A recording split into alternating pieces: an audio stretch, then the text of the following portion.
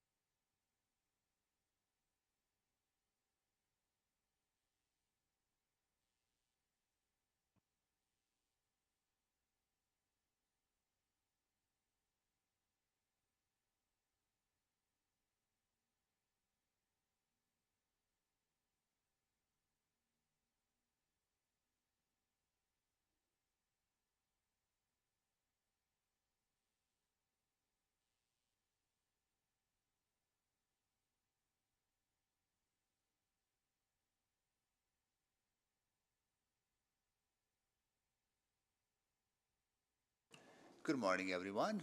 I would like to call this meeting to order. At this time, I would like to acknowledge that we meet on the traditional land of Treaty 6 territory and Métis homelands, and acknowledge the diverse indigenous peoples whose ancestors' footsteps have marked this territory for centuries, such as Cree, Dene, Saulteaux, Blackfoot, Nakota Sioux, as well as Métis and Inuit, now settlers from around the world. Do a roll call of committee members. Councillor Salvador. Good morning. Councillor Hamilton. Good morning. Councillor Jans. Good morning. Councillor Wright. Good morning. And I'll see if other colleagues are joining us.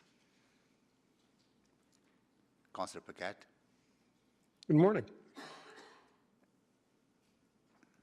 Councillor Rutherford. Good morning. Councillor Rice. Good morning. Councillor Principe. Good morning. Councillor Tang. Good morning.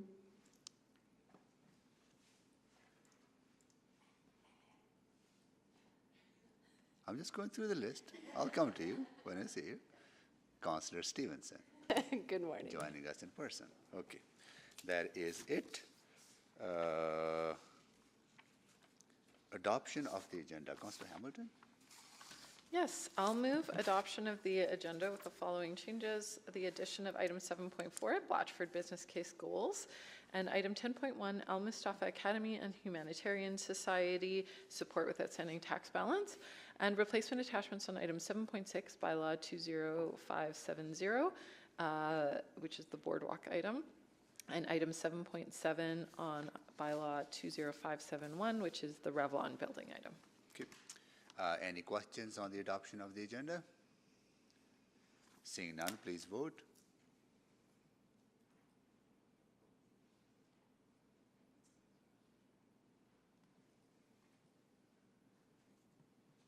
We have 5 votes. Display the votes, please. That is carried. Approval of the minutes. Councillor Wright, you want to do that? Sure, I move approval of the minutes from the September 20th, 2023 Executive Committee. Any errors or omissions? Omission, no. Seeing none, please vote.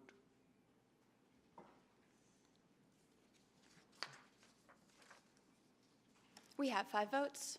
Display the votes, please. That is carried. Any protocol items? Seeing none. Select items for debate. Okay. Councillor Hamilton.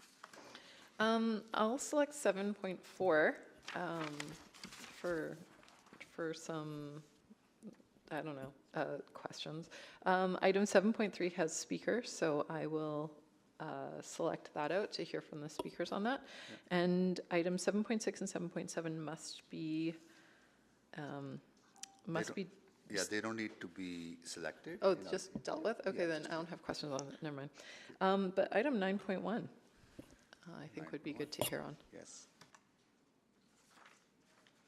Okay, Councillor Salvador, Item 7.2, please. 7.2. Okay. Councillor Wright, Could I take 7.1, please? 7.1. And I do have some questions on 7677. Yeah, then we can select Okay. them. 7.6, 7.7. Yeah.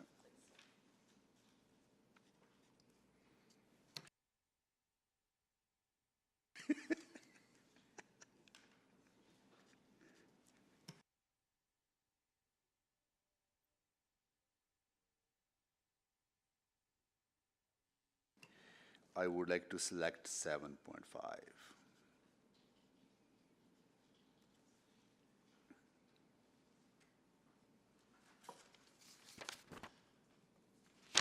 Okay, so we have selected 7.1, 7.2, 7.3, 7.4, 7.5, 7.6, 7.7, 9.1.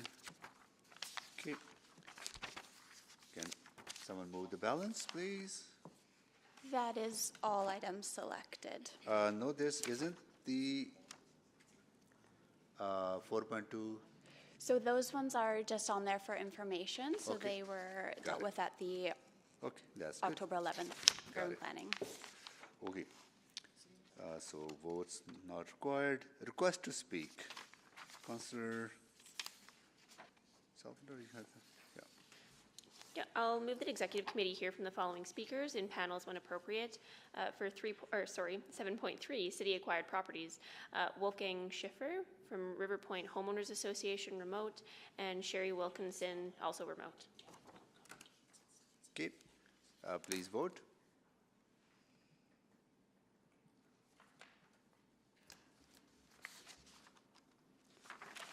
We're just, oh, we have all the votes. Display the votes, please. That is carried. Request for specific time on the agenda, none. Councillor inquiries. See none. Reports to be dealt with at a different time, none. Also 4.1 that are dealt with, and 4.2. Request to reschedule, none. Unfinished business, none. Public reports. Okay. We are on to our first item on the agenda, which is 7.1, EPCOR contract extension, distribution and transmission.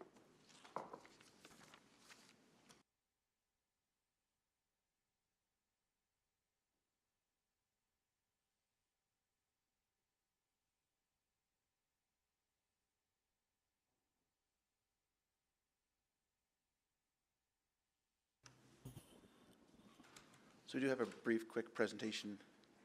My name is Eddie Robert, Deputy City Manager of City Operations. With me today is Kerry Houghton McDonald, Branch Manager of ETS, and Trevor Dennehy, the Director of LRT Operations and Maintenance for ETS.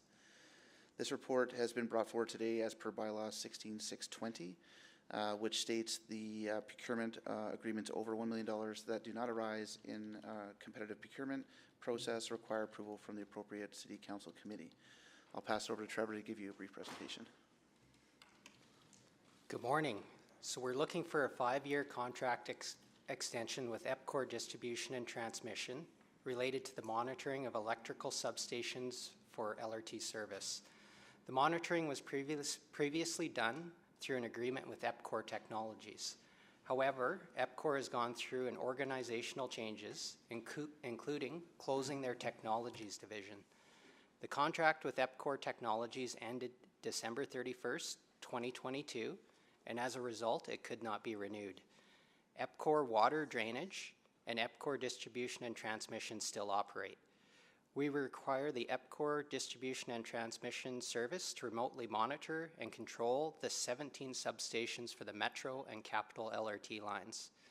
We entered into a short-term sole source contract with EPCOR DNT for these services, but this contract ends this coming December. Next slide, please.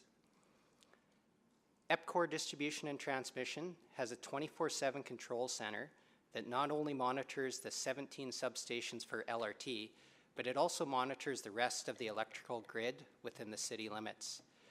EPCOR's control center provides continuous monitoring of alarms, trips, and allows remote switching to turn overhead power off and on for planned work and for emergencies.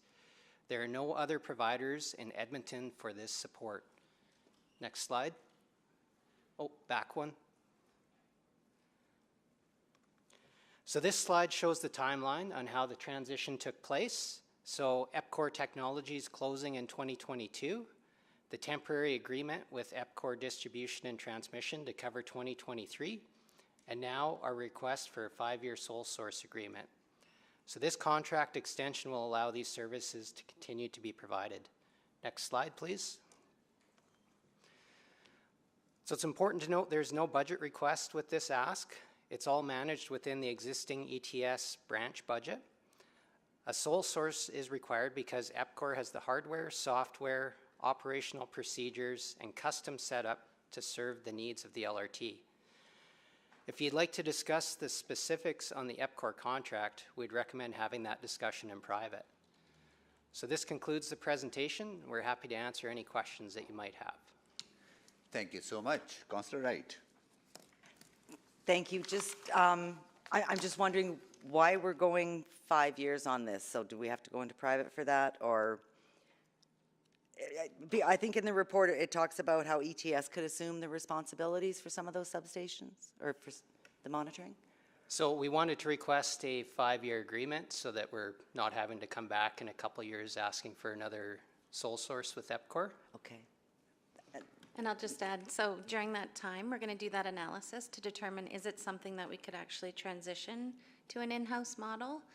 But it takes quite a bit of time to do the analysis. Then we would bring forward recommendations if we thought it was viable. And then there's a kind of an uptime needed to acquire certain elements of infrastructure if we were to make that change.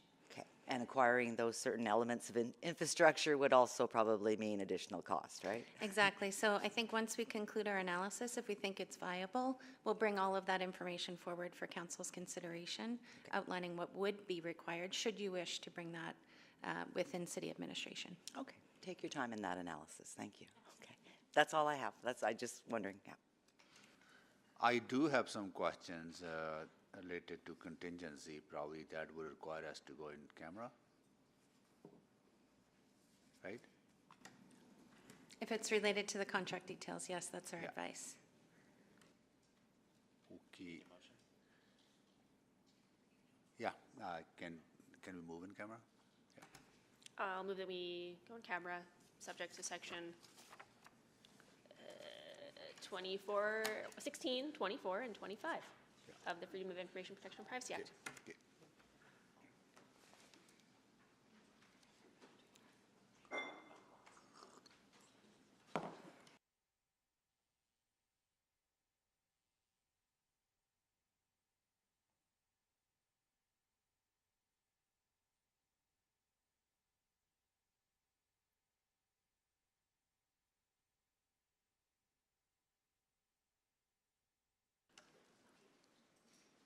Yes, can we vote, please?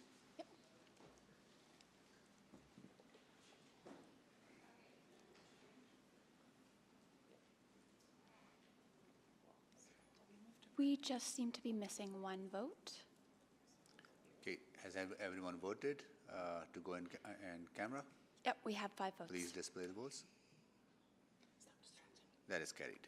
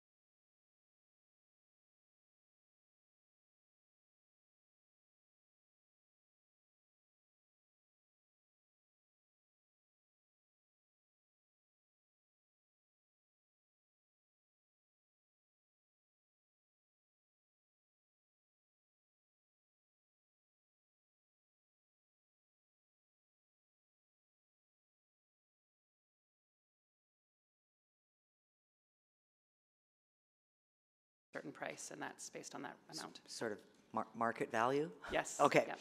okay. And does that also take into account the loss of the fare-paying parent or adult? So that, those youth are already riding for free, the ones who are riding with fare-paying adult, and that policy change was made several years ago. So this would just be the youth who are currently riding alone. But that's a very good point. So we didn't discreetly try and estimate the number of parents who would no longer be accompanying their children. So that's a very valid point. That would be an extra pressure on our revenue budget, but we don't have a figure attached to that. Okay. And then in the report, it says it would be difficult to estimate, I think. So in order to consult then with the school boards, is there sufficient time for you to do that consultation before the budget? So to develop the estimate in this report, we worked with the school boards to get the numbers. So they're aware that this conversation's happening. Of course, they don't have a particular insight on, they'll go along with what policy decision council makes, and we'll work with them to implement the change. But, so would you just be coming then to budget with the 900,000, or would you be doing any more in-depth calculations and consultation? I think we would put this forward as a service package if that was the will of council with this number, and we'll inform the school boards that this conversation is occurring. Okay. Okay. And then I'm also wondering about, for the operators, being able to determine age. It's very, very challenging, and it will lead to fair disputes. So they've shared direct feedback. This isn't, again, just coming from me or Sarah. Direct feedback from operators. It's a struggle to determine age requirements, and they wouldn't have a special card from us necessarily to flag that they're eligible for this. So it would involve engagement with the operator, and they'd have to use their judgment in those situations. And how are they feeling now about disputes with Very riders? stressed. It's very difficult. We've had a few, as everyone knows, higher profile incidents in the last few months, and it just causes a lot of stress and anxiety for the operators. At the same time, they're also very compassionate people, and they want to support youth. And I have heard wonderful stories of helping children navigate the buses and operators looking out for them. So I think they're feeling just as probably mixed as we are about wanting to provide that support, but also being practical and thinking about the realistic impact. Okay. Well, I mean, the report says you don't recommend an art card specifically for free because that could result in fraud or whatever. But would that help with working out some of those disputes? Or so that there isn't any disputes? I think that's what Sarah and I have been struggling with, is what would that look like? So how can we support operators, distribute it in a way that doesn't add a bunch of administration costs on our end, and be able to help families or caregivers who have children who want to benefit from this. But we don't have an answer right now. We're not sure how we would navigate that, and I'm just being totally honest. Okay. We haven't come up with a solution. A special coded art card so that you couldn't have an adult actually using that? I don't know. Okay, and then what was my other question? And to determine ridership, it's not based on fare-paying passengers, right? There's counters or something in the buses? Because I'm just wondering if those would skew our numbers.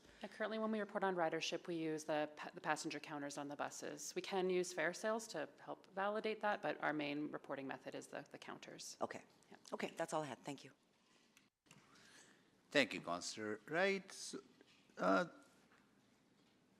So the 1,250 students who will buy a bus pass from the school board, they pay for their bus pass, right? Or is there a level of subsidy that school board provides in order to reduce the cost? They pay for it at a reduced rate for what the school board sells it I see, to okay. them. Yeah. And do we know the demographic of these children, 1,250? Like, do they come from kind of middle-class families, low-income families, high-income families? Do we have any sense? Because I'm asking this from a kind of equity point of view. It's a great question. We know they're all 12 and under. We know what schools on the public, we got the data from Edmonton Public Schools. Edmonton Catholic wasn't able to provide the data, so we extrapolated for them. So we could map the schools to certain neighborhoods. but we don't have the income specifically or any other kind of demographic information. We just know the location of the schools. Can you And share that? I mean, I think it lines up generally with, I think, where we see some of the more equity-seeking neighborhoods and the higher ridership. So central Edmonton, the north. Yeah. Right. And based on the research that you do, is there evidence that if you provide subsidized fare in those neighborhoods where, you know, equity isn't an issue or inequity isn't an issue, that either ridership goes up or, you know, pressure on the family expenses goes down? Like, is there any evidence in that sense that I would say we haven't done a specific study on it, but through our Ride Transit program, you know, we know, and we did a formal program evaluation and heard very powerful stories of what it meant to have that deeper discount $35 a month pass, and what it meant for them in terms of improving their lives.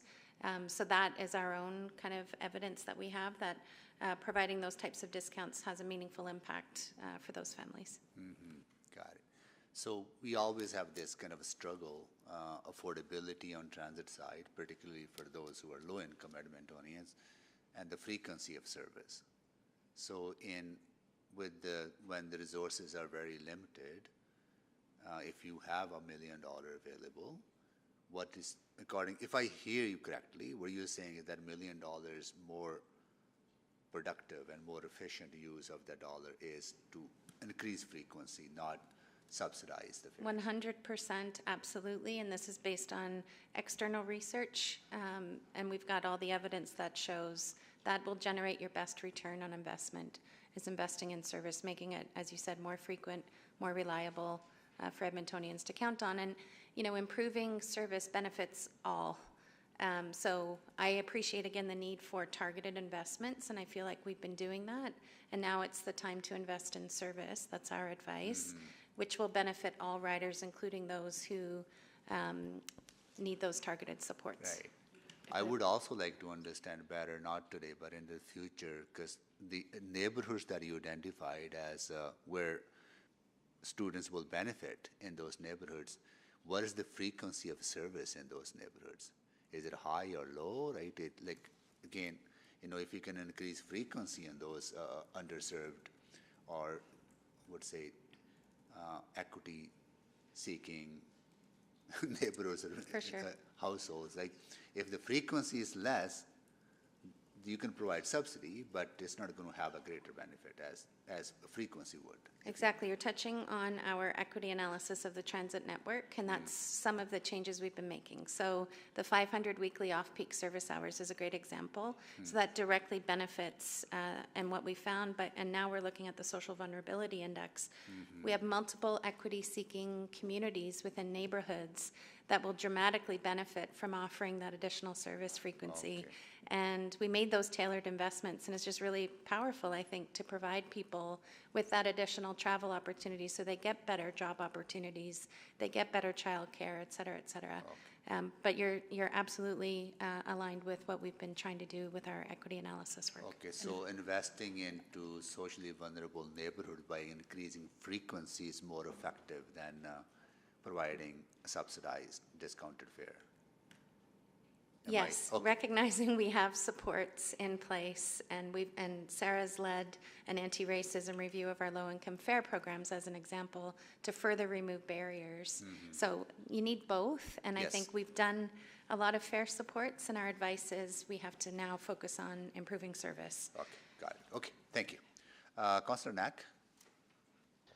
Thanks, Mayor Sohi. A few more questions, and you know, appreciate this conversation is one that sounds quite similar to when we made the changes on the seniors pass. Instead of a set age where you're all getting the same discount, we made a decision to tailor the discount depending on need.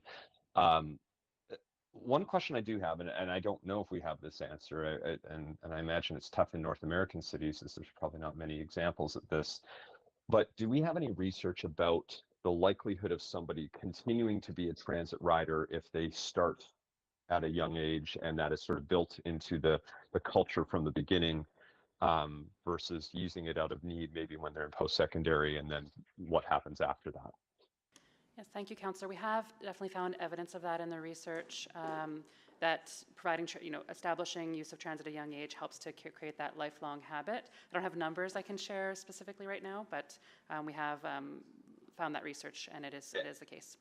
Yeah, and I guess that's the piece, which is, so I'm hearing you, and we're always going through the struggle of how to use our limited dollars in the right way. Because Councillor Jans brought up a major point that I really worry about still, is that if you go to most schools across the city at 8 in the morning, you will see them overrun with cars. And I think there is a clear culture that exists now that you drive to school. That is the predominant way for most schools for kids to get there right now, or the yellow bus. But we see major traffic safety issues, and I'm trying to think about, how do we, but the challenge, I guess, then is, while there is data that shows if you use it as a young age, you're more likely to use it over the long term, we don't necessarily have a good sense of what would this specific change do for potential long-term ridership, because we haven't done it. Therefore, there's probably not a lot of data at this point. Is that fair?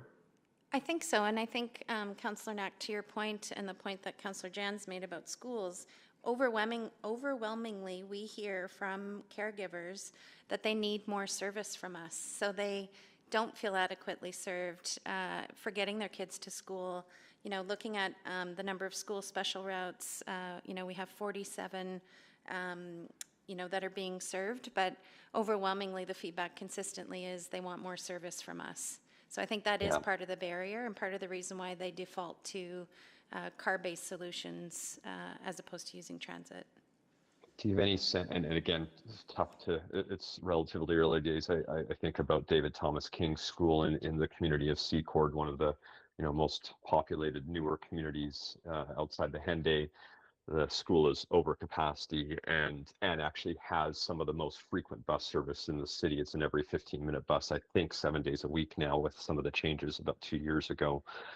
And yet we still see a lot of folks drive. And so I'm curious if there is any data around schools like that, around the percentage of youth that are actually using that. And because it seems like it's still a problem. I have a lot of traffic safety issues. I've done community walks there to help address those concerns. And yet we're not seemingly getting folks on a bus which runs regularly to and from that school. Yeah, and for that school in particular, a lot of the children that attend are from neighborhoods that are not near the Lewis Farms Transit Center. And in some of those neighborhoods, they have an on-demand solution to get to Lewis Farms and then would transfer onto that bus. So that may present some barriers for parents in terms of navigating that connection. And I know we've seen similar things on the south side as well, difficulties. Yeah, and I could be wrong. I thought David Thomas King School now has closed borders only to residents in Secord. In fact, I think there's a lottery now, even if you live in Secord. So that's why I asked about that school in particular, because I'm thinking it almost all of the attendees of that school, except those who went when it first opened, are now almost exclusively from that one community, which has every 15-minute bus. And so that's the type of example I'm trying to think about on how this might or might not work. And one other thing I might add, Councillor, is that we've talked also about outreach and helping students and parents be comfortable with using transit. And we did at David Thomas King run our outreach program for grade 6 students there last year. So continuing to do that will also help, I think, establish that interest and that culture of transit from a young age. Absolutely.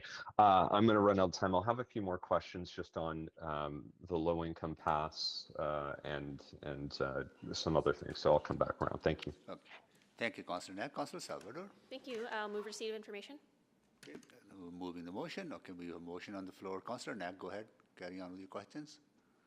Yeah, thanks. I guess then, and appreciate all the research that's gone into this, the numbers. I wanted to just ask a little bit more about the numbers, because so when you're calculating the 900,000, you're not using the $55 a month charge that the school board is paying for those, or charging students for that pass. Is that correct? That's correct. We're using the price we sell this to the school boards, and then they apply an additional subsidy. Okay, so we're charging at a higher, that's where we're coming at that. Okay. Have we looked at the idea of expanding the low-income youth transit pass. So like we do with seniors right now, if you're in the lowest incomes, you get the pass completely free. Right now, if you're a youth, you still have to pay 35 even through ride transit, correct? That's correct, and I'd say if that's something council wishes us to explore, we're happy to take that direction. And it could be interesting. We can present different scenarios similar to what we did on the senior side, looking at pricing and then how to redistribute across those different areas of need. Yeah, because I'm wondering if I'm obviously very cognizant of my colleagues' questions and the fact that the motion is to receive for information, and so maybe there's not a lot of desire to continue down this path further. But I'm wondering if maybe we should specifically look at the low income piece and get a sense of whether that is a barrier right now, if that's a challenge. So, but I guess then the question is the work that entails in a time where you're trying to do a million things, I realize. So thoughts on that? How time intensive We're that happy would to take on that work. I don't think it would require a motion. I think we're happy to explore that. It aligns with some of the existing work we're doing on the anti-racism review, looking at, again, removing barriers. So if that's something you're interested in, I think Sarah and I both are excited to take that back. And we can look into different options and then bring a report forward to council for consideration in the future. Okay, that would be, I guess you're not supposed to do work just based off what my counselor wants, and I appreciate that sometimes requires a motion. So I am intrigued in that idea. I don't want to see this notion go entirely away, but I also appreciate the constraints and the financial needs of ETS. So I'm open to it. I don't know if others will be. If maybe there is interest, even that might be a good path forward. So I'll see what others have to say. Thank you. Thank you, Councillor. And Councillor Wright. Thank you. So in those areas, the schools that you've noted are maybe lower income in that, what's our uptake of the ride transit passes? Like, can we do maybe a better job promoting it to those families that need that assistance? I don't have that information in front of me, but I think that's some of the analysis we could do following what Councillor Knack was speaking about. And I know we are actually actively having some conversations with a few of the schools right now who have a more vulnerable youth who can't afford even the ride transit price, or might have difficulty having their caregiver do the application with them, and so they need help with the eligibility. And so I think there's a great opportunity here.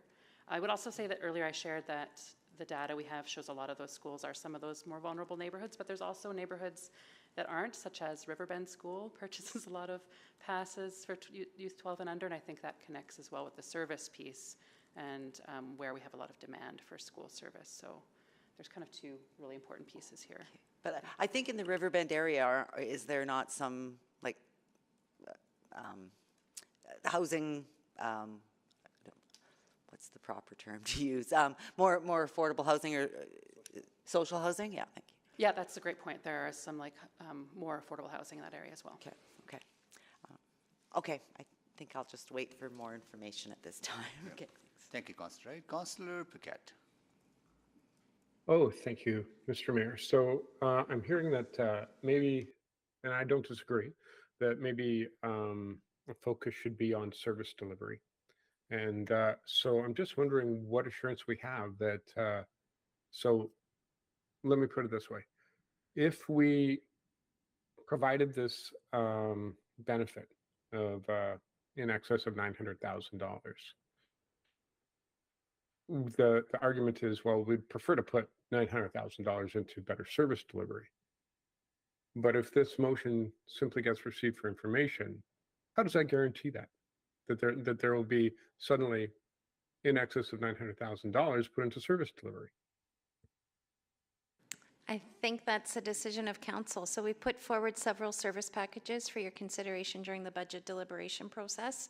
So as an example, the Valley Line precursor bus service hours, it's in the neighborhood of about $7 million worth of service. But I would say that's a decision point for council.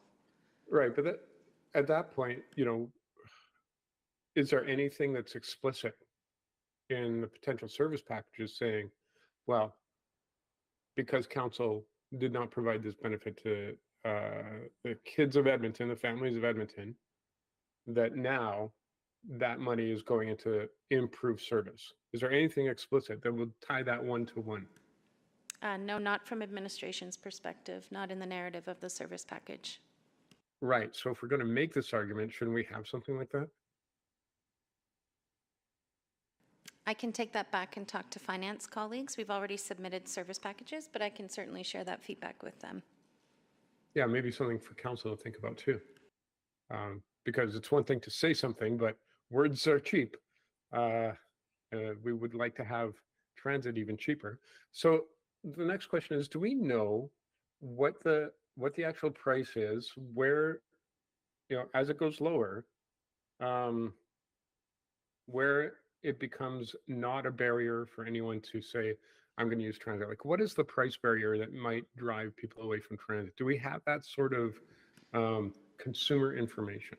So we did extensive public engagement around the fare policy, and we did get feedback. I don't know if you remember this conversation, but we showed a sliding scale essentially, and each respondent would slide the scale to the price points they were comfortable with for different categories.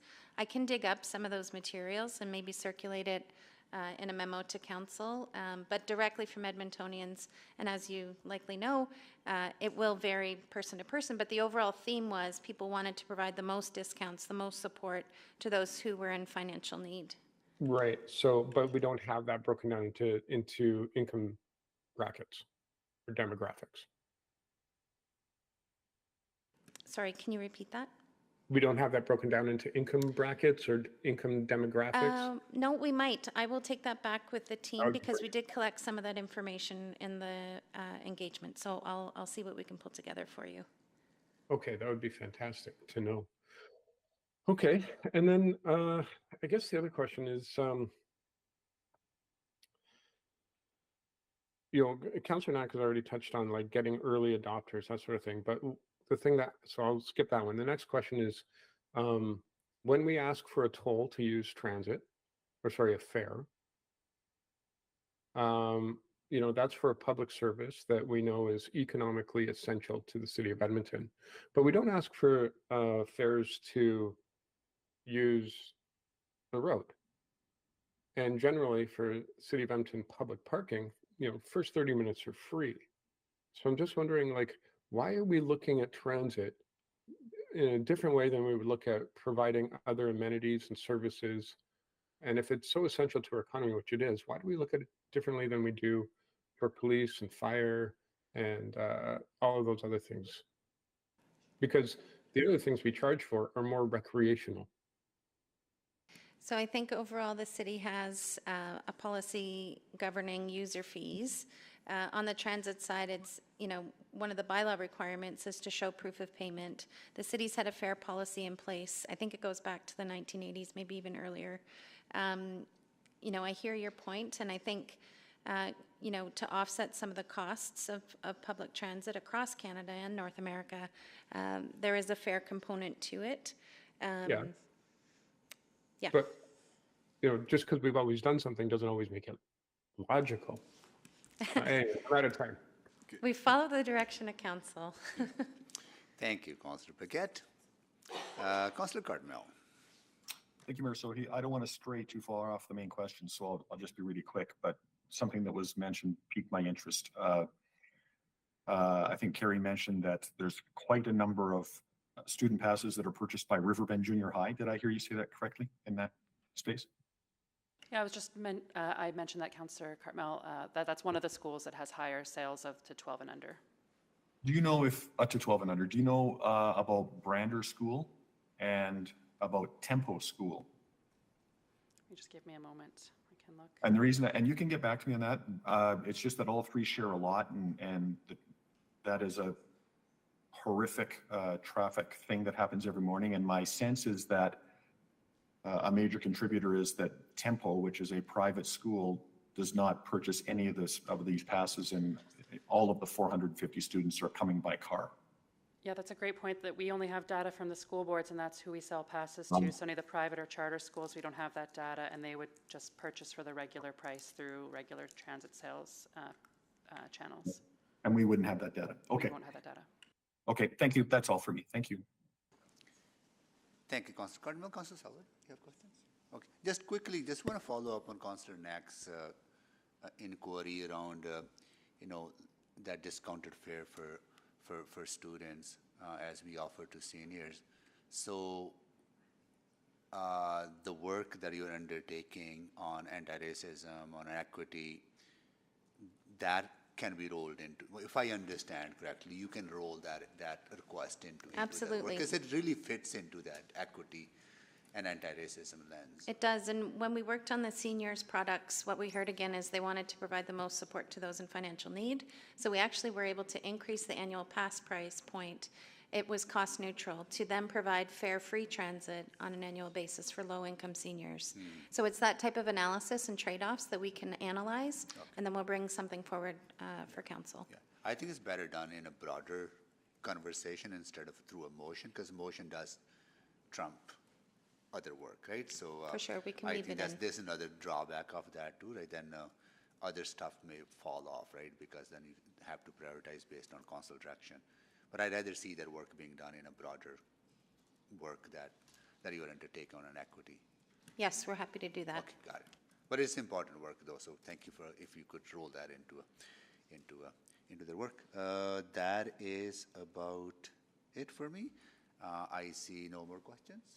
We are ready to speak to this motion, right? Anyone to speak? Councillor Knack, to speak or questions? Councillor Knack, sorry. Just to speak, thank you. Okay, go ahead. Yeah, thanks, Mayor Sohi, and appreciate the conversation. And I'll just rewind back a little bit. Part of why I was interested in this is originally the city of Regina a couple of years ago had introduced free fare for riders 13 and under. I think it actually was last year was the announcement. And that decision at the time actually only cost the city $2,000. And so part of why I was interested in this is to see, could we have had a similar situation where it was virtually a rounding error. Appreciate the numbers that we have show that's not the case. And it's a fair conversation we need to be having about the, in a world of limited dollars, what's going to get us the best bang for our buck. I would still love to see this entire conversation advance, and I realize I still have that opportunity if I so chose at budget to always make a motion related to that, and I'll reflect on it further. But I've heard a lot of my colleagues' concerns.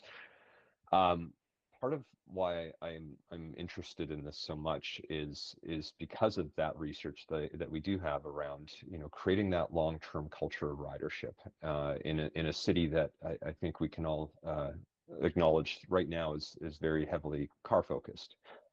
And I have been hesitant over the years when we had reports that have come to council about free transit for all. I've sat through some of those discussions where we had members of the public come out and say you should make transit free for everyone, and we did some motions to examine it, and I think it was about $160 million.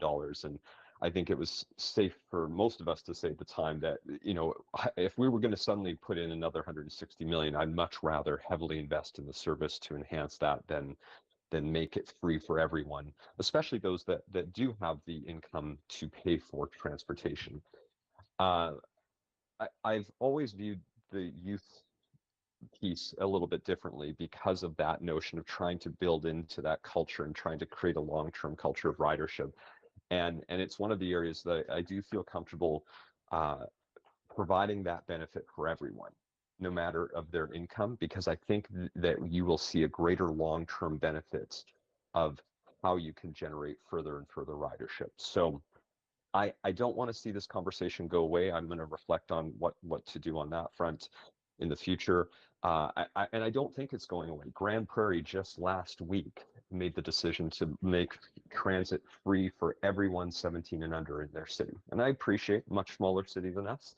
But I see that path happening in other cities around encouraging more youth to use transit. And I think that's an area that you can more safely argue that the cost of investing in that will actually have greater long-term outcomes, where I didn't feel the same way about providing the same low cost transit pass to all seniors, no matter their income threshold. And that's why I like the changes that have been made in those other categories. That's why I love the introduction of the Ride Transit program. And I again want to celebrate the team at ETS, who has done a phenomenal job of making transit far more accessible to everyone in our city. I think we need to continue to move this as we go, and it's something that I'd like to make sure we're not leaving off the table at some point. And going back to all of the different problems that could help us solve across the city. So I'd love for us one day to do something similar to what Grand Prairie did just last month, and get to everyone 17 and under, and then you move into the UPass, and then ideally you move into paying the adult fare once you've completed post-secondary. I think that would have such a transformational impact on the city, for one that has designed itself in a very different way. And now that we're continuing to enhance the service, I think we're going to keep making it better and better. We're continuing to work on safety and security. I'd love to make sure we can have that in the future. So I've heard specifically maybe a next step forward, more in the more immediate term, would be could we look at doing something similar for the low-income youth pass as we did for the low-income seniors, and maybe make that entirely free to at least remove one barrier. I'm encouraged that that conversation will happen, and so appreciate the conversation again.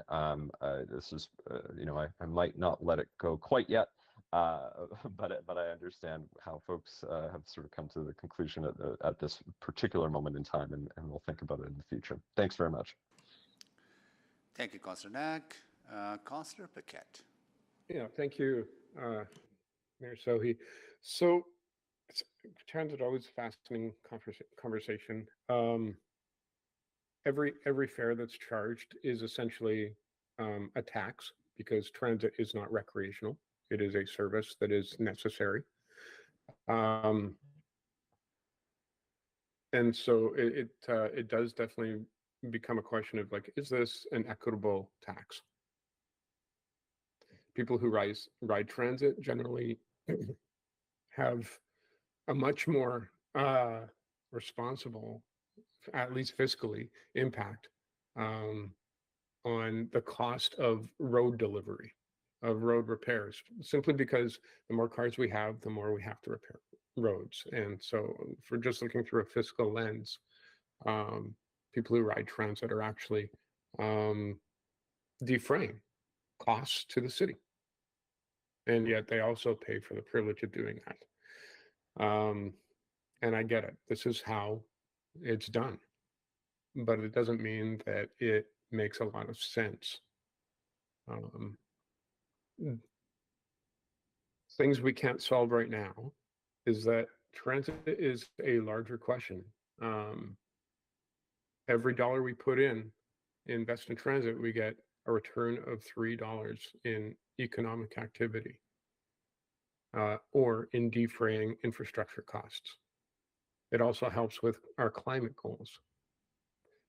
And we get capital dollars from the federal and provincial governments. Thank you very much. But then the question becomes, how do you operate? How do you utilize that capital? And that's another cost that the federal and provincial government do not help us with. Even though, as large municipalities, Edmonton, as a prime example, we are delivering through city tax dollars, property tax dollars, a service that augments and bolsters the Canadian economy, the Alberta economy. Without transit, we would lose overnight over $1 billion in economic activity just in Edmonton alone. So the way we look at transit probably has to change. Now, as this fair policy amendment is being received for information from executive committee, again, my concern is that the argument being made, just as it was when we were talking about to the young people who came to executive committee years ago about free transit, is, would you rather us take that money and make transit free, or would you rather see service improvements? but we have never matched the promised service improvements once. I hope that changes in this upcoming budget, because that's a tacit promise that we make to Edmontonians when we say those things. And if we don't follow up, that's a broken promise. So I understand, especially in constrained economic times, why this is simply being received for information. But I would encourage my colleagues, and I know they already care about this, so I probably don't have to encourage that strongly, that when we get these budget packages coming forward for transit to improve the service as we promised all along the way, that we do not try to chip away at that. Instead, go full-throated into providing a better service for the people of Edmonton in the way that they have asked us to provide it for years.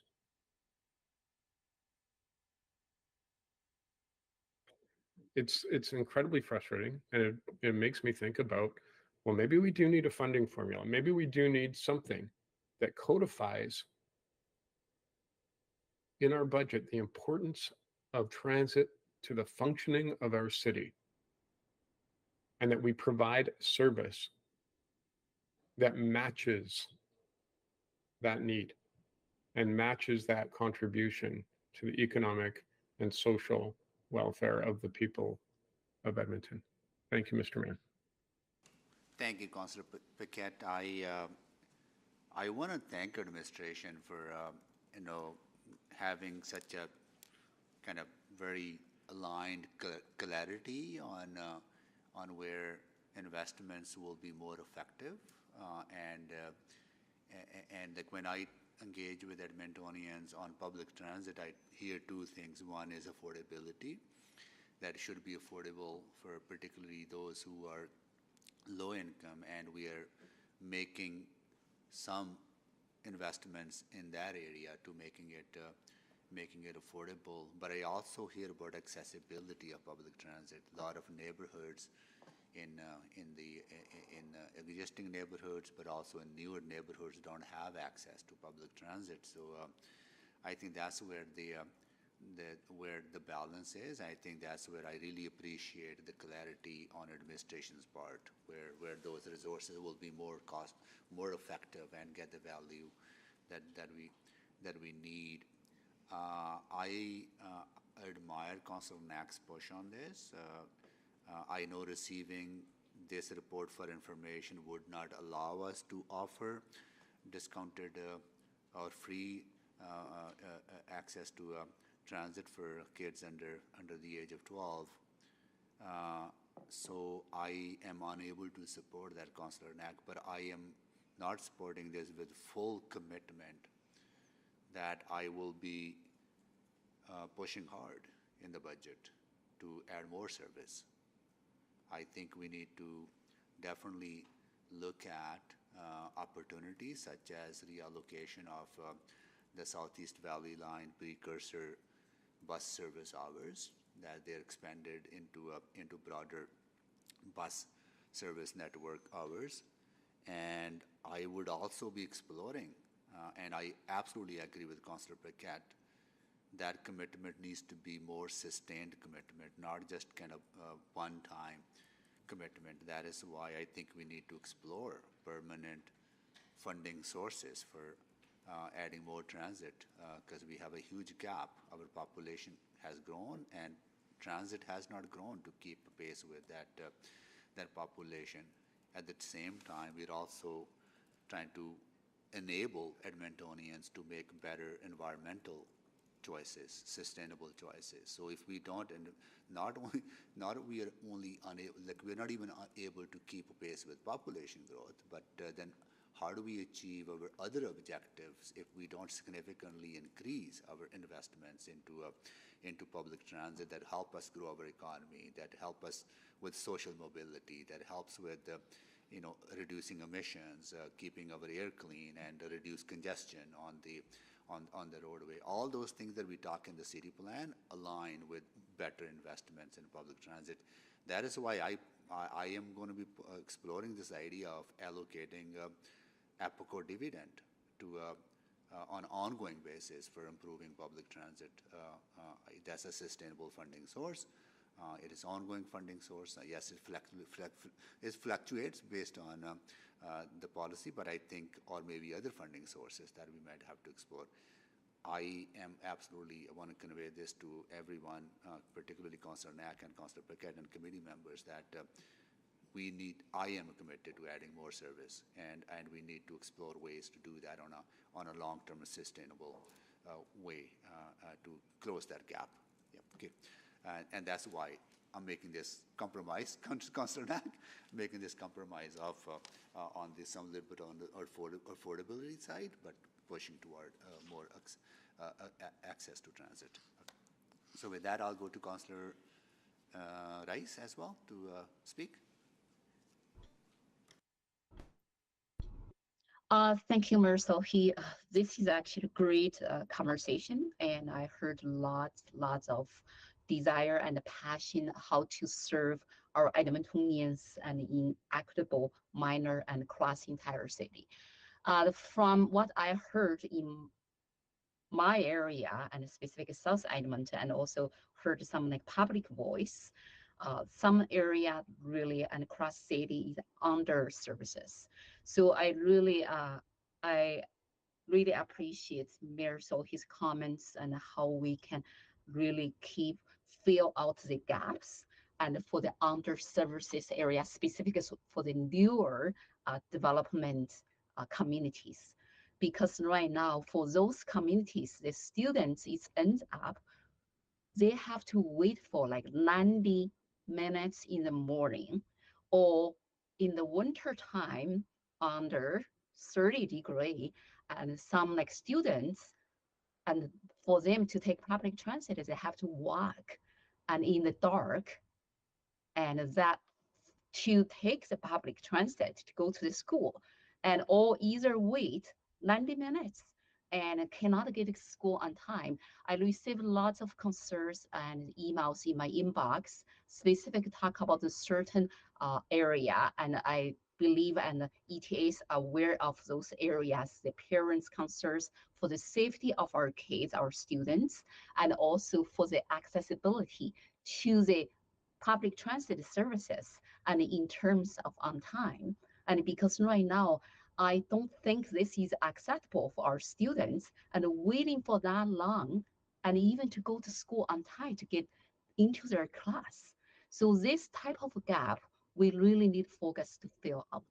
So I'm not going to repeat other good points and Mayor Sohi mentioned here, but myself, I committed to fill those gaps and in the area, in our city's area, under services. So I'm looking forward to that future conversation. Thank you. Thank you, Councillor Rice. Now, Councillor Salvador to close. Yeah, thank you so much, and really appreciate the discussion today. For me, this conversation has me thinking about actually a number of the ways that we are leading the country when it comes to our needs-based approach to fares and ongoing supports for low-income Edmontonians and vulnerable Edmontonians. And I think that's reflected in the work that we're doing through our equity analysis, anti-racism review, and some of the investments that we're already starting to make in service, like the addition of 500 more off-peak weekly bus service hours to the network across the city. Yeah, it's a good reminder that ETS does have several low-income fare programs that are accessible to youth, such as the Ride Transit program, and that we are going to see a fare reduction for youth in 2025, which can help cultivate that lifelong ridership that we know is so important. I also really appreciate Councillor Knack's questions, and it's encouraging to hear that administration will be looking for ways to remove further barriers to low-income youth passes through existing work. Yeah, and I think it's appreciated that administration's position has remained consistent and clear, that improving service benefits, it benefits all Edmontonians, and if we're looking to deliver the best return on investment at this time, focusing our efforts on service improvements should be the goal, and that is rooted in clear evidence and data. And For me, I'm quite optimistic that this council in particular understands the immense value in investing in transit, and that there's an understanding that we've seen chronic underinvestment in transit service for many years. And again, that's where I think we should be focusing our efforts. And like the mayor, I'm very much looking forward to advocating for increased service at budget, because transit is absolutely a core fundamental need for a healthy, sustainable, climate resilient, economically viable city, which is why it's deserving of sustainable and predictable and ongoing funding. So again, thanks so much for the conversation today. Looking forward to further dialogue at budget. Thank you, Council Salvador. So please vote.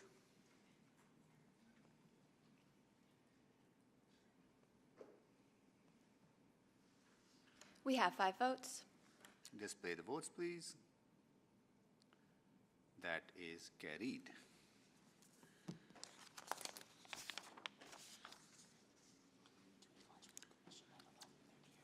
Okay, next we have city acquired property 7.3. And this was exempted by Councillor Hamilton.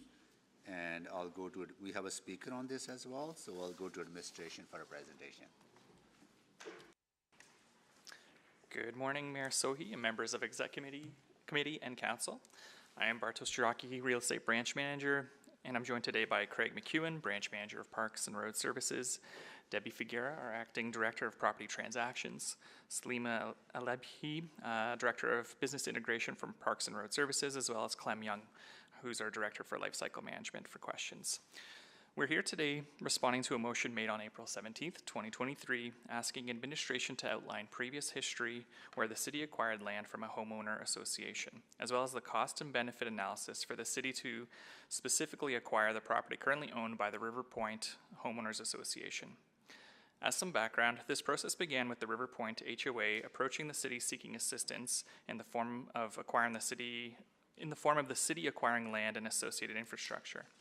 Over the last few months, administration has worked with the River Point HOA to inspect the property and has had numerous conversations.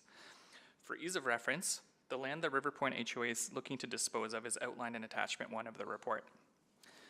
Through our historical review, we are only aware of one instance where land was acquired from an HOA, and this required specific direction from council back in 2011. The land in that situation was used as passive open space and continues to be owned by the city at this time, as well as being maintained by the city. The River Point HOA has requested the city acquire the park space, the entryway, privately titled roadways and alleys, and all associated infrastructure. The assets would require an ongoing estimated operating budget of approximately $180,000 per annum, or $4.5 million over 25 years. Additionally, these new assets will require approximately $2.5 million in capital investment over the next 25 years to address asset renewal. This value reflects 2023 rates and assumes only the cost to renew the assets as they exist without considering enhancements or functional improvements. The 10-year capital investment outlook identified a capital funding gap of approximately $6.7 billion over the next 10 years. And the gap in available funding has significant implications for the city's renewal program, limiting renewal investments only to the most critical assets. Administration does not see a benefit at this time to have the city acquire the private HOA assets and infrastructure and taking on the maintenance and renewal responsibilities. With that said, the River Point property owners may see a benefit as their HOA would be dissolved, the HOA fees would no longer be required, and the required assets would be the financial responsibility of the city. Unless specific direction is provided by council, administration will not be taking further steps to acquire the River Point HOA lands. We thank you for listening into this presentation, and we're happy to answer any questions you may have after the speakers.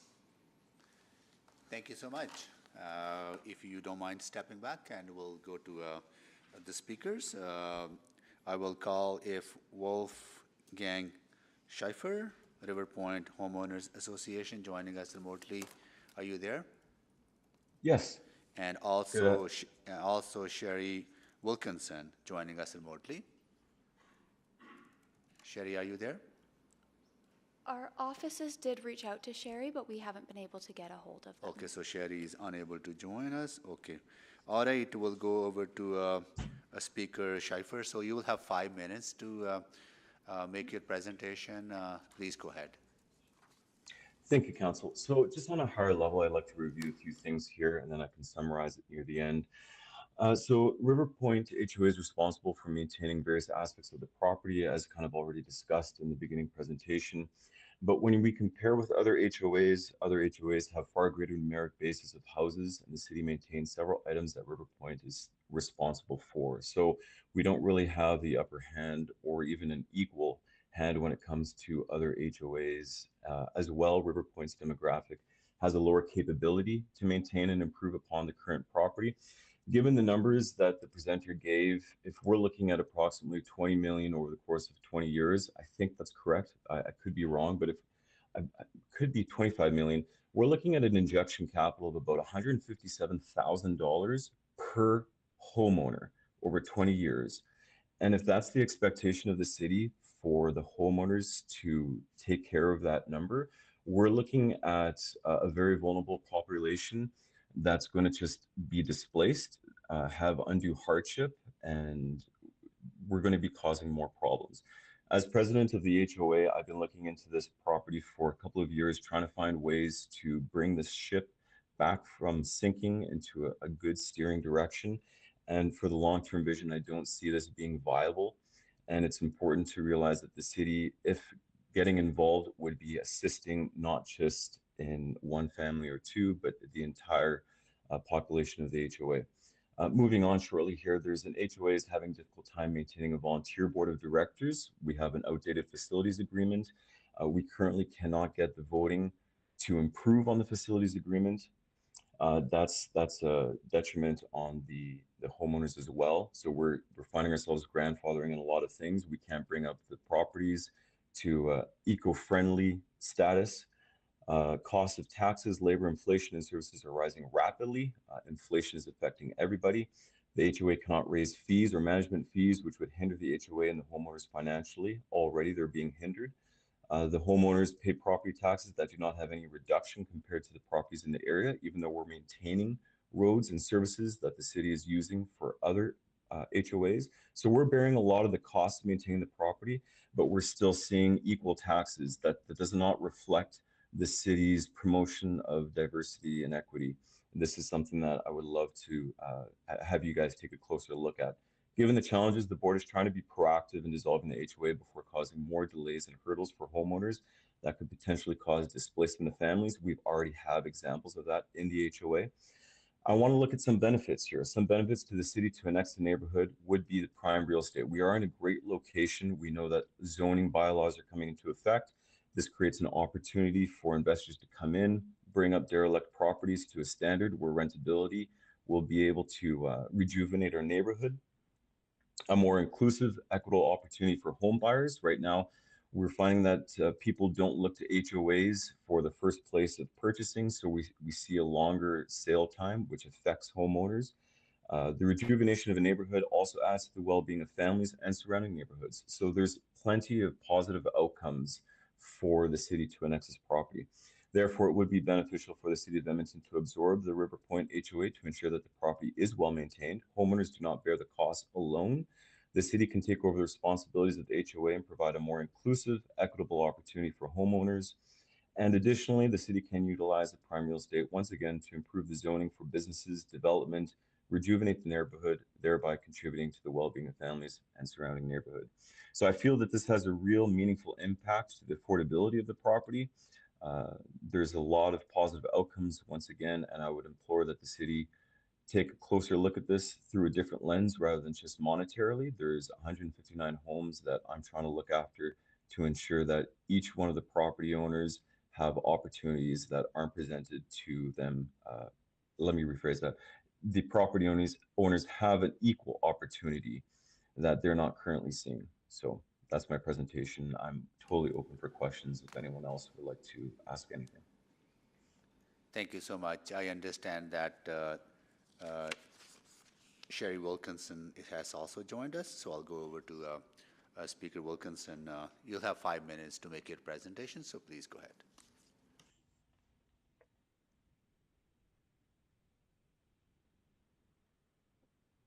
Hi, sorry about that. I was just trying to get myself off of mute here. I'm here to speak on the behalf of the city taking over River Point community. There's a variety of reasons, a couple of them which I'll touch on today. I'm speaking both as a resident living in the community as well as a member of the HOA board. I have been for probably about almost a year, been on the board, if not a little bit longer. It is getting really hard to get volunteers to come out for the board. We do have positions open and we send letters out, we hand deliver them to the houses, and we're just not getting anyone who is interested in helping out. And it's the same thing with the AGMs as well. I think last AGM we had one, maybe 2 people show up for it out of 159 homes. It's not financially feasible right now for everyone to pay their dues. With, of course, the inflation that's coming up, we've got a lot of people who are now going into arrears. If we had an assessment done for the roads that needed to be done, and that there would require a special assessment on the homes themselves, which would, of course, put even more financial strain on the homeowners in that area. We have done some of the roads, fixed up some of the spots, so that's not as bad.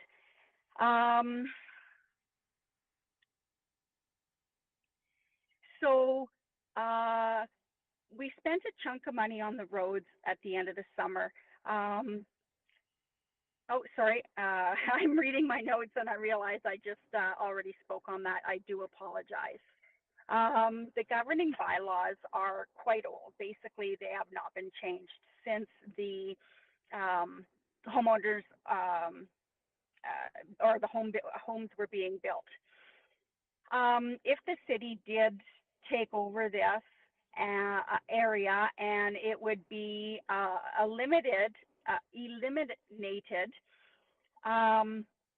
it would help the homeowners, of course, once inflation and whatnot kind of catches up with paychecks, or paychecks catch up with inflation. It would help the homeowners in able to update and modernize their homes as far as in the ways that they wish. The neighborhood is showing its age, and it would be nice to be able, as a resident, to work, do work on my home without having to go to the HOA and double check, you know, is this able to be done, etc. I think that with the city's help, River Point can once again be a community where the families can thrive and that all the residents are proud to live there.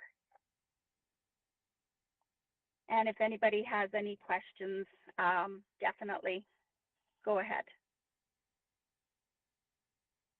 Thank you so much to both of you for making presentation, and committee members have some questions to both of you, so if you could please stay.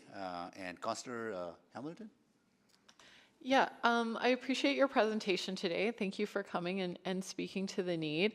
I was just reflecting to Councillor Jans beside me that this is maybe the first time in at least my memory that I think we've had this kind of request come forward, and I'm seeing other sort of folks from administration nod their heads. So I think you've outlined what the need is in the community.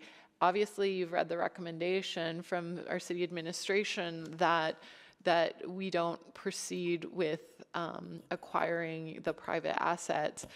Would you be open to talking about currently? I read in the report, I guess, is it correct that homeowners have been paying about $50 a month for sort of services? I see you nodding.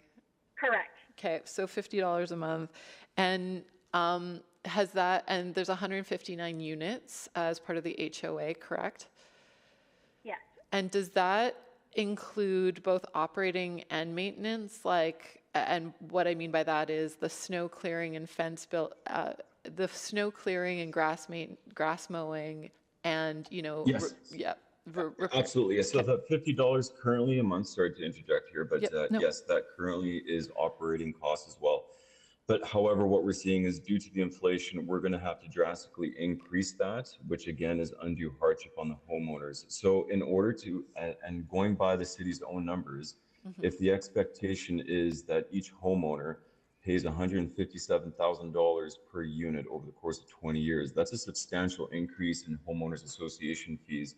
And the expectation of that is, I think, I think it's quite obvious. It's a little bit of a burden to bear, given the fact, once again, that we are maintaining things that other HOAs aren't maintaining. And not only that, but we also don't have we don't have any luxuries. If you look at other HOAs like Summerside, they have a lake, they have amenities.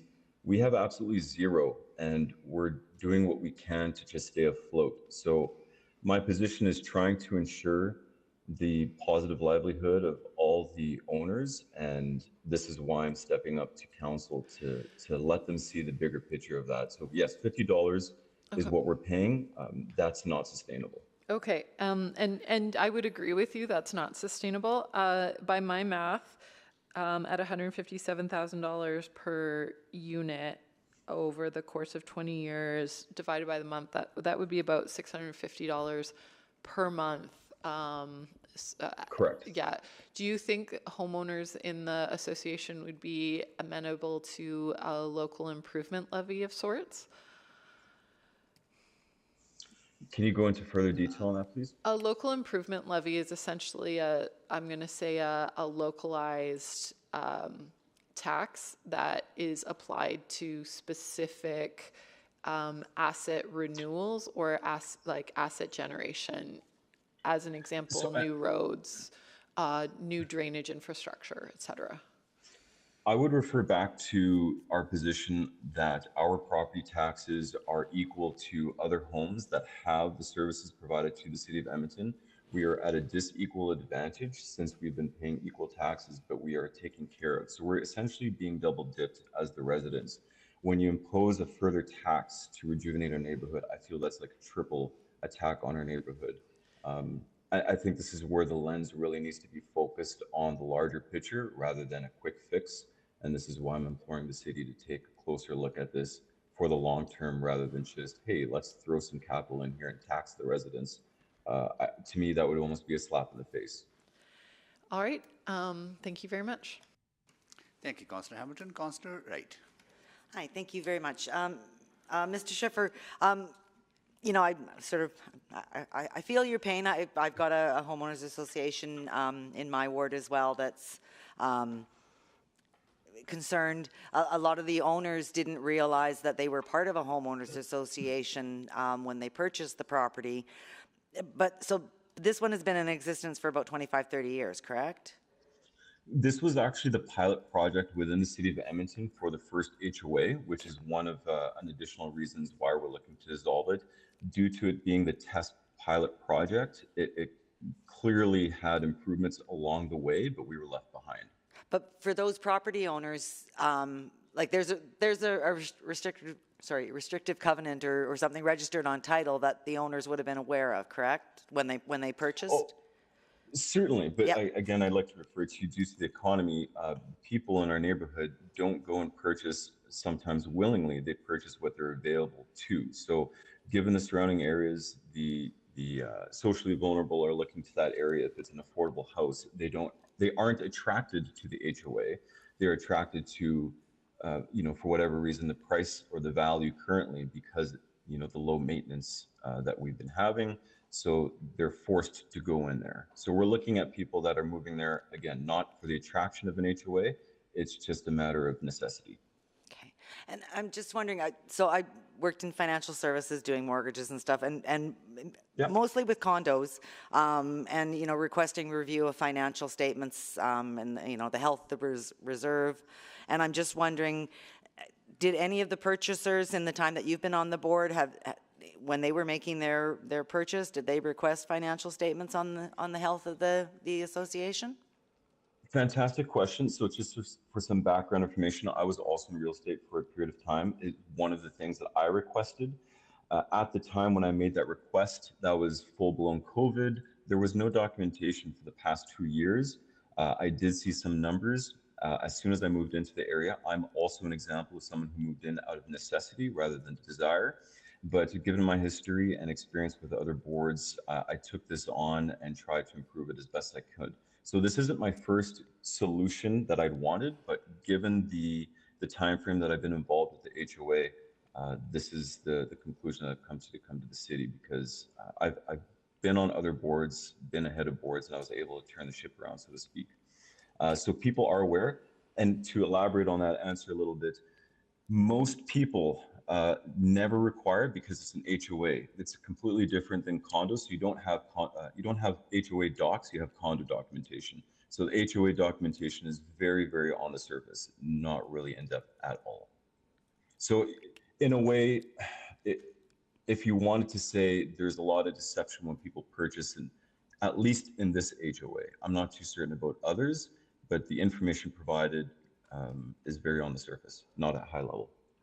So as an HOA, you're not required to have annual financial statements prepared or anything? There is, but the realtors don't guide their clients in that direction. Again, because we have zero amenities, there's no real advertisement that's an HOA. The people that purchase don't ask for condo docs because there is none. It's just HOA docs. They get in there. It's like, oh, it's only $50. Sure, that's no problem. And then away you go, right? So. Okay, and you said you have no amenities. The report from administration indicates a developed playground and a recreational area. No, absolutely not. No, as a matter of fact, the little land that we had, the previous board years ago sold it to the city for $1 for reasons I can't even understand. And to be quite honest, I don't know why the city would accept that. You're taking away prime land from a development, and now we're left with nothing. So the playground we would love to have, we can't because it's now owned by the city.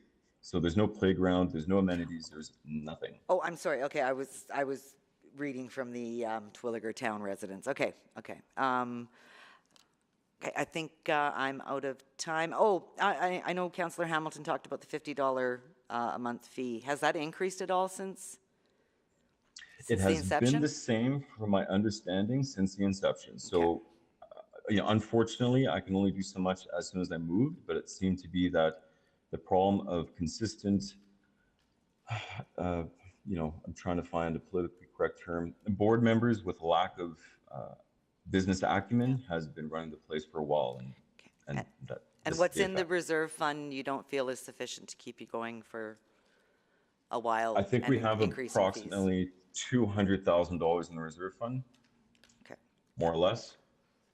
Okay, my time is up. I think, Sorry. and as a matter of, sorry, just to elaborate one more time, I think we provided all the financials to the city administration, so they would have all the documentation. Okay, thank you. Thank you, You're welcome. Councillor Wright. I have one question to whether Speaker Wilkinson or Schaefer, who answer this. I hear you that you pay your property taxes the way other property owners, based on the same criteria, pay their property taxes. City also have a dedicated neighborhood renewal program.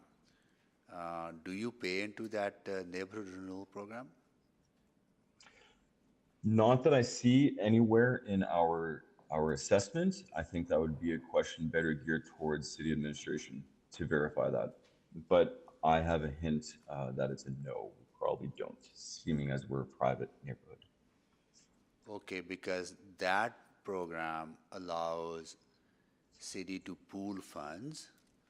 Then there's a criteria to assess which neighborhood would require a renewal. That's fixing roads, sidewalks, lights, right? And it is a dedicated tax levy. If you, I would be, I will ask that question to administration. Like if you're not paying into that dedicated tax levy, that would be a different situation. If you're paying into that dedicated tax levy, then your neighborhood should get the benefit of that investment. 100%. And that's a question I asked during the due diligence process to find out if we are getting a reduction in taxes or we're paying equal or more. And the answer that I got was most probable outcome was we're paying equal taxes without any reduction. And if that's the case, then I would presume that we are paying into it, but I can't answer that for certain. Okay, we will ask that question to administration. Thank you so much for joining us. Next, I will go to Councillor Paquette for questions to you, both of you. Councillor Paquette. Oh, thank you, Mr. Mayor. So, just to get some timelines here, Wolfgang, you got yourself onto the board, and that's when you really got to take a look into the finances and figure out what was going on. Correct. And I'm assuming you were in a state of shock. I'm an individual that likes to observe first before I exact my emotions. But yes, I've been on the board ever since I moved into the property. And through the course of my first year observing, it became, quite concerning. And then for the second year after I was elected president, looking through this, it's just, like I said, I'm coming to the city of Edmonton as proactive rather than reactive. I would really want the council members to understand that. This would be a different story in 10 years. This will be like, you're now displacing people. We're trying to prevent this situation. So let's get into that. The $50 fee that is paid per month hasn't risen since inception. Condo fees, for example, are much higher than that, but that's just for a condo. To raise the HOA fees to the extent that they would be needed in order to provide the proper infrastructure replacement and maintenance, have you done any work on figuring out what that fee would be? I guess I could pull out a calculator and do it right now, but I'm just hoping you did. Yeah, no, it's probably going to be between the 400 to 600 range, which is astronomical for that area of the city. I mean, people are already struggling paying the $50 a month. Put that in perspective. Yeah, so let's get an idea of the folks who live at River Point. When you hear HOA, you kind of think, okay, so upper middle class, maybe wealthy folks. Is this sort of the same demographic we're looking at? Absolutely not. So if you look at the demographics, HOA in that particular neighborhood have average household income from last I checked of approximately $80,000 per year. That's not a whole lot anymore, and that's for household income, not individual. So you're looking at 2 working parents, possibly. There's a lot of children in the neighborhood. They're making roughly 40K to 50K. That's minimum wage. Okay, so then if the fees were raised to the extent that you could get to the work and get it done and become sustainable, a lot of folks would obviously be priced out. They might have to sell and leave the area. Yes. I'm just curious about the appetite then for other people to come in and buy, because this is the question, right? So this is why I come to the city. So over the course of 20 years, like we've talked about your numbers before, you'd be saving, I think, a lot more rather than looking at the spending. In your past, just 7 point, I forget, but when you're talking about transit, you talked about investing. Now, if we look at this from a lens of development and investment, if we eliminated the HOA, think of the opportunities with the zoning alone. You guys have prime real estate by the river valley. You can provide opportunities to investors to come in here, perhaps fix up a lot of the homes that are already kind of getting run down, provide those as absolute great rental opportunities. You'd have other investors that would come in, probably build those beautiful skinny homes. That would increase the value. Not only increase the value, but rejuvenate the neighborhood and provide more income for the city due to the heightened taxes that you could put on the property. So I see this as a win-win long-term, and I think the city administration was looking at this as a negative in the short term. But really, this is just an advancement to improve the northeast side and to really bring it up to a standard that people could be proud to call home. Okay, so, and then the last question is like, I'm guessing the board this is a tough one, because if the board is saying, well, it's too much for us, we're not going to raise that fee, that means the infrastructure will continue to degrade. It will not be able to be replaced. So what's the end game? Exactly. The end game is that come to council in 10 years and says, look, we're already sunk. And then it's going to cost more for council, or council's now going to have to face the public and the 159 homeowners saying, why didn't you guys do anything beforehand? This is why I'm taking the proactive approach, coming to council now, because I think I'm one of the few people that have been in the HOA board that sees this and has the vision for it. If I wasn't on the board, this would be a much bigger problem in the upcoming years. Yeah. Okay, I'm out of time. Thank you. Thank you, Councillor Paquette. So that concludes the questions to both of you. Thank you so much for joining us, and you can stay back if you want to listen to the conversation. Thank you, Mr. Sohi. We're going to go back to administration for questions. Councillor Hamilton? Thank you. So given the conversation, thank you for sort of your presentation and listening to the speakers present. I understand that this is a group of people that are in a really tight situation. If council were to proceed with this, you would, which is against your recommendation, would you suggest something like a local improvement levy to offset what I'm going to say is a gap over a number of years, essentially paying into that specific pot? So I think our initial thinking was if we were to acquire it, we would need to obtain ongoing annual operating dollars. And that was the, I believe, $180,000 per year, if I'm not mistaken. In terms of adding a local improvement levy, that could be something that we would explore. Mm-hmm. The other thing I would just want to flag is, and this, I just haven't been directly involved in the conversations, I'm not sure what the value expectations are from the HOA. They may be to sell the land to the city at $1, it might be more. And so there's still that conversation. If there is a value associated with the acquisition of the lands, we would need to also seek an appropriate capital profile that actually has the funds in place to acquire the land itself. So may I interject quickly on that? It would be sorry, can't do that. Yeah. Sorry, can't do that. Oh, okay. My apologies. Your part is concluded, so we ask questions to administration. Yeah. So by my math, so you need 180,000 operating. That's just for service, correct? To clarify, like to clear the snow and mow the grass? That's correct. That's on the maintenance side. And divide that by the 159 units, that would be... I can clarify on the... Sure. It's Craig. Go ahead. Yeah. Inspection from various areas across the Parks and Roads branch. So looking at the roads, lights, trimming, mowing, landscape services, spring sweep. I think you're breaking up there, Mr. McEwen. Wonder if I'm having a delay. Yeah.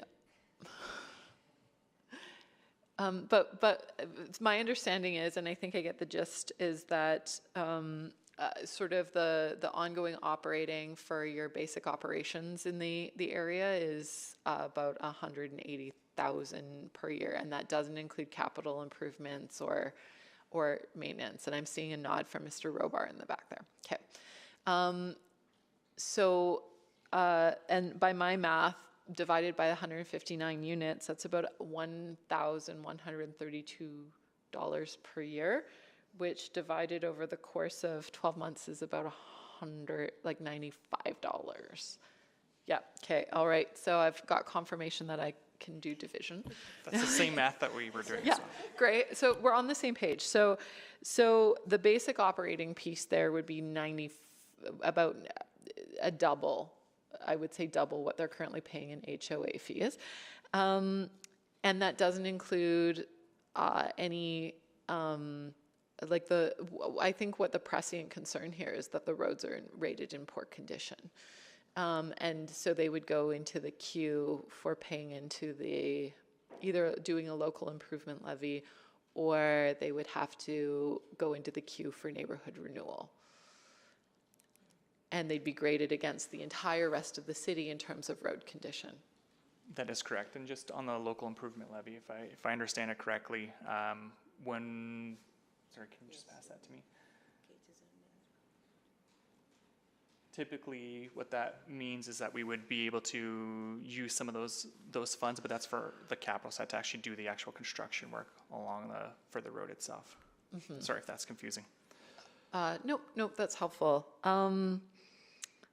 I guess the last thing, and I can understand this being a bit of a tough thing for an HOA, they're responsible for maintaining the fence, and that would not be something that the city would take on. That would then default to individual homeowners for maintaining the common fence, right?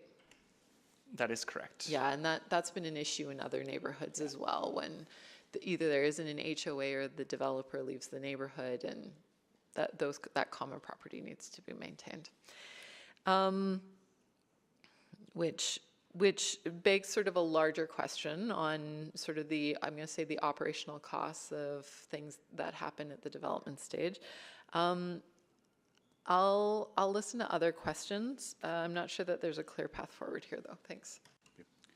I got to go shortly here. Can I go ahead? Ask questions? Yeah. So, do the residents in this area, in HOA, do they pay into neighborhood renewal fund? So when it comes to neighborhood renewal, that is part of the tax levy. So everybody actually pays into that, including the residents within for these properties. Absolutely, but it's a neighborhood renewal fund is a dedicated fund created, focused on neighborhood renewal. If these folks are paying into that fund along with paying their property taxes, why would they not qualify for renewal under that fund, for capital renewal? So because the assets are owned by the HOA, they are responsible for dealing with all the actual infrastructure work. When it comes to taxes, and I'll do my general explanation of this, and I'm hoping maybe Kate or someone else may be able to step in as well. When we tax properties, we're doing it not on a per service basis, but really based on the wealth of a property. And so it's based on the market value of the land. Oh, I understand. Right? I understand that aspect. What I'm trying to figure out is that when we created that fund in 2008, the purpose of that fund was to dedicate those resources for neighborhood renewal. If folks living in this community are paying into that fund, but they are not benefiting from that fund. That's trying to figure that out. Why would they not be benefiting from that? Just because the property is not publicly owned property, it's privately owned property? That's correct, yeah. But they should benefit from it if they're paying into it. Maybe this is to finance. So I think it ultimately comes down to the ownership of the asset.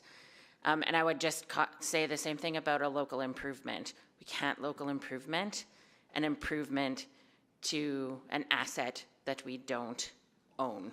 Okay. And we don't, my understanding is that we don't own these roads. Okay. So but taxes in general, not everybody uses a service that a tax pays for. But for neighborhood renewal, every neighborhood will get renewed because of that program. Every neighborhood that we own the infrastructure gets renewed. Okay, got it. So does any HOAs, any of the HOAs would not benefit from neighborhood renewal?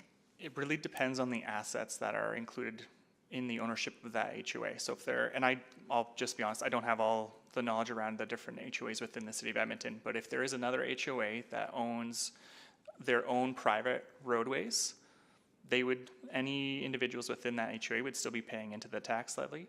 And so they would be paying their taxes, but they would not receive the renewal for the actual road work because the ownership of the roads would be private. Got it. So do we have any other HOAs where roadways, sidewalks are owned by residents, not by the city?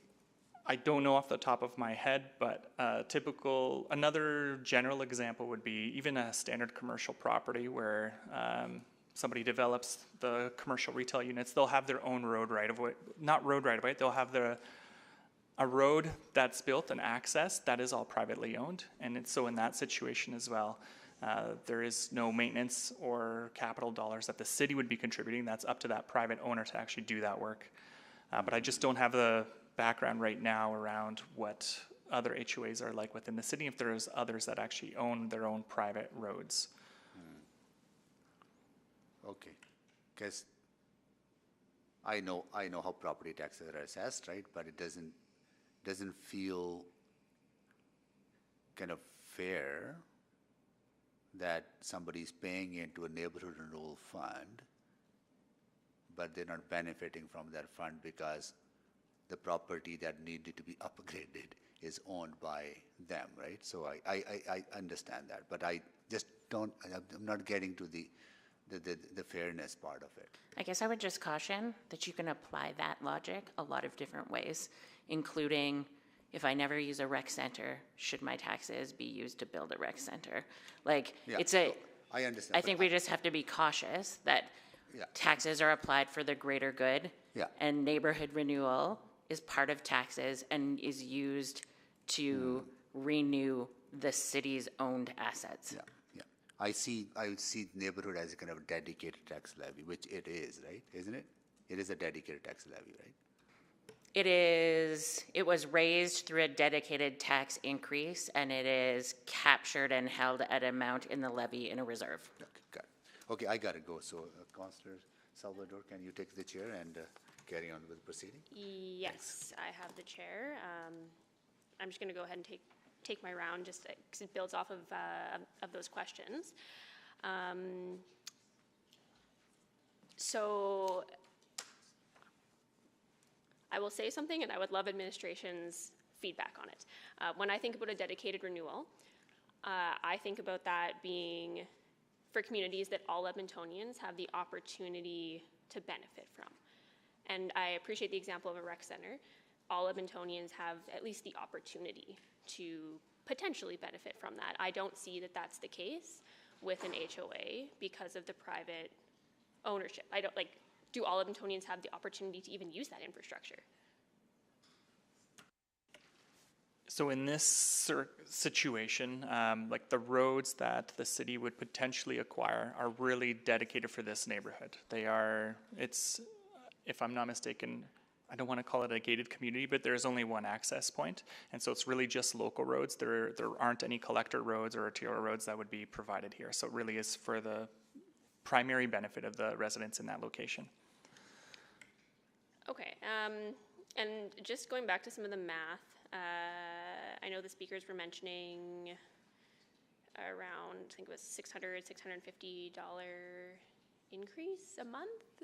I'm not, can you help me square that? That doesn't line up with what was provided in the report, correct? When we do our expected operating and potential capital investments? Yeah, when I won't speak to the numbers that they're referencing, but as we had discussed earlier, we're looking at potentially another $50 on the operating side per month for each individual resident. There's still the capital component that would need to be dedicated. That's a $2.5 million, right? That's right, and that's over a 25-year period. So over a 25-year period, I don't know what that would work out to, but my rough math would be around $150 a month total, including operating and capital. Does that sound even in the ballpark? I would suggest... Yes, that's correct. That's correct. Okay, thank you, Selena. Okay, so it would be going from a $50 fee to a $150 fee to cover those costs. That's correct. Okay, that's really helpful. Thank you for helping me walk through that.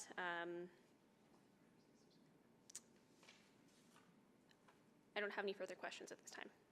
So I will go to Councillor Wright. Thank you. Okay, so I'm just trying to think sort of an equivalent type of situation where people are paying property taxes or property taxes are being paid on a property and they're not deriving the benefits. So like a mobile home park, would that be because that's owned by the park owner? but the city doesn't necessarily plow the roads or take care of any of those other services unless contracted by the park owner, right? That's correct. Like in the situation where it's completely owned privately, then it would be up to the owner to do all that work. Okay, okay. And then I think it was Mr. Schiffer mentioned something about he's trying to be proactive before the city has to take over the property. Are we liable? Is the city liable or responsible to take over those properties at any time? No, so the assets are owned privately. The city does not have an intention at this stage in time, at least from an administration's perspective, to acquire the lands. If we were to acquire them, that's when we would become liable, but not at this stage. Okay, so we don't have any legal responsibility to take them over. So people would have the opportunity to sell their properties if they couldn't afford those HOA fees? That's or correct. Other fees? Okay. And or also, yeah, as for new purchasers coming in, doing their due diligence, as was discussed, to see what are the potential HOA fees in this instance, what do the numbers look like in terms of the capital renewal that's required, and then making sure that you factor that into your purchase price when you acquire it. Okay. Just thinking, is becoming a co-op an option for them? Like, would they get any other benefit? And I'm thinking, because if we're talking about, like under the MGA, we can only do tax exempt for nonprofit organizations. If they were to reorganize as a co-op, would they get that ability to do tax exemption? Ms. Watt? I'm not sure if Kate is on the call, but I don't She know was that. 2 minutes ago. Hi there. Yes, I am on the call. Would you mind restating the question? I'm just wondering, if the HOA was to reorganize as a co-op, would then they qualify for tax exemption on a nonprofit basis? No, cooperatives by the sort of definition are designed for the benefit of the cooperative. So all of the restrictions pieces of the COPTA legislation come into play. Okay. They would still be 100% taxable. Okay, okay. It was just a thought. I think that's all the questions I have. Thank you. Thank you, Councillor Wright. Councillor Jans. I was going to put receipt of information on the floor. Sure. So we have receipt of information on the floor. We'll go back to our list. Councillor Paquette, go ahead. Oh, thank you very much. So I'm just trying to wrap my head around this. So they pay equal amount of taxes. They've got this road, but this was a pilot HOA. So do any other HOAs have the same ownership structure of the infrastructure as this one? Unfortunately, that's not something we've had a chance to look into. So I think each HOA is going to have their unique assets and individual ownership structure. Yeah, I mean, it seems like that's a really integral question that should be answered before this is sort of swept away as a receipt for information. I'm hoping that someone makes a motion to have some of those questions answered, because otherwise there's a decision being made without information. So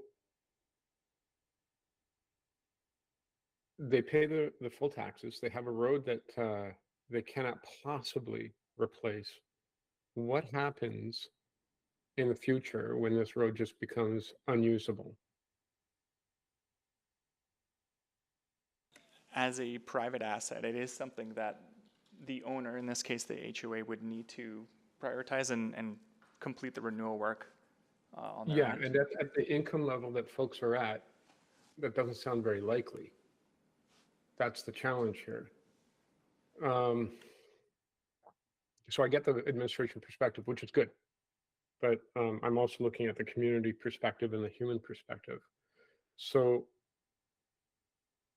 The next, so I've heard that there was one point of entry. Is that holding to that? Because I've been in the neighborhood.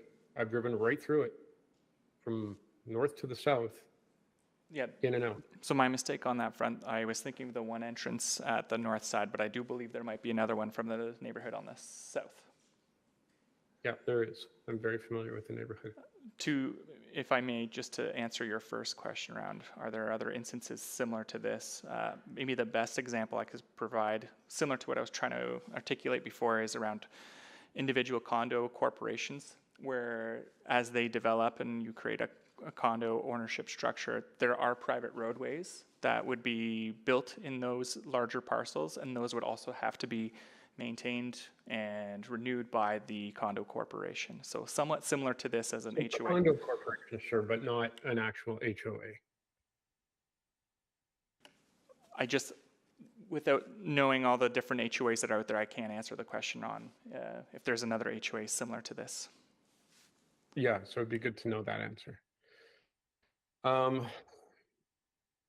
So it's really frustrating, I think, for the folks, because we talk about due diligence stuff, but if you've been in the neighborhood, you know that a lot of the folks, English is a second language.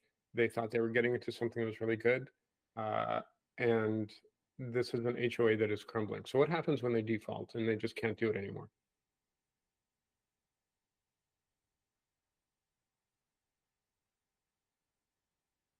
So, like, I may be struggling with that question because I'm not sure what you mean by default. Like basically, they're like, you know what? We can't sustain ourselves. We're just calling it a day. There's no more board, no more HOA. Like, what happens if the HOA dissolves? Is that what you're saying? Tries to. Yeah, I didn't know. Sorry, I'm not a legal expert, so I would need help to understand the impacts of a dissolution of an HOA. I assume the property gets liquidated. Yeah. Okay. Okay. All right. Typical HOA agreements will have a section around the process around dissolution, and so they would have to follow that. Typical ones. Is this a typical one? Do we know this? Because there was a pilot. So I appreciate I think every HOA is different, and we would need to do some work to understand all the differences in HOAs. I also think, though, that part of the issue then becomes, where do you allow HOAs and where don't you allow HOAs? Because I think often HOAs are allowed because there is this commitment that it isn't going to require city money, and because it doesn't require city money, why not have an HOA? And so yeah. I think it would take some work to look at what are all the different HOAs and how are each of them different. But I think they're all designed for different things and different amenities depending on the community. Yeah, I agree. That would be very important. Otherwise, we're kind of flying blind. There's a big gap, it seems, in our knowledge. Okay, I'm out of time. Thank you. Thank you, Councillor Paquette. Councillor Rice, go ahead. Thank you. So I heard lots of very good points and questions from my colleagues regarding HOA. I know and today we have a specific item, and however, there's some question from both residents and HOA itself come to my inbox and also come to some community conversation and engagements meetings. So my question to administration is, do we have specific resources in place, including like information or training, and to really help communities from HOA side, and because HOA board members are most volunteers, and also from like resident side to really provide that clear understanding, and in terms taxes, in terms fees paid for services, in terms of some like the confusion between certain services should be provided by city or provided by HOA. We do not, and that is because HOAs are set up by individual developers as they progress their neighborhoods.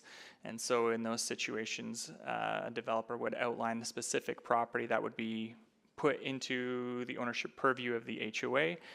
They would create the necessary bylaws and documents associated with that and establish a board, and then that HOA becomes responsible for it. So the city doesn't really have a role in the training aspect of that. There's a broader conversation around how beneficial HOAs are and if they're being managed appropriately by the stakeholders that are then on those boards. But that's a separate item, I think. Okay, so if that is the case, I because today just discuss HOA, I know we have specific topic, but I do want to get answer for many questions I received, and then from HOA and residents. If they have certain questions in terms bylaw, in terms tax, in terms services should be provided by city or provided by HOA, who is the key contact, and those questions could be answered, and from public perspective. So I think if there are any questions related to an HOA, the starting point would be to actually discuss with the specific board members or the HOA president of that specific area. If they have questions, and then our city does not have any contact point, and for them to reach out to answer those questions. So HOAs are privately established. They're not something that the city is forcing upon a neighborhood. As I was trying to articulate, they are driven by the developer, and that's where. So what I heard here is that means that they have to go to developer, but it is, even though it's about the services, about the taxes, about the properties, and they have to go to the developers. So let me just clarify. Okay. If your constituent has a question about their taxation, their own assessment and tax bill, and their civic services that are provided, we absolutely answer those questions. If your constituents have questions about services provided by an HOA in their neighborhood, those questions can only be answered by the HOA. If HOA has questions, not only for the constituents. So I talked about the two groups that have the different questions from different angle. And they're really confused, and then even I cannot answer, and then they ask, is there any resources and in the city could training those members, board members, and for them to provide services to the residents.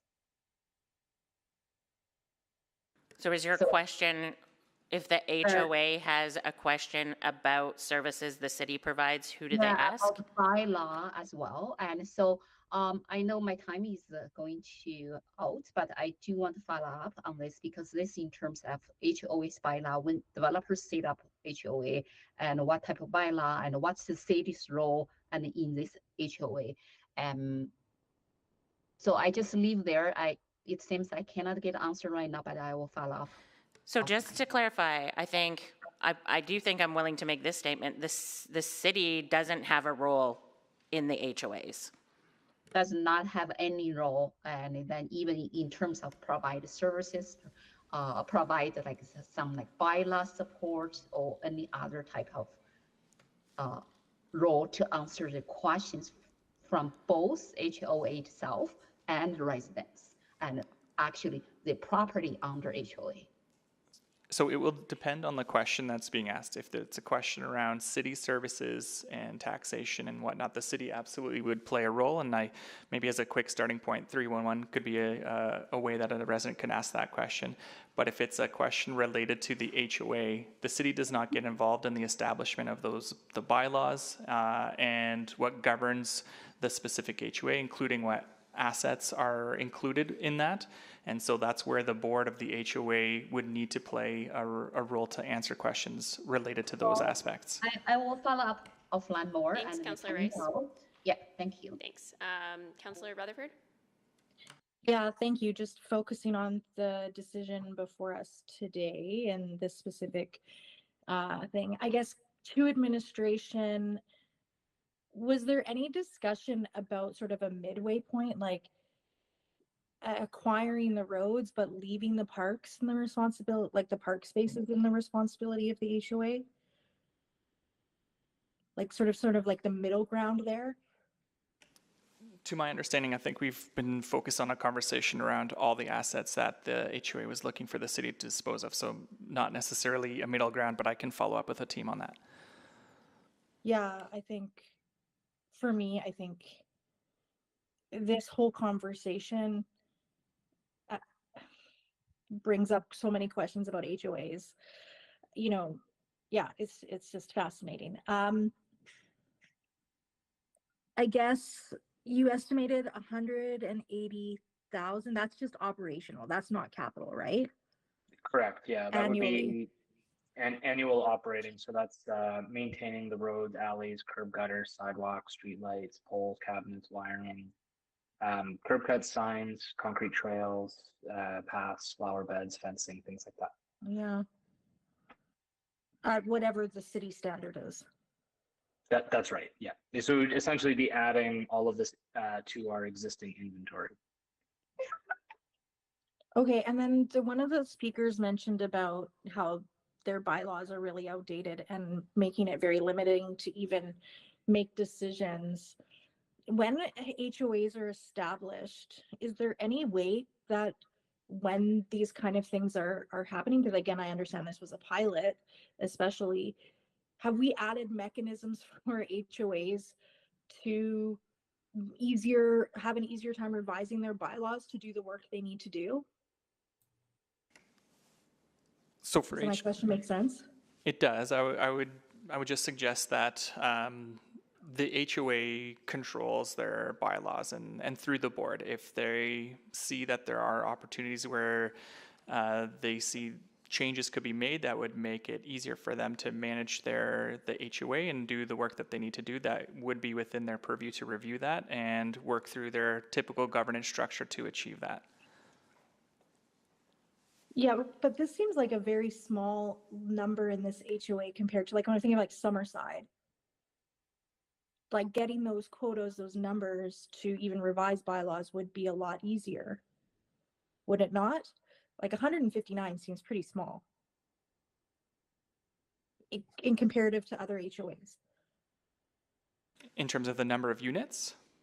The number of owners that would be involved in the HOA, right? So if you need to have X number show up, that's a higher percentage in this HOA than it would be in, let's say, Summerside.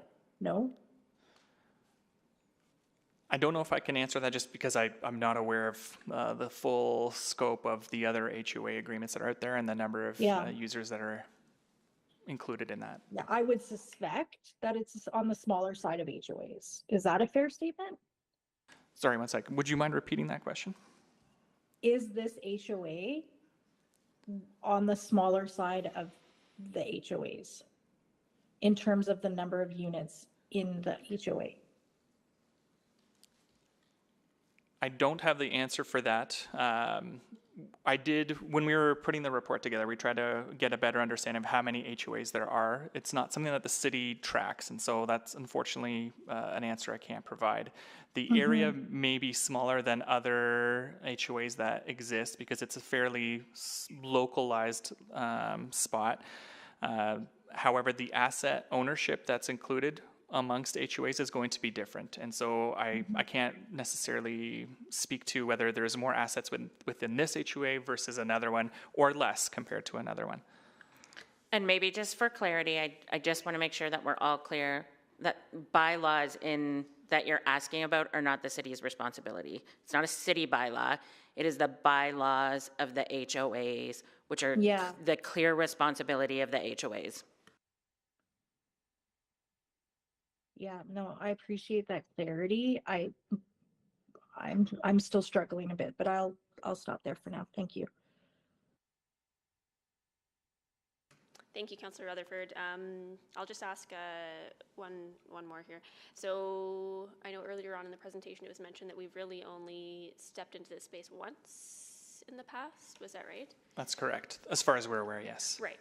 And I recognize there might be some unique characteristics with this particular case, but I worry about what this would open the door to. Like, does this set a precedent for the city to step into this space? That's a concern of mine. I'm looking for a bit of feedback there. Yeah, and that was a risk that was identified back in 2011 as well. So by even moving ahead with the acquisition of the open space that we acquired from the previous HOA, there was the risk that maybe there could be other organizations or HOAs that will run into the same situation where they need to dispose of their assets or feel that they need to dispose of their assets. And then that would create an ongoing funding requirement from the city should the city start to be requested to take a role in that space. Right.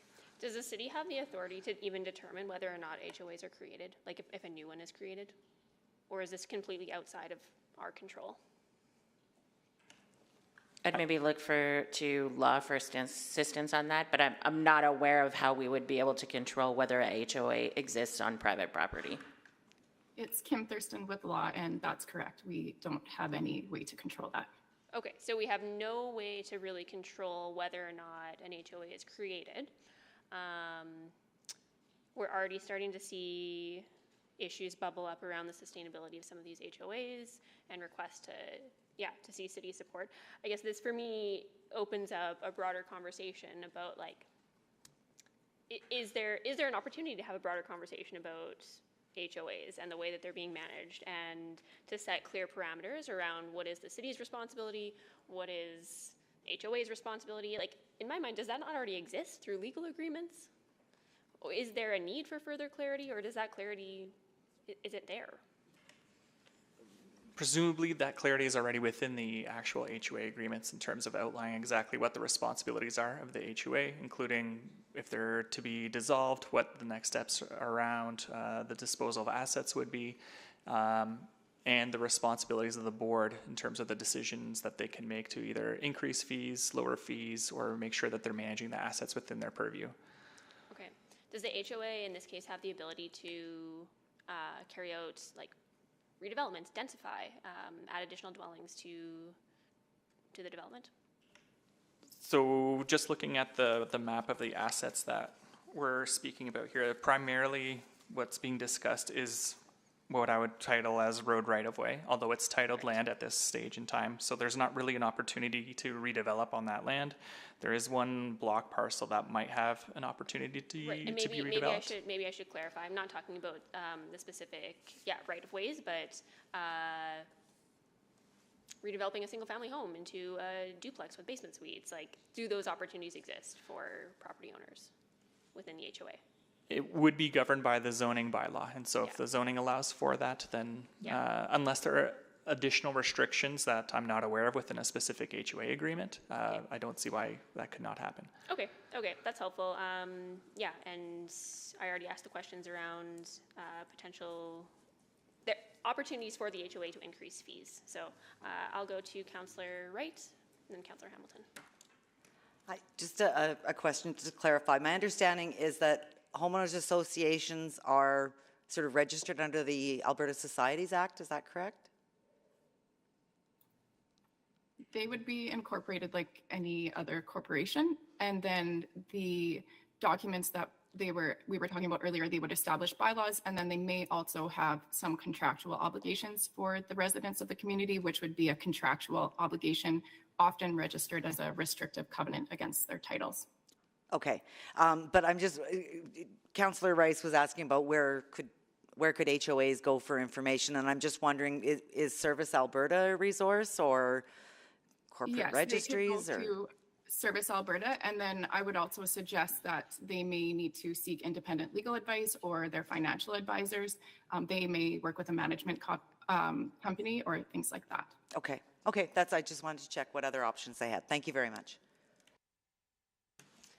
Thank you. And actually, just looking at the time, we're going to have to come back after lunch anyways, because I'm sure there's going to be a little bit more discussion on this. So why don't we recess for lunch and be back at 1:30? Great. Thanks so much, everyone.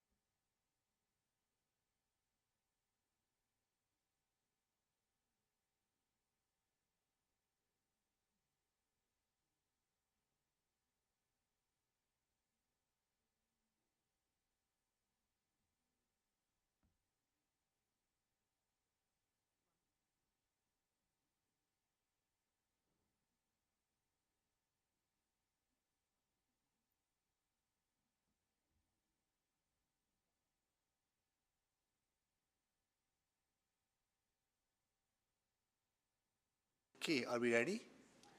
Before we go back into, I'll call the meeting back to order.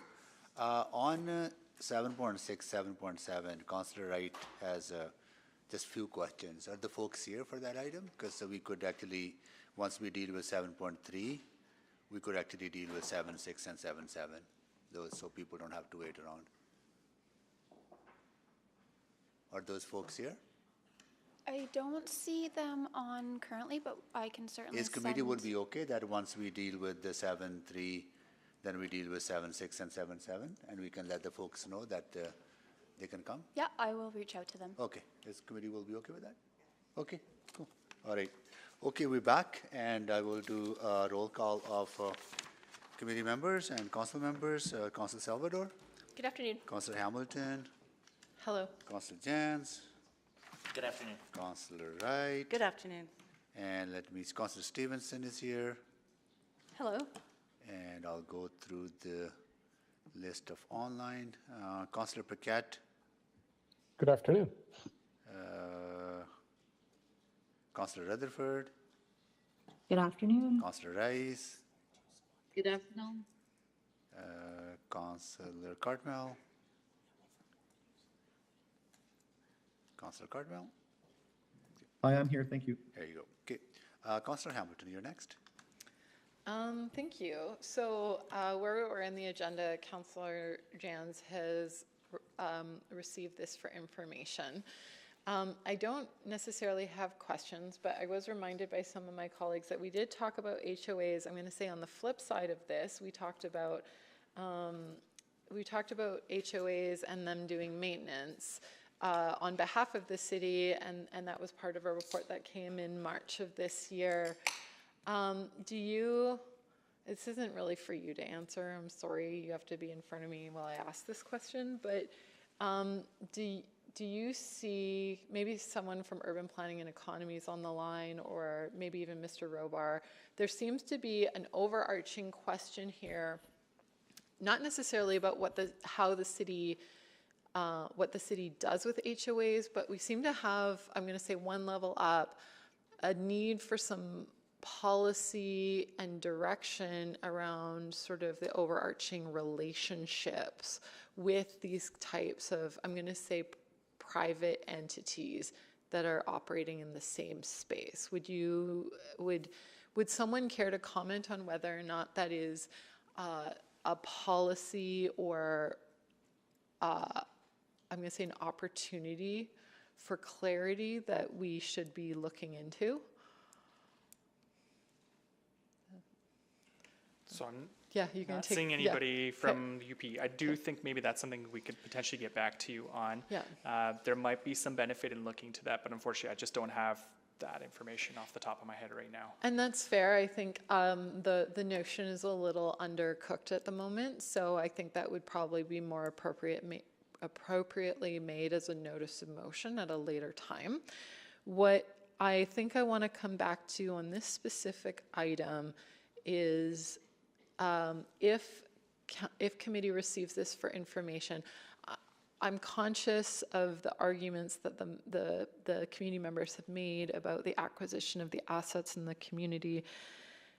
Does this preclude, if the concept were to become more clear, does it preclude administration from coming back in 3 or 6 months if there seems to be a pathway forward that's agreeable for both the city and the homeowners association?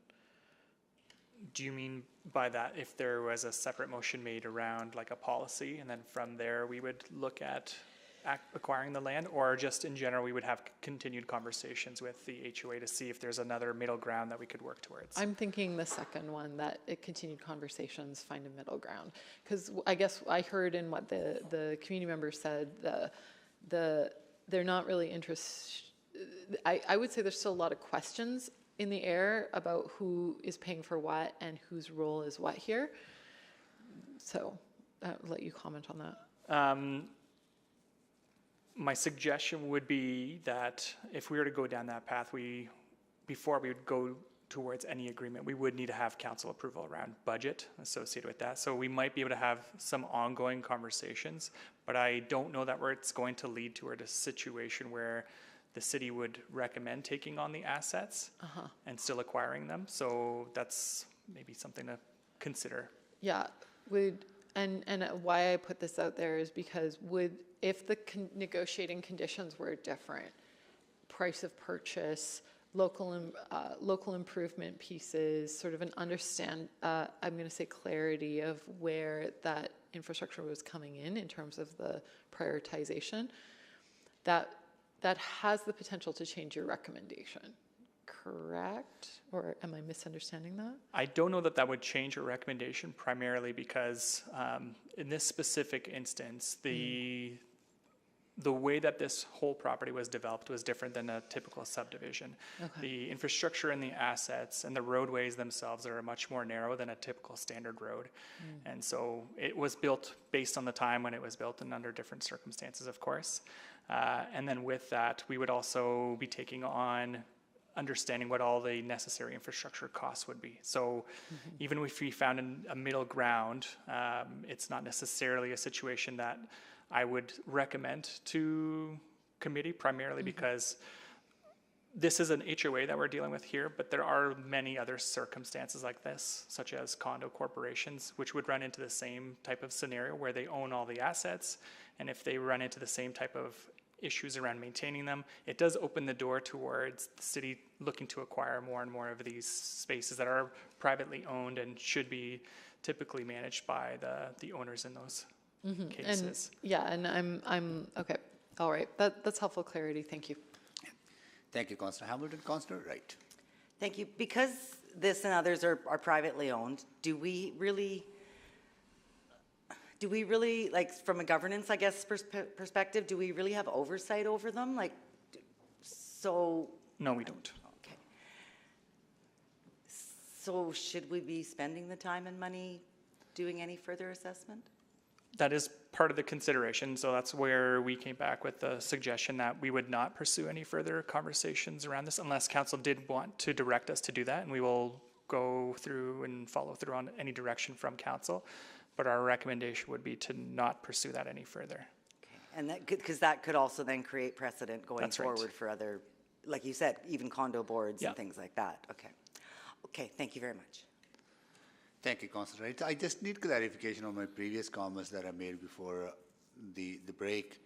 So if I understand the way the neighborhood renewal works, that the publicly owned infrastructure is city's responsibility, and privately owned infrastructure, whether it's condominium board or in this case HOA, is their responsibility. And so anything that public facing, even within this property, not within to this property, but anything that this property would benefit from public infrastructure abutting this property, that is our responsibility. Yeah, so the clearest way to think about it is anything publicly owned will be the city's responsibility. If it's privately owned but may look like a park, at the end of the day, that would still be the responsibility of that private entity to maintain and manage, if that helps. And the risk is that if we if we acquire this property, then comes under public ownership, then there are many other properties, condominium associations, all that, if they're not properly maintaining their properties, and they could come to council. We said, even though every decision is separate and independent, but does kind of open up that door, right? It is a risk, yes. That's and the risk. That's one of the major risks that we do see. I think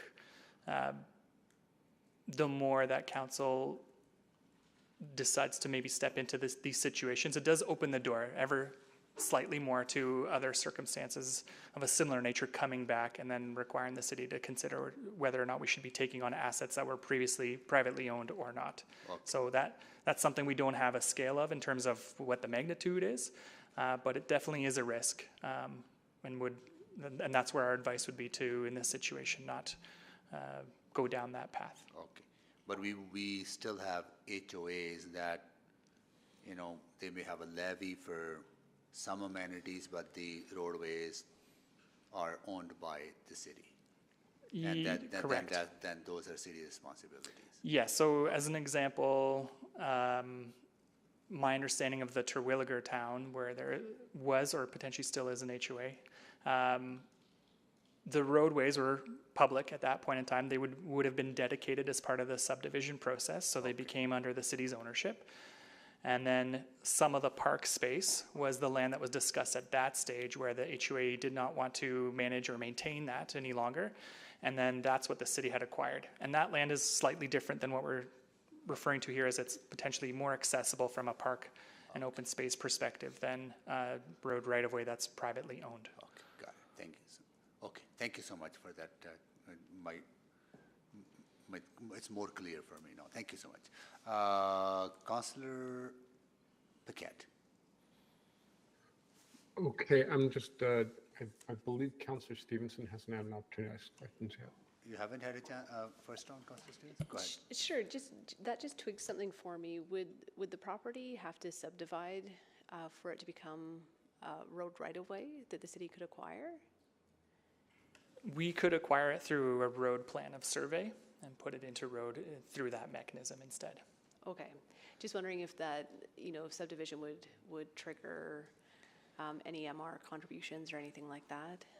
It wouldn't, I don't believe we would need to go through a subdivision process in this case. Okay, thank you. Okay, thank you, Councillor Stevenson. Councillor Paquette. Yeah, thank you, Mr. Mayor. Okay, so this is a really fascinating conversation to me. I find it to be anyway, but so also, by the way, before I begin, I just would like to say that I was reflecting on a comment I made earlier where I said administration's focus is to,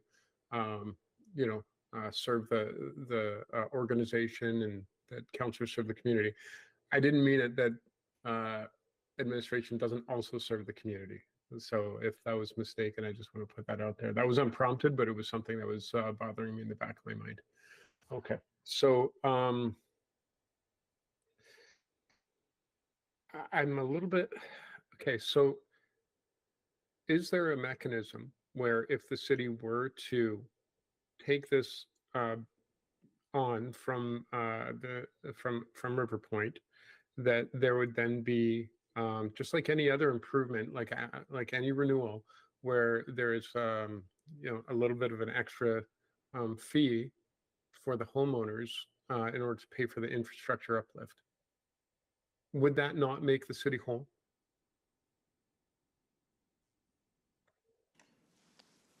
I might see if, I don't know, maybe even Kate, from your perspective on the taxation side, like I'm thinking about a local improvement levy might be something that you're thinking about here, Councillor Paquette? Yeah. And thank you for the question. It would really, I believe it would really depend on the nature of the upgrades being contemplated as to whether a local improvement tax could be levied on this. Certainly, if we were just taking on the maintenance, that wouldn't be the circumstances under which we could charge a local improvement levy. Perhaps Mr. Ashmore from Law, if you're available for comment. Yeah, Councillor, if so, Ms. Watt is right. If the assets are not ours, local improvements are off the table completely.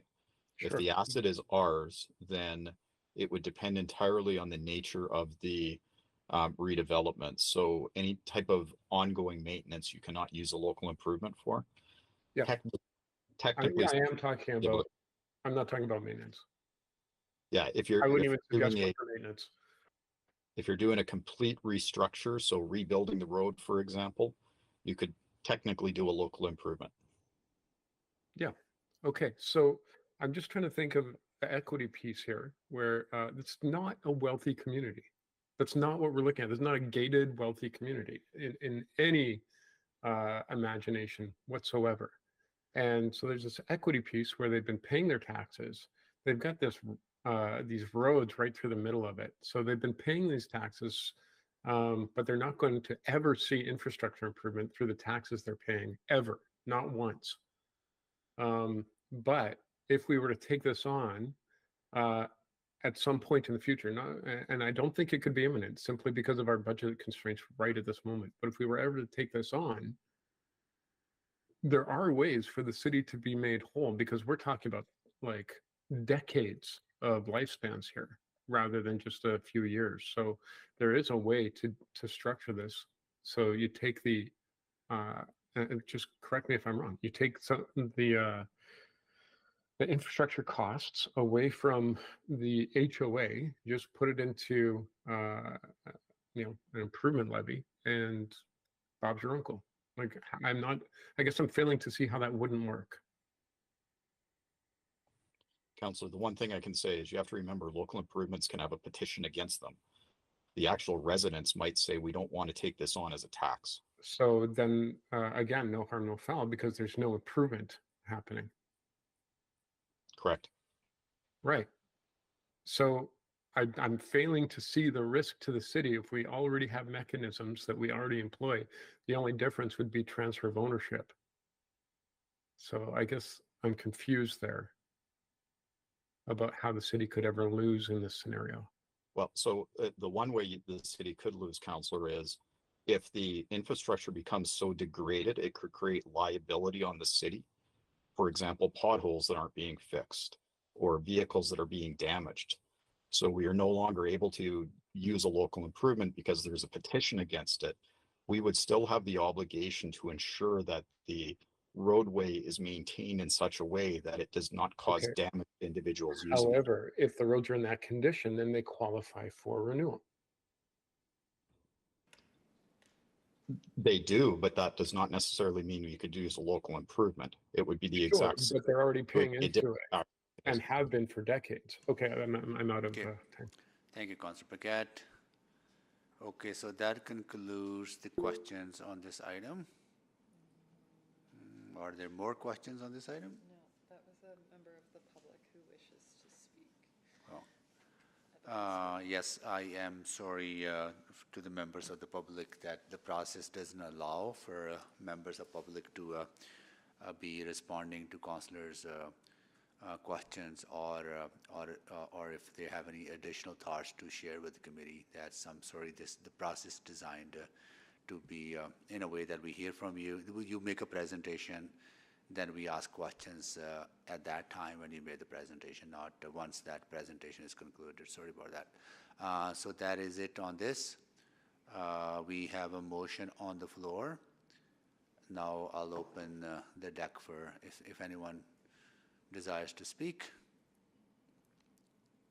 Okay, here we go. Councillor Paquette, go ahead, please. Yeah, thank you, Mr. Mayor. And, I appreciate administration's caution on this. I understand where they're coming from completely, but I also see that there are absolutely mechanisms that we have where there is zero risk to the city whatsoever, and we are made whole. And there's an equity factor in that this community has also been paying their full fair share of taxes. They were a pilot program for an HOA. And that pilot was obviously proved to not be sustainable, not just in this case, but we don't do any HOAs the way that this one has been done. So there is some kind of rectification, I think, that has to happen. Can it happen in this upcoming budget? Probably not.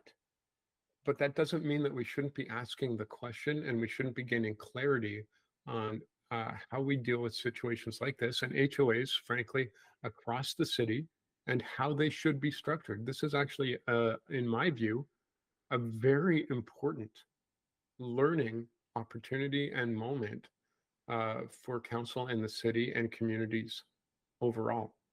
To me, it would be a shame if this simply gets received for information and swept under the rug and that's it, because the question is still going to pop up and questions like this are still going to pop up over time. It would be better if, referring to Councillor Hamilton's questions, if we actually had an overarching policy and a high-level view of how we do HOAs and what our relationship as a municipality should be with them. Because as far as I know, there are no other HOAs that have that are responsible for their own road infrastructure. Now, there may be like some independent retirement communities, but those aren't even really roads. Those are just like the pathways to the home. In this case, there's an actual road that you can traverse from end to end that the public uses to get through. So the public is actually already benefiting from this infrastructure. So there are some questions here I think that we need to have answered. If there is not a subsequent that happens, full warning to council, I will be making a motion to explore some of these concepts more fully. Because right now, we have these huge blind spots. And that's not a good place for an organization with a multi-billion-dollar annual budget to have. So, and I think that's all I have to say about that, Mr. Mayor. And I guess we'll see if there's a subsequent or not. If there isn't, there will be another motion coming on HOAs in the future. So, thank you. Thank you, Councillor Paquette. Councillor Hamilton. Yeah, and I think I just wanted to acknowledge that this is a really tricky position for both the residents who are trying to find a way to manage a seemingly unmanageable situation. And this, I think the best advice from city administration in terms of acquiring an asset, sort of out of this specific context, I think the city gets approached a lot about acquiring assets, and sometimes it's things like the high-level bridge, and sometimes it's things like the waste management center, and sometimes it's things like roads and parks and green spaces and houses. So they have to sort of give us the best. We own the high-level bridge, by the way. I don't want to leave that hanging out there. But I think that, they have to give us their best advice in terms of what makes sense for the city of Edmonton as an organization. That being said, I agree with Councillor Paquette that we probably need, this issue is going to keep coming up until we have, I think, some direction from the governors in terms of how we want these issues dealt with, or how we want this to proceed in future. So I don't, unfortunately, Councillor Paquette, I don't have anything baked today as a motion, but I think I'd be happy to work with the councillor in terms of creating something that will give administration some direction, and so that they have clear direction from us as governors going forward on what the relationship with these third parties are what they should look like, so it doesn't sort of evolve to this point. Anyway, that being said, I will support the receipt for information, and perhaps that clarity in future can help the residents with these issues. Thanks.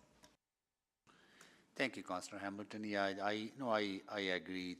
This is a difficult situation for the residents, and at a time when a lot of people are struggling with affordability and having fees increased. I understand that, but also that's why I was asking questions around the neighborhood renewal, if there was a way for us to tap into that funding source. But I understand administration's advice on that and their caution on that, because it does open up that potential of there are many other properties within the city that do not fall under the neighborhood renewal, and if you do for one, then there's a slippery slope for others coming forward if their properties are not well maintained, whether they're parking lots within their condominium association or access points, whatever that might be. So I fully respect the advice that administration and the caution that administration has raised, but we need to figure out a way there has to be some solution. I know what that solution is, and look forward to having further conversations with colleagues around figuring out these kind of unique situations, and how we can work with residents to provide some way forward on this. Not at this time, but maybe look forward to Councillor Paquette maybe coming up with some other ideas, or a motion that may generate different options for us to consider. So this is not receiving for information in my mind at this time, even though we are not giving any direction to administration at that time, but it doesn't mean that this closes the debate or our options for exploring other ideas. Yeah. Okay. With that, I'll go to Councillor Jens. You want to close? Okay. We'll go to vote. Please vote.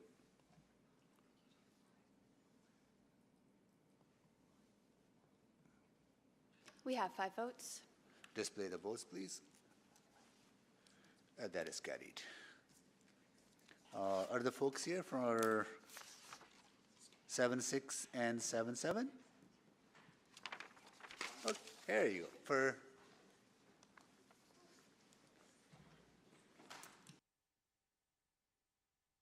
Eric, you're here for both? Yes. Okay, all right. You have any opening remarks, or we can go into questions? No, you can just go into questions. Okay, Councillor Wright. Thank you very much. Because we got the notification of the replacement reports this morning at 8:15, and the only thing at first glance I noticed is there's 3 more pages. So what have been the changes, or if you can't sort of outline it quickly here, then maybe I could get a memo before it does come to council. Yeah, no, for sure. There were some legal questions. I'm just going to see, is Veronica from Law on the call? I am. Good afternoon, councillors. There were some last-minute negotiations between the owner and the city on certain terms of the agreement. We can certainly provide you a memo to better sort of explain the changes that were made. We use a standard form agreement typically, and sometimes when we're dealing with different properties, we may have negotiations on some terms. So here, there were some various terms that we negotiated. Probably the most significant one was dealing with the insurance provisions for this. So we have dealt with the insurance provisions for these properties a little bit differently than we do typically for historic buildings. Okay. Yeah, so yeah, either a memo or maybe even the red line version of just to see what the changes were. So I don't have to go read word for word to try to match up what the changes are. Yeah, we can get that for you, certainly. Okay, and on both, on 7.6 and 7.7. Correct, and the changes basically were the same for both of them since similar properties. Okay, that's all I just wanted to know. Thank you very much. Thank you, Councillor Wright. You want to move 7.6? Sure. Let me find what I'm moving. Okay, where'd it go?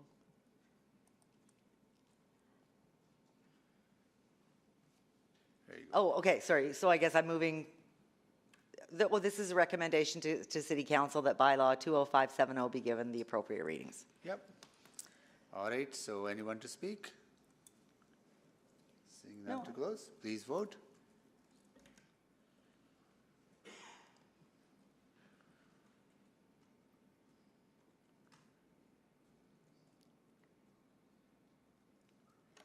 We have 5 votes. Display the votes, please.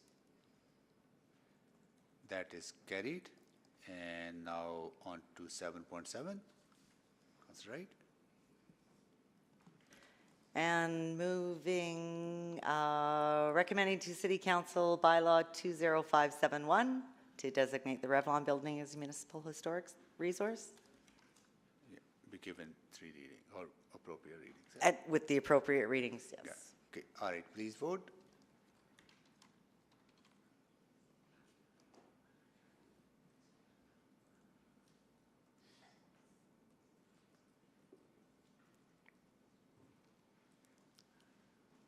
We have 5 votes. Display the votes, please. That is carried. Thank you. So that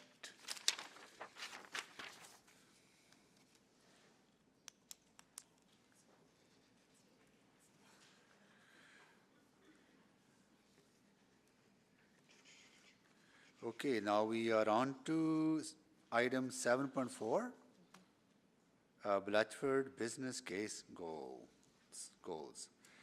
All right, I'll go to administration for a presentation. We don't have a presentation, but Tom has some opening comments. Okay, go ahead, please. Good afternoon. I'm Tom Lumsden, the Development Manager for Blatchford.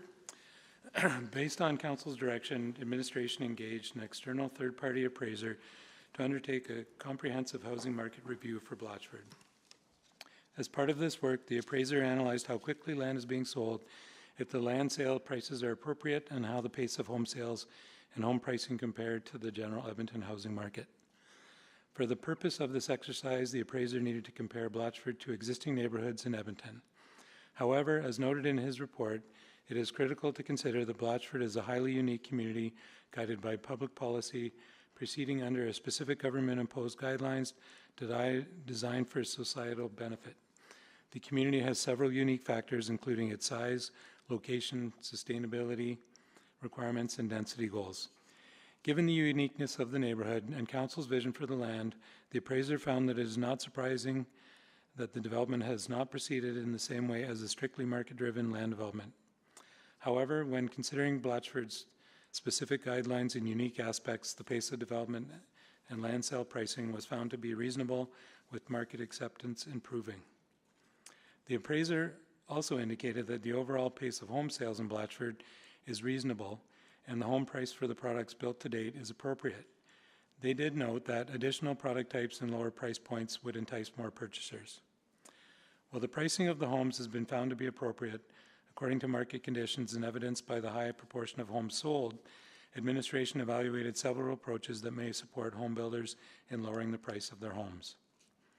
The opportunities administration plans to explore further includes packaging more land together for sale and conducting a review of Blatchford-specific design criteria to determine if there are cost-saving opportunities that could be implemented, with the understanding that any changes would not impact the overall vision. Administration is also considering bringing new product types to the neighborhood, including looking at narrower home, townhome lots, single-story townhomes, and single-family homes. We need to undertake additional work to better understand what the impacts are for adding new product types to the development, but are prepared to have a high-level discussion on this item today if Council has any immediate questions. We acknowledge that the requirement timelines, process, and standards are different in Blatchford than in a typical new neighborhood. However, if the project was to follow standard land development processes and decisions, the community would become a status quo development that does not achieve Council's vision. Thank you. We would be pleased to answer any questions you might have. Thank you so much for the presentation. Councillor Hamilton, you can to the side. Go ahead, please. Thank you. I appreciated, I want to say, the forthrightness in this report. I know Blatchford can get kicked around a little bit. But one of the themes I see prevalent in this is a commitment to building a proper development. And I also appreciate the candor in terms of helping us understand that it isn't proceeding as a purely market-driven development would, and that some of the constraints, which may or may not be in our control, may be contributing to that, and helping us understand those trade-offs, because I think that's where you're going with that. You make some recommendations in the report in terms of what you're proceeding with, and I think one of the reasons I selected this was I want to understand what level of direction do you need from committee here today or from council at large in order to sort of continue with that work, or do you need motions, or is I guess maybe some of the discussion here? We don't need specific direction from council. We can do this. It still achieves the vision you have set out for Blatchford. Some of the things like the single-family homes or the narrow townhomes, we will have to come back to council for rezoning. Okay. So can be discussion at that point, okay. But we don't need specific direction to go ahead and look at that. And at this point, it seems like you're really just looking at the market case for it. If you're not talking about changing the policy specifically, it feels like you're looking for sort of other opportunities to expand the housing typologies, or to see what expanding housing typologies within the neighborhood would contribute to the development of the neighborhood. Is that correct? 100%. So essentially you're looking at like a minor business case for what that change would be. And you would do that in the private sector, correct? Yes. Before you did that kind of change. Yep. Yeah. Okay. And it seems like there's some givens built in here. You're not recommending that council revisit the policy around net zero or district energy, as an example. No, and we believe in the vision, and we think it's a good vision. I'm proud to be a part of this project because of the vision. It's hard to achieve, but we're working towards it, so I don't think we need to revisit that. So maybe something, I might need to come back to you on this, but I want to understand better what the trade-off is, because I see that there's slower than market growth.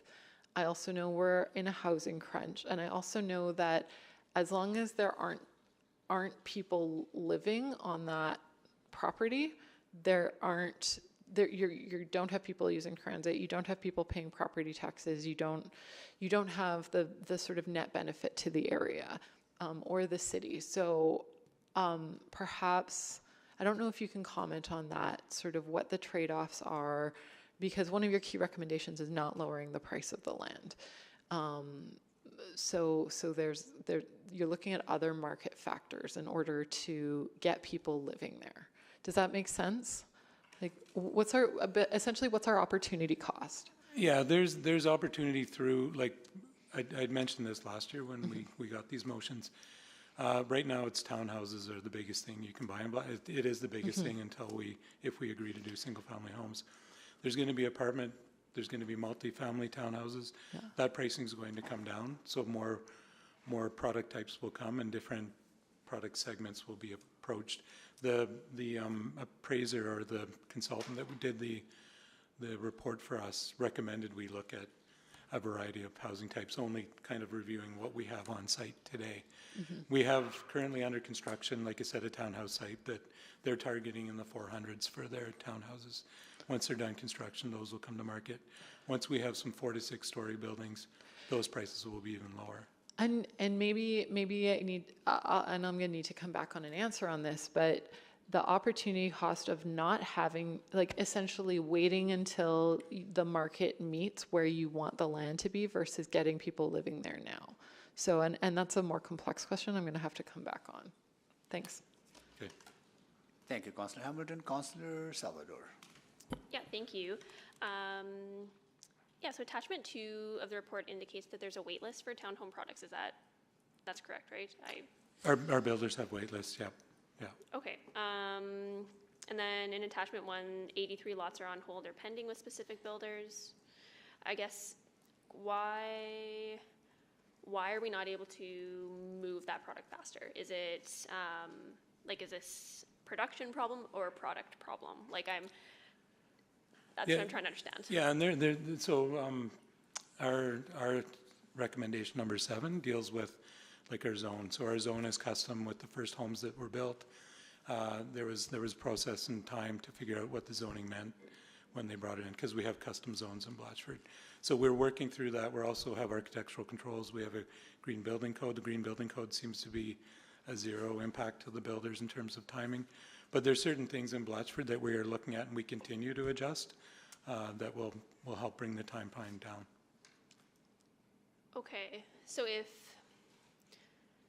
when I look at the recommendation for packaging larger parcels for sale, like that piece, that makes sense to me.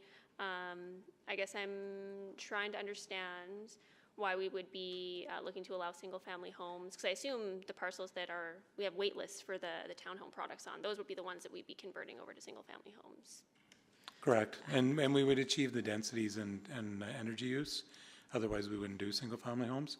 So there'll be skinnies. There'll just be a different product. But would that increase the pace? Potentially. If we're already seeing wait lists for townhomes? When you add more product type, it would obviously give more options. So it could increase the pace for sure. Okay, that's interesting. And this is not the first time that we've contemplated single-family products for Blatchford, right?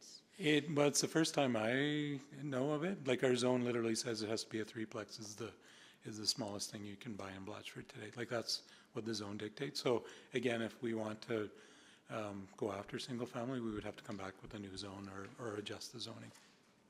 Okay, and again, the desire and recommendation to go after single family is an increase in the pace. To impact the pace, again, going to the consultant's recommendation that you provide more variety of product type, including single family. I've heard 50 to 60% of the market in Edmonton is single family. So it's an opportunity to tap into part of that. Of course, they're skinnies. They're not big wide houses that you would have in the suburban communities, but we'll still achieve the densities. We'll still achieve the energy use. Okay. But just to be clear, it's something that we're going to pursue. But if it's something that council is not interested in, feel free to let us know so that we don't pursue and don't sort of go down a path and put the effort into it if ultimately council's not comfortable with that. We're responding to the motion from council committee, which was get a third-party appraiser. We did. One of the things identified by the appraiser is that you have an opportunity to get a different product, which is single family, which would help provide a different option for people on the site. Okay, yeah, no, I appreciate that answer. I guess, yeah, I just have some initial flags or concerns around the single family piece, and whether or not that truly would accelerate the pace of development. I mean, yeah, I see your rationale, I hear your answers, but I'll listen to some other colleagues as well and probably come back for a second round. Thanks. Thank you, Councillor Salvador. Councillor Wright. Thank you. Yeah, I'm trying to wrap my head around that. If we've got a wait list for townhomes, why are we taking that and rezoning it to single family? So we're not. Oh, I thought that's what I heard. Okay. We are investigating whether that is something that should be done. And Okay. We're responding to what the third-party appraiser said. You should investigate this, and I just want to make sure with Tom that Yeah, literally the report says that single-family homes, they note it in there. Okay, because across Edmonton, 30 to 60% of Edmontonians want to buy a single-family home. But do they want to buy a single-family home in the downtown core, I guess, or are they more apt to buy it in the suburbs? Well, skinnies are a real thing in central communities, so I would suggest, yes, there's people who are willing to buy single-family homes like in the downtown communities. Okay, yeah. Okay. And then the other thing, I'm just wondering, with option number 6, packaging the more land together, can we condition the land sales to include amenities? Because that seems to be one of the drawbacks that people aren't rushing to buy there because there are no amenities for them. Most of the companies that I've talked to about packaging bigger parcels together still want the Blatchford office to bring the parks and the open spaces and the main roads in, maybe even service the lots right down to the property lines. But so it hasn't been the direction that they seem to be interested in that. We could, doesn't mean we can't put some of the linear parks that we have in Blatchford under their control and their direction. Do they want the land to build on? Yeah, we've had interested parties definitely approach us. So can we not put it as a condition? Yeah, well, we can, but like I said, when they show interest, they're more interested in buying the parcel. Well, yeah, because it's cheaper for them. I don't know if it's cheaper because we charge them appropriately to offset the cost of the amenities.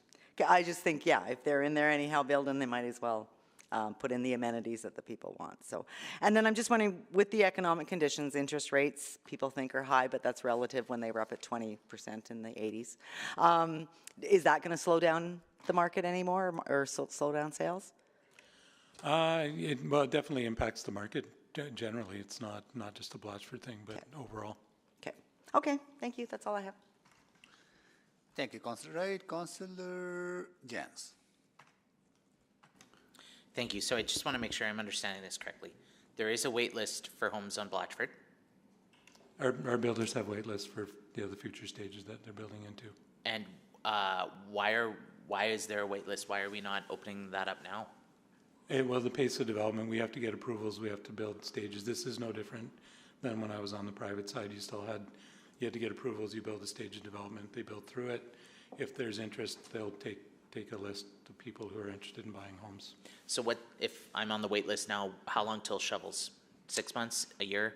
Well, you can only build subdivision during the summer months, like during the construction season, like we're pushing to pave the roads in the stages now. And then through the summer or through the winter, we'll plan the next stage and bring them on.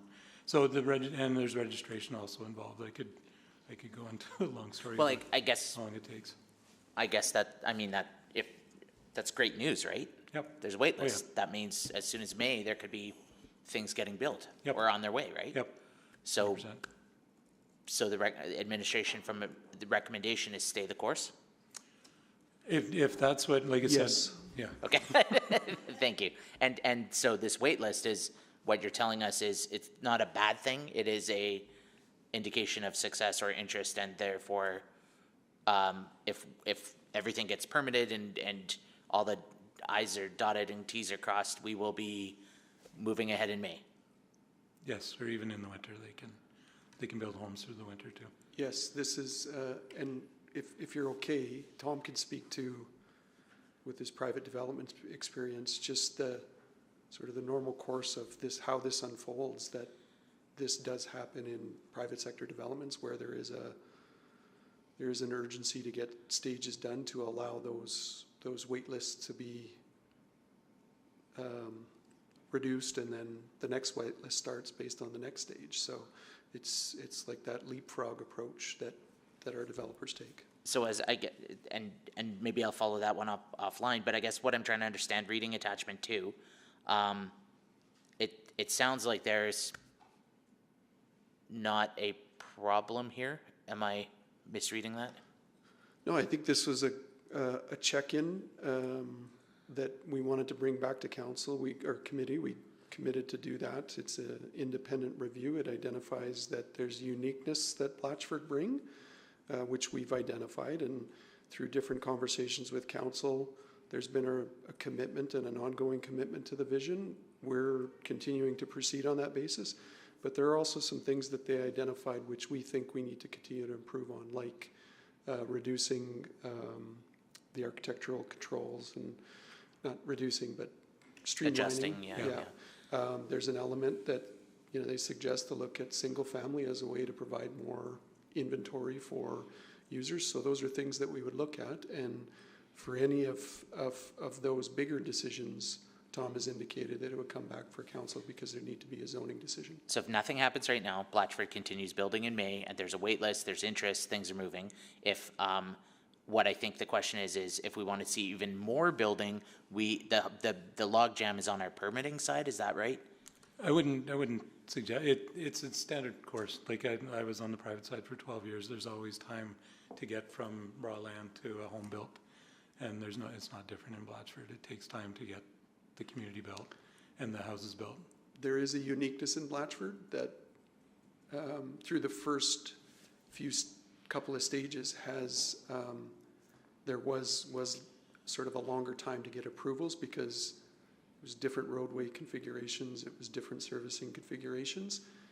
We've worked through that with going through those stages, but it is the time to develop the land. Okay. So, and the kinds of things we could be seeing under construction in spring could be row housing, are we into the multi-stair buildings yet? Or are we into the 6 stories? Are we into? Yeah, well, I'd mentioned we have one of our multi-sites is a townhouse site, so there's 15 units instead of up to 10. We have another one that's coming on that's going to have 26 on the same amount of land, and then we're pretty close on a 4 to 6 story building. How about 2 years from now? How long is this wait list? Are we going to see even more momentum? I hope so. Okay. Awesome. Don't have the crystal ball, but all right. Thank you I really appreciate the clarity.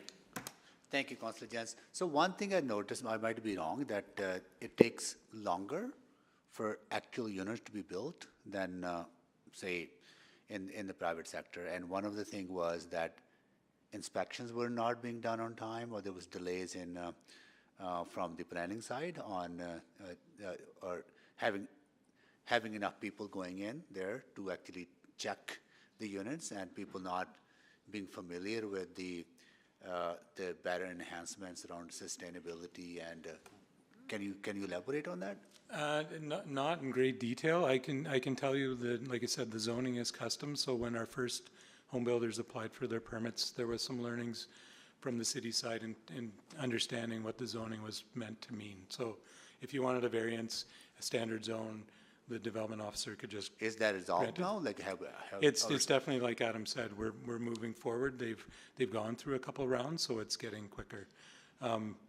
The actual building, I don't know that we're missing inspections because of it. We have a green building code. We have, the Blatchford office has our own inspection on our green building code because it's a step above the standard code, but that's outside of the kind of development permit process. So the internal, what Kim's department has to do in order to respond on a timely way for the inspections to be done, so that is figured out now? Yep. Okay, good. It's getting there, yes. Okay, good. Yep. My main questions are around affordable housing. We have a target of, I think, 16% affordable housing in every neighborhood, and I don't have a good understanding how Blatchford will achieve that 16%. So we have an affordable housing strategy that we've put together with the Affordable Housing Group, and we meet with them monthly to discuss it. So right now, in our first 5 stages, we have 2 parcels that are dedicated for affordable housing. There was and we will achieve the 16%, that's our target. Right now, oddly, the 2 parcels, if they're the way they're zoned, would be about 16% of the units that we've built to date in Blatchford, like serviced land. So those 2 parcels, what are the timelines for them to go ahead? It's up to the affordable housing provider. So we're going to turn it over to the Affordable Housing Group at the city so they can find a provider. We'll provide the land, and then the provider will build. So we have one that's next to the fire station. That's the newcomers. I can't remember the exact name, but they've targeted this parcel. So that'll be the 16% of overall units built so far. Correct. Yes. But that will be probably a small part because there's a lot to development. And we want it to be throughout the community. We don't want it to be targeted in one area. So the plan is to, like I said, we meet with them monthly. We talk about what we're bringing on. So if there's anything they can. So is there more land will be allocated for affordable housing as you bring in more areas? Yeah, like I did on the private side, we will bring stage by stage. And as we go through the stages, like you said, we'll meet with the Affordable Housing Group. So this is affordable at 80% of the market, right? Based on the policy. It fits, there's a wide definition of affordable housing. We're relying on the Affordable Housing Group to help us with that part of it. Could be 80%, it could be supportive. How about non-market housing opportunities within Blatchford? Yeah, that's what I mean by supportive. Okay, okay, so that's affordable and supportive. Yeah. Okay, got it, okay. How about student housing? You know, there's pressures on universities and post-secondary institutions about providing more student housing because of the number of students that are coming, and Edmonton is, I think, last 170,000 students around in that. And there's a great need. So I know Nate has secured some land within the Blatchford, but are there other opportunities? Because now the LRT being there, connected to McCune, then connected to university, connected to Northwest, are we aggressively looking, or not aggressively, are we proactively looking for more opportunity for student housing in Blatchford? As the developer, I wouldn't suggest I'm going to sell the parcels. If the people who buy the parcels think it will work for affordable housing, then that's kind of up student housing. That will work for them. I know Hangar 11, we've sold to a company and they plan to build micro suites. It's right next to Nate. I'm pretty sure they're targeting students to live in their micro suites in that building. So we're leaving it to market to determine whether. Yep. And you mentioned Nate. We've transferred some land to Nate last year, and it's for their future student housing. Okay. On the east side of Blatchford. Okay, I'll come back for a second round. Councillor Stevenson. Thank you so much. Thank you very much for this report. I thought it was excellent and a really great touch point. Maybe just building on some of the comments already. So, you know, what I found really promising is that we have pre-sales for unserviced areas. So my question is, what are some strategies being taken in terms of accelerating the servicing of lands in subsequent stages? Yeah, so this year we developed what I'm calling stage 5 on the west side. Next year we're planning, and it had about 50 fee simple townhomes. Stage 1 had 52 fee simple townhomes. We're planning stage 6 right now. It has 180 plus. Wow. So we're adapting to the market, knowing that there's a need for it. So we're building bigger stages, same as I would have done on the private side. Great. If you think the market's there, you're going to build bigger stages and get through the approval process at once. Great. So it sounds like we are not going to overshoot the demand, but we're going to keep up with it and continue to accelerate as that's there. Excellent. Great to hear. In terms of approach number 3, so I'm genuinely trying to stay open-minded about single detached housing in Blatchford, but there's maybe some logic that I'm not following. So single-family housing is usually more expensive. Is that a fair comment? I would think so, yes. Yeah. Okay, so bringing in those units is not changing the affordability options, it's just changing like an actual unit option mix, but it's not going to address affordability, and maybe we may actually see higher prices, higher home prices. Okay. Potentially, yeah. Okay. It also, you know, the analysis that I read was that introducing single detached housing would shift the balance of owner occupied versus investor rental. So that was actually a very unexpected finding for me, that it's about 50-50, you know, investor owned for rental and owner occupied. And I guess the question I have is that a problem we need to fix? That actually seems like a great balance and a great way to provide housing options, again, for both rental and ownership. I don't know if it's a problem we need to fix. I think it's just something that we're looking at. Like Adam said, we're trying to be adaptable to adjust and make sure we're looking under you know, all opportunities that we could address. Yeah. So again, I think if there's additional analysis that's happening, that's great. But I think it's really important that we look at whether that's helping with affordability. And again, I would suggest that the balance of owner occupied versus rental is not something that I find problematic, and I think is actually an unexpected but excellent strength of the community. Really appreciated this report providing some much more relatable benchmarks. So I learned a lot just in terms of sort of the year 1 to 3 expectations in a conventional development, years 4 to 10. Also really helpful to have the Greaseball comparison, which I would also note has a lot of similarities, but wasn't happening during a pandemic or when interest rates were so high.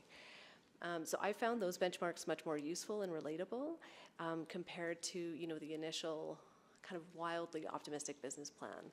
So just wondering, in terms of continuing to measure progress going forward, I think this report has a really great starting point in terms of what benchmarks we should be looking at, what we should be looking at year over year. So I know you'll be coming forward with an annual report. Are we going to be shifting away from measuring ourselves against that original business plan and turning more to metrics like this? It's a good question. I would like to, but I think there's certain things within the city that we have to report compared to what we said in the first place. I mean, the budget was approved in 2014. It was set. It's the amount of money that I have to build Blatchford out. So, you know, and there's certain things obviously in that vision and business plan that are important, and we are still achieving.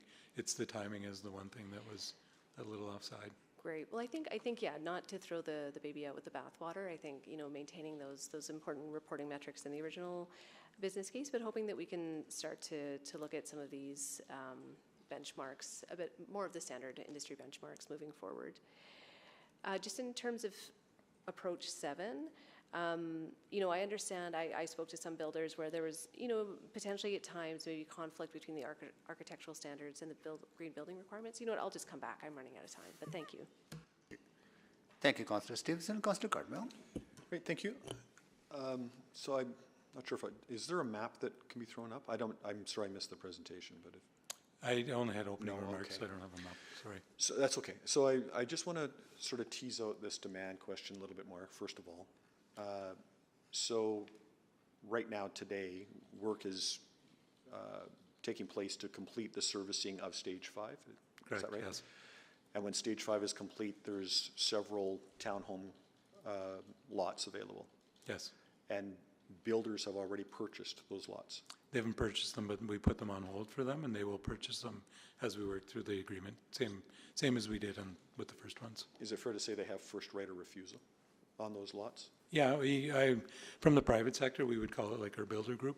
So we have a group of builders we're working with, and we're working through the project. So those builders have reasonable expectation that they're going to get a lot to build on. Yep. And they've got a list of people that would like to purchase a unit once they build on those lots. Correct, yeah. How many are on those lists? Do we know how many units are being sought? I don't know the exact number. I just know that they've sold out everything they've had and they're looking for the new ones. They've sold everything that they've built so far. Yep. And they've Yep. got a waiting list to absorb at least some of the stuff they're about to build. Correct, yes. Do you know proportionally if they got a waiting list that would absorb everything that would be built next? I don't know that number. Okay. So then the next stage will get, work will begin on the next stage. Construction of the servicing will begin on the next stage, 6. Next year? Yep. Is that the plan? Yep. Is there a waiting list or have builders expressed an interest in any of the lots in that next stage? Yes, yeah. We've had lots of interest in stage 6. So like interest that will result in the sale of lots to builders or interest? Yeah, we're working through a sales agreement right now with a builder to take down probably 60 lots in there. Of the 180? Yep. Okay, so roughly 1/3 of the lots are kind of spoken for right now. Yeah, and Kinda, we've allocated to it, like again, to our Yeah. builder group, same as I would have done on the Okay. private side. And then is there a stage 7? There is a stage 7, but We haven't started the planning on that. We're actually in for subdivision right now on stage 6. So there's process to get there. Ideally, you would have a couple years ahead, but we're working on stage 6 right now. Right, okay. So attachment 2 speaks about, several things that might be explored. Selling, I think, well, the list is there, but selling more pieces of land to a single developer. Examining things like single-story row homes, smaller town homes, even net zero, zero lot line, single family. Would those considerations start with stage 7? Yeah, I would say, yeah. They Well, would actually, start- no, in stage 6, we have some that we're looking at, the narrow townhomes, for example. You could look at it stage 6. Yep. So could that be parsed out? So stage 6 would consider perhaps the narrower townhomes or even the single-story townhomes. Yep. But maybe not single-family lots, maybe not multiple lots to a single developer. Right. Those would be considerations. So there could be a bit of a hierarchy of exploration here. Yeah, and in fact, we've asked our consultant to look at putting in a zoning application change to 14-foot wide townhomes and taking out the minimum height. So there could be single in stage 6. In for stage 6, in the next stage. Yep. Yeah. And then there's I think buried in attachment 2, there's a suggestion that there would even be consideration of selling raw land to developers. So how would that look like? How would you examine that? Yeah, we talk about larger parcels, and there could be everything from we service it to they service it. Like I said, we've had discussion with some big developers in Edmonton that are interested, and they're also asking the same questions, whether they want to just buy the bigger service parcel, or I build the main road, they build the road into it. So we have to look to see what makes sense for both sides. Right, okay. I'll come back, thank you. Thank you, Councillor Cartmell. On the single-family option, if that can be accommodated can that be accommodated without compromising sustainability goals as well as the density targets? That would be part of our review as to whether we want to do it or not. If like Adam said, if you don't want us to do single family, then tell us now and we won't look at it. Yeah. But the idea, so in stage 1, some of our townhouses were up to 28 feet wide. A skinny house is on a 25-foot lot. So we could have had the same density that we have in stage 1 with, now the energy use is the other side of it. If you have 4 outside walls is different than having 2. So we would make sure neither of those were compromised. I am open to exploring that as long as we don't compromise the guidelines that we set for this and this development. And I know affordability is a factor, absolutely, right? And there are parts of Blatchford that are already unaffordable, right? So I think that we need to keep that in mind as well, right?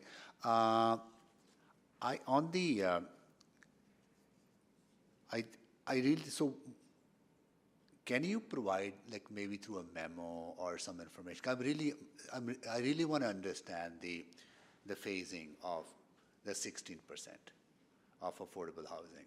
Sure. within Well, Blatchford, right? If you could give me. Yeah, some we kind have, like I said, we have a strategy that we put together. It was an internal document.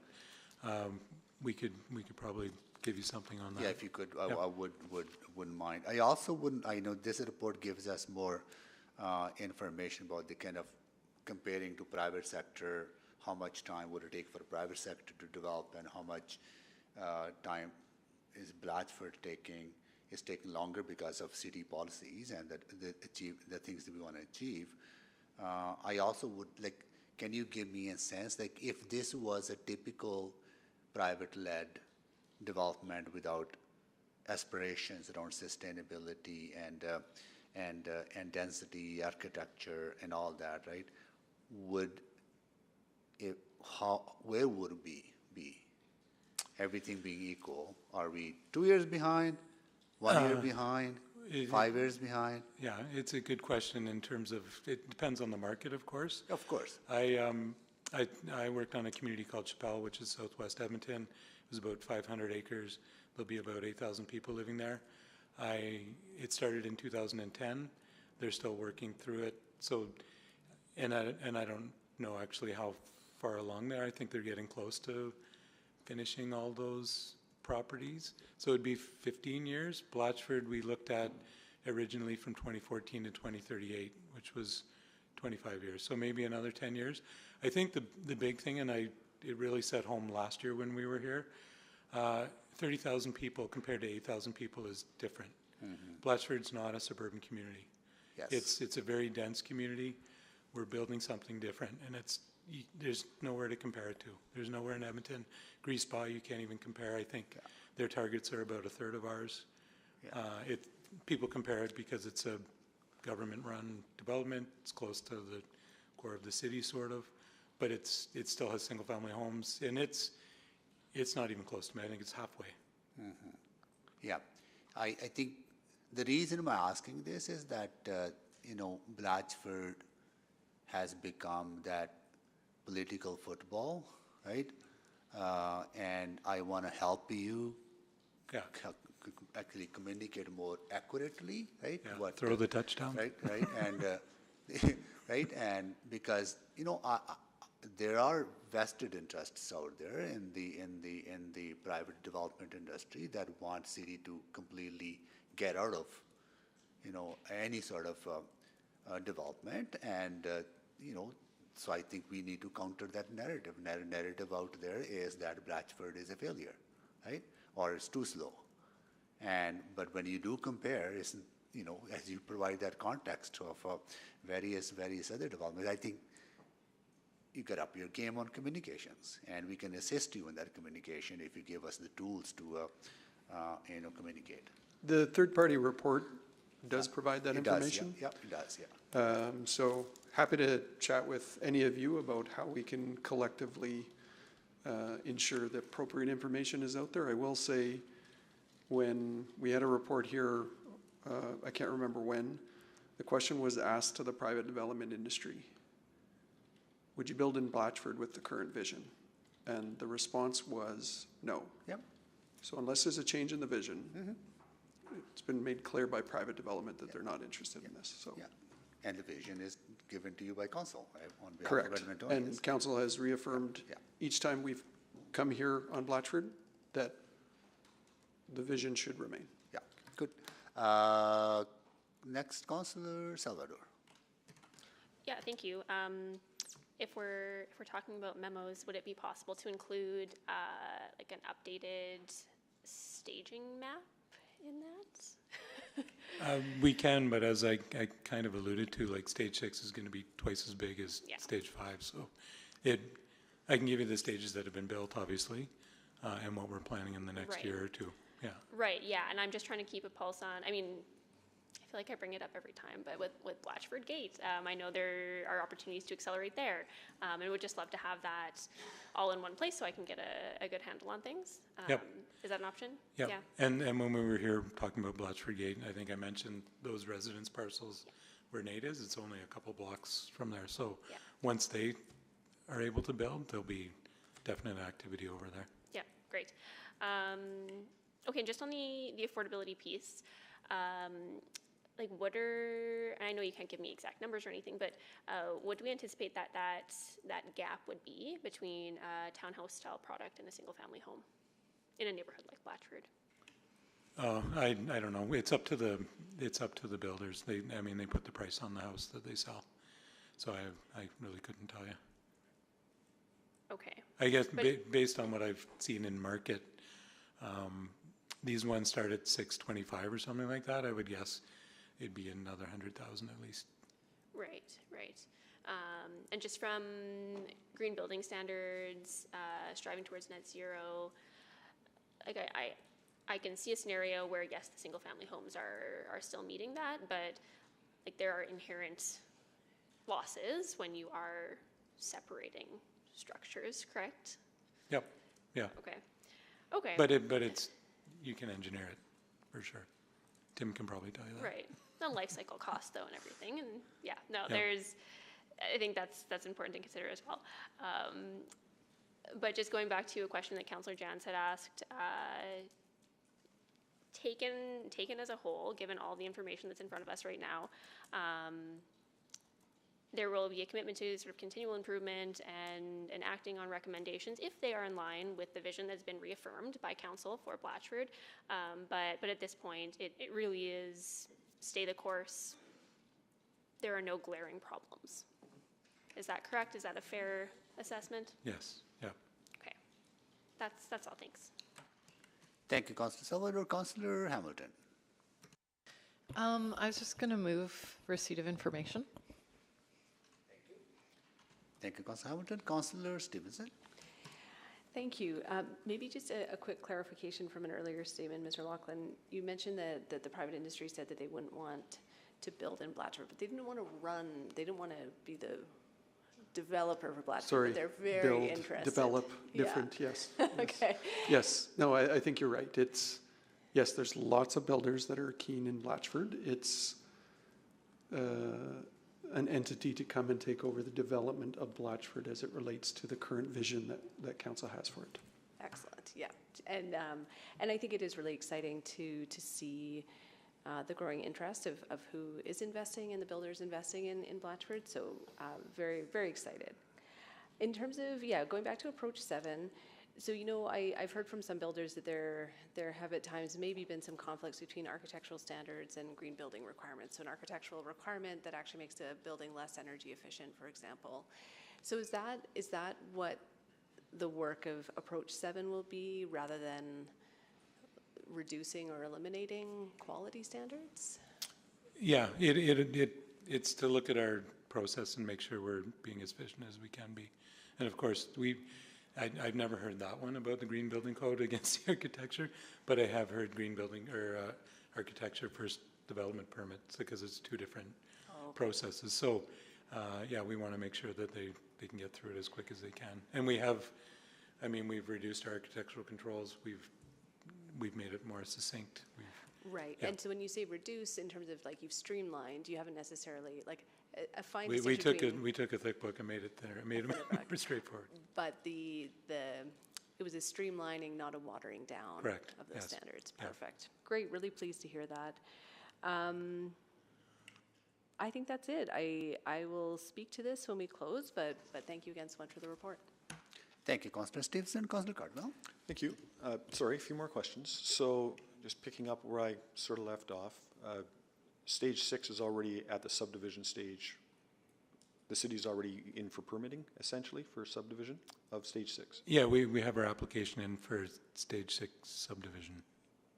Okay, so if your analysis showed that larger tracts, multiple pieces to developers had some advantage, and further that if they were to purchase raw land, could they begin that subdivision process almost simultaneously or closer on the heels of Stage 6 than we would get to it if we do them sequentially? No, they wouldn't get there quicker, I don't think. They wouldn't get there quicker? No. Like they couldn't, say does it depend on timing? Like if we sold a big part of stage 7 tomorrow, would they be able to get to subdivision and building faster than we would by going through 6 then 7? No. They have to go through the same process. I'm treated the same as I was on the private side. So they have the same. But you're doing it sequentially. Couldn't they do it simultaneously? Oh, like could they leap past stage 6? Yeah. Is that what you're asking? Like could they start stage 7 tomorrow? Well, But depending on where it is, but probably not. If stage 7 would be beyond stage 6 if we put it a different direction. But we would be ahead of them anyway. Would there be maybe getting away from the stages, would there be some potential that if raw land was sold to a developer and they would indeed take it if some of the parameters changed? It's a lot of ifs, I get it, but could building happen on that part of the property more quickly than it might otherwise? Yeah, potentially. I think I've always talked about having 3 different programs. So we have our west side program, an east side program, like by Blatchford Gate, and then the market, which is in the south part. And we've started the planning for the market area already. So yes, if you were in different areas, if we took that, sold it to a different entity, hypothetically. But we can do that as well. And there's still a question of the sequence of development of the utility to catch up with that. Yep. So, do you think Edmontonians generally are disappointed with the pace at Blatchford? Do you want my? I'm asking you. Yeah. Because it's allusions I been think made I think they've been led to believe that it's slow. I don't know. It's a good question. I think what Tom has said is correct. I think there's been an impression that it's slow. There was certainly an overly optimistic schedule that was originally built in terms of what was laid out from a we can build this perspective to what is the reality when working through a unique neighborhood like this. But Tom has a great quote, which is the last airline left November 30th, 2013. So coming up to the 10th anniversary of it being an active airport. Yeah. So relative to land development, it's actually gone very quick. Yeah. Would you have done something differently to start again? Maybe besides those aggressive targets, would you have done something different? That would be the one, and it kind of similar to the infrastructure portfolio is managing expectations. Yeah. In the public sector, a lot of the concerns that are raised could be attributed back to managing expectations. This is a long game development for the city of Edmonton, for Edmonton, sorry, not the organization, for Edmonton. And provided that we're doing everything we can to ensure the market builds and we provide housing and we've got wait lists and we're doing everything we can to make that happen, then that's what we should be measured against, because this is a long game to ensure that we build the community that the council has aspired to for Edmontonians. So I think that's the biggest thing, is managing expectations. So there's a number of things that administration is going to look at that are outlined in attachment 2. You're going to go look at them, analyze them, see if they make sense. Are you reporting back, or is there a definite report back on all of them? On that yeah, we'll do an annual update on where we're at with things. We can address what we've found in those findings at that point. Some of them, like I said, if we put single-family homes, we have to come back for rezoning anyway. So they can be a healthy discussion at council. Thank you, Councillor Cardwell. Councillor Pickett. Oh, thank you, Mr. Mayor. So I just want to make sure I've got clarity here. And so that is, Blatchford is proceeding at what we might consider an industry standard, depending on the neighborhood that we're looking at. But generally speaking, it's proceeding at industry standard. There is more demand for units than are built, so that bodes well. And so it's sounding to me like this is a good news story. I'll agree. Okay, all right. Well, I mean, that's what it sounds like, and I'm not used to that, so I'm a little bit, I have to clarify. Okay. So when I go back to my community and talk about Blatchford, I can say, okay, so it's going well, and that this is really a proof of concept that communities like this can be built, and it doesn't require single-family homes to be successful. Those things can always be options, but as it is, what we're getting here is really kind of a unique and sustainable community right in the heart of the downtown. Is that something that I can go back and say to my community? Yes, yeah. Yes, and assessed by a third-party appraiser in terms of the performance. Okay, yeah, so don't take our word for it. We've got a third-party assessment that actually is saying this. Yeah, and key on the key word that you said, they're very unique. The appraiser identified that it's very difficult, if they can, find a community that is comparable in terms of measuring against. This is a very unique community. So if you're measuring apples to apples on this, if that was the case, it would still be doing well, but this is like apples to oranges. And so that's even more of it sounds like even more of a success. Like I'm actually just kind of flabbergasted. So correct me if I'm being too optimistic here. Well, we're not used to hearing that, but yes, you're correct. It is doing well.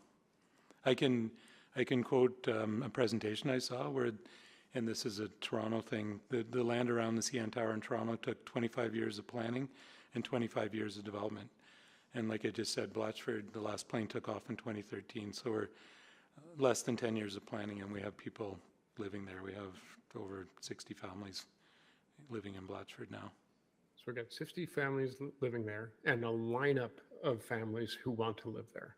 Yeah. And it accomplishes our climate goals for Blatchford. Yes. Okay, I'm out. I'm going to have a good weekend. Thank you. So again, when was the last flight took off?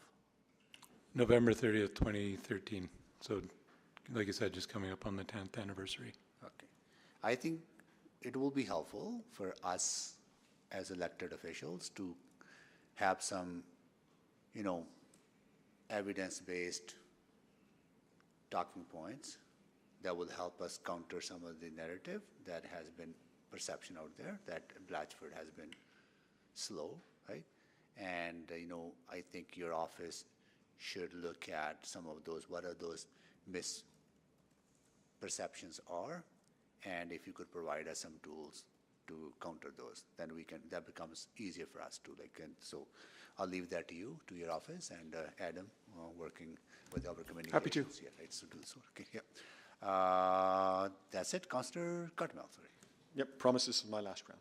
I appreciate your patience. So when is the next annual report? So I'm just wondering when we're going to get some feedback on some of the analysis. So you said the next annual report, and that's? We probably do it in the spring. In the spring, yeah. Okay. I asked about numbers, actual numbers on actual wait lists with the builders. Is that something you can provide by memo or something after the fact? If the builders are willing to share. Not just numbers, just how many are being waited for? Because the impression you've left us with is that stage 6 is going to get developed. We could have builders in there even in the winter. There's demand for pretty much everything that they're going to build on those 60 lots. So I would just like some numbers to validate that. The goal of the Blatchford office is to sell land to builders. The builders is to sell to the homeowners.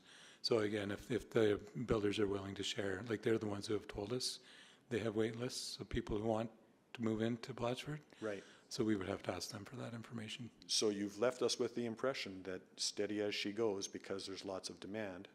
So I would like to know the magnitude of demand. which is well, how many are on the list. And I understand it's their list, but if we can ask and try to get what those numbers are. Yeah, but I would also suggest, like, the builders aren't going to buy lots from me if they don't think they can sell them, even if Right. they didn't have a list. So we'll figure out a way to get some information and protect whatever the builders are looking. Protect their interest, absolutely. Yeah, I'm not asking them to compromise their interest. But they haven't actually bought the land yet either, right? There's interest, but there's no sales. Well, it's part of our process as to how we're selling land in Blatchford.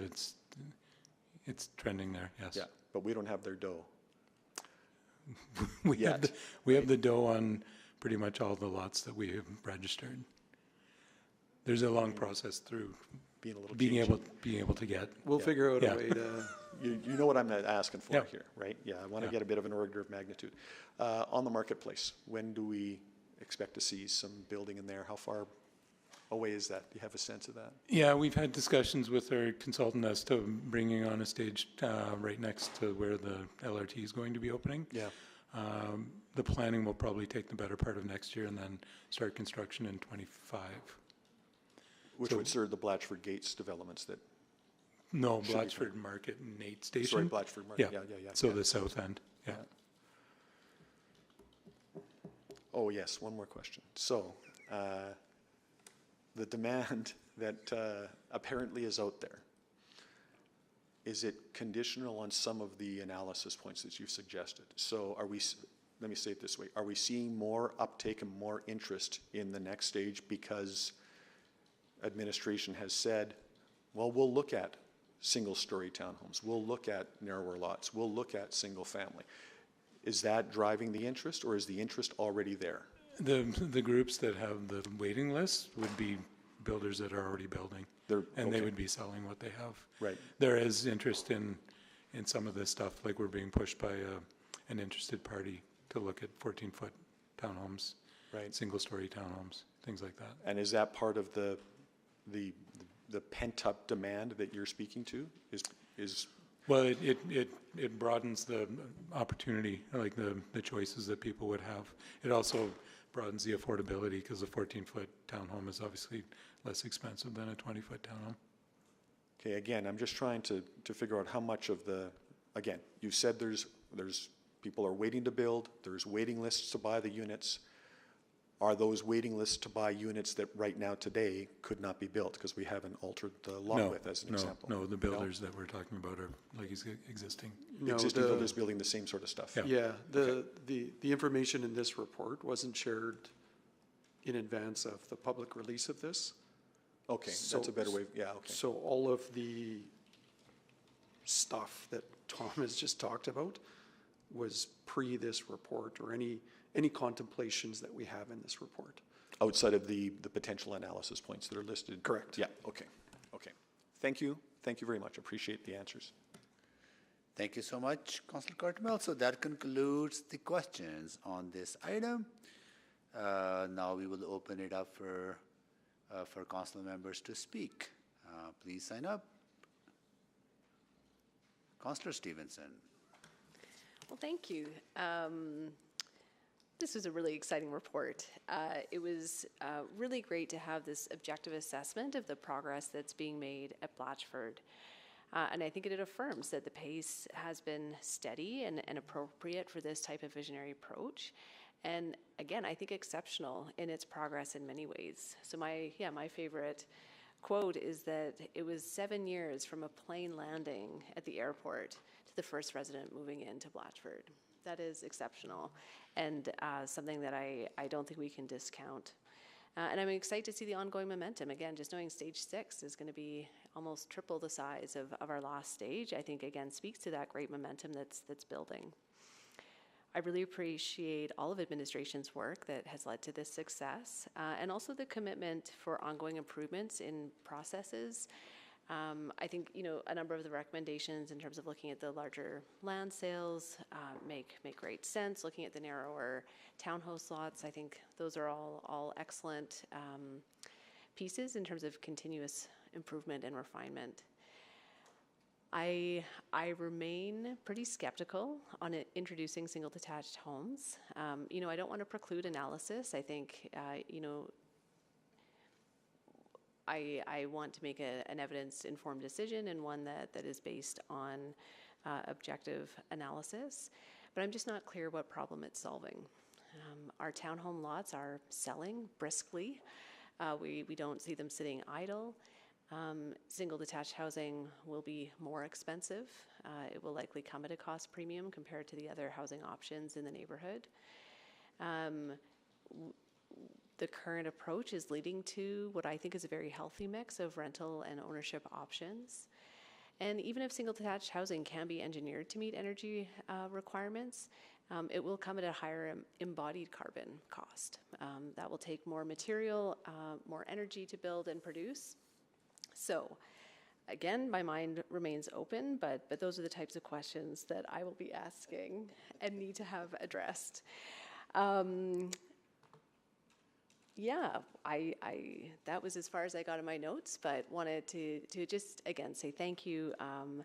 And thank you to everyone who has believed in Blatchford and invested in Blatchford, both the residents, who are one of the most vibrant community groups that I have the privilege of working with, and all of the builders who took that risk, who took that leap of faith with the city to help create what I think is a really exceptional community in our city. Thank you.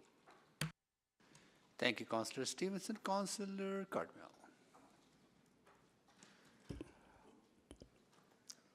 Well, thank you. So first of all, thank you for the report. If my memory serves, the instruction to go off and do this work came out of the last conversation we had here, which came out of a motion that I made that said go and re-examine a bunch of these things. And so, as one of the louder critics, I guess, for lack of a better word, I'm encouraged to see the information that's been provided, particularly the information that is provided in attachment 2. Fully recognizing that, on the point of single-family homes, just because you can doesn't mean you should, and I think that's part of the analysis. And I think, it becomes potentially a trade-off of pace versus efficiency of building, efficiency of cost. A building that gets more expensive to purchase isn't necessarily what we're after. So completely accept that those might be the arguments. There's a number of other points of analysis here that that might speak to those trade-offs, pace versus efficiency or dollars or those other kinds of things. And, in the midst of a housing crisis, pace is important. In the midst of what I'm going to call a financial crisis at City Hall, pace is important. So I don't want to dismiss those potential trade-offs entirely, but understand that those are things that we can tease out as this analysis is done. The important thing is that we're actually looking at these things, because the response in the past to say, why don't we look at these things, has been, no, we don't want to, or no, we're not going to. So at least examining some of these things that might give us decision points in the future, I think is really worthwhile. It is great to hear that there is more demand, that there's more interest, that we might even do some of these things like allow more lots to be purchased by a developer, which might mean more interest by more people, by more builders. I think that is all really positive. So I really appreciate the report. I really appreciate that all that is embedded in doing that analysis. But I will say, I will say two things though. First of all, in my own defense, I am very supportive of these district energy ideas and district energy in other places. We've had that conversation about how we might do it on a smaller scale in some of the newer multi-unit developments, multi-unit residential developments, and how we might be able to do and examine some of these district heating and cooling sites in a smaller micro way. I'm really interested in that. I think there's real potential for that. So it's not ever my intent to speak against the ecological and climate change goals of this development. Just how do we do it more quickly, faster, and potentially even involve more parties. And the second thing is that we've heard a lot today about how there's a lot of demand, how there's momentum, there's more and more people that are interested in building there and people that are interested in buying units. That's really great, but it's generalized information that we're being offered. So I will qualify my remarks by saying the proof of the pudding is in the eating, so I'm really interested in actual numbers of actual people to buy actual units from actual builders on actual properties. And I really hope that plays out. Thank you. Thank you, Councillor Cartmel. Councillor Jans. Thank you. Again, thank you to administration for pulling this report together. I think it's been very helpful to have this outside opinion and to do this. I also am excited that there's a bit of a community forming in Blatchford from not the Community League, but the Blatchford Citizens Coalition Society League, or whatever they're called now. It's great to see that the people are doing this. I too, like Councillor Stevenson, I'm really apprehensive about single-family homes. I think there's a municipal, like a fiscal sustainability and a prosperity piece here I don't want to lose sight of as we're going through the ZBR exercise across the city. It seems hypocritical, or I've received emails from citizens saying, you know, if you're going to do density, you should be doing it on Blatchford, that sort of thing. So it just seems to then allow for a certain typology of housing. At the same time, we're making an argument about this fiscal sustainability of a different typology in different neighborhoods. Like, I just want to see some congruency there.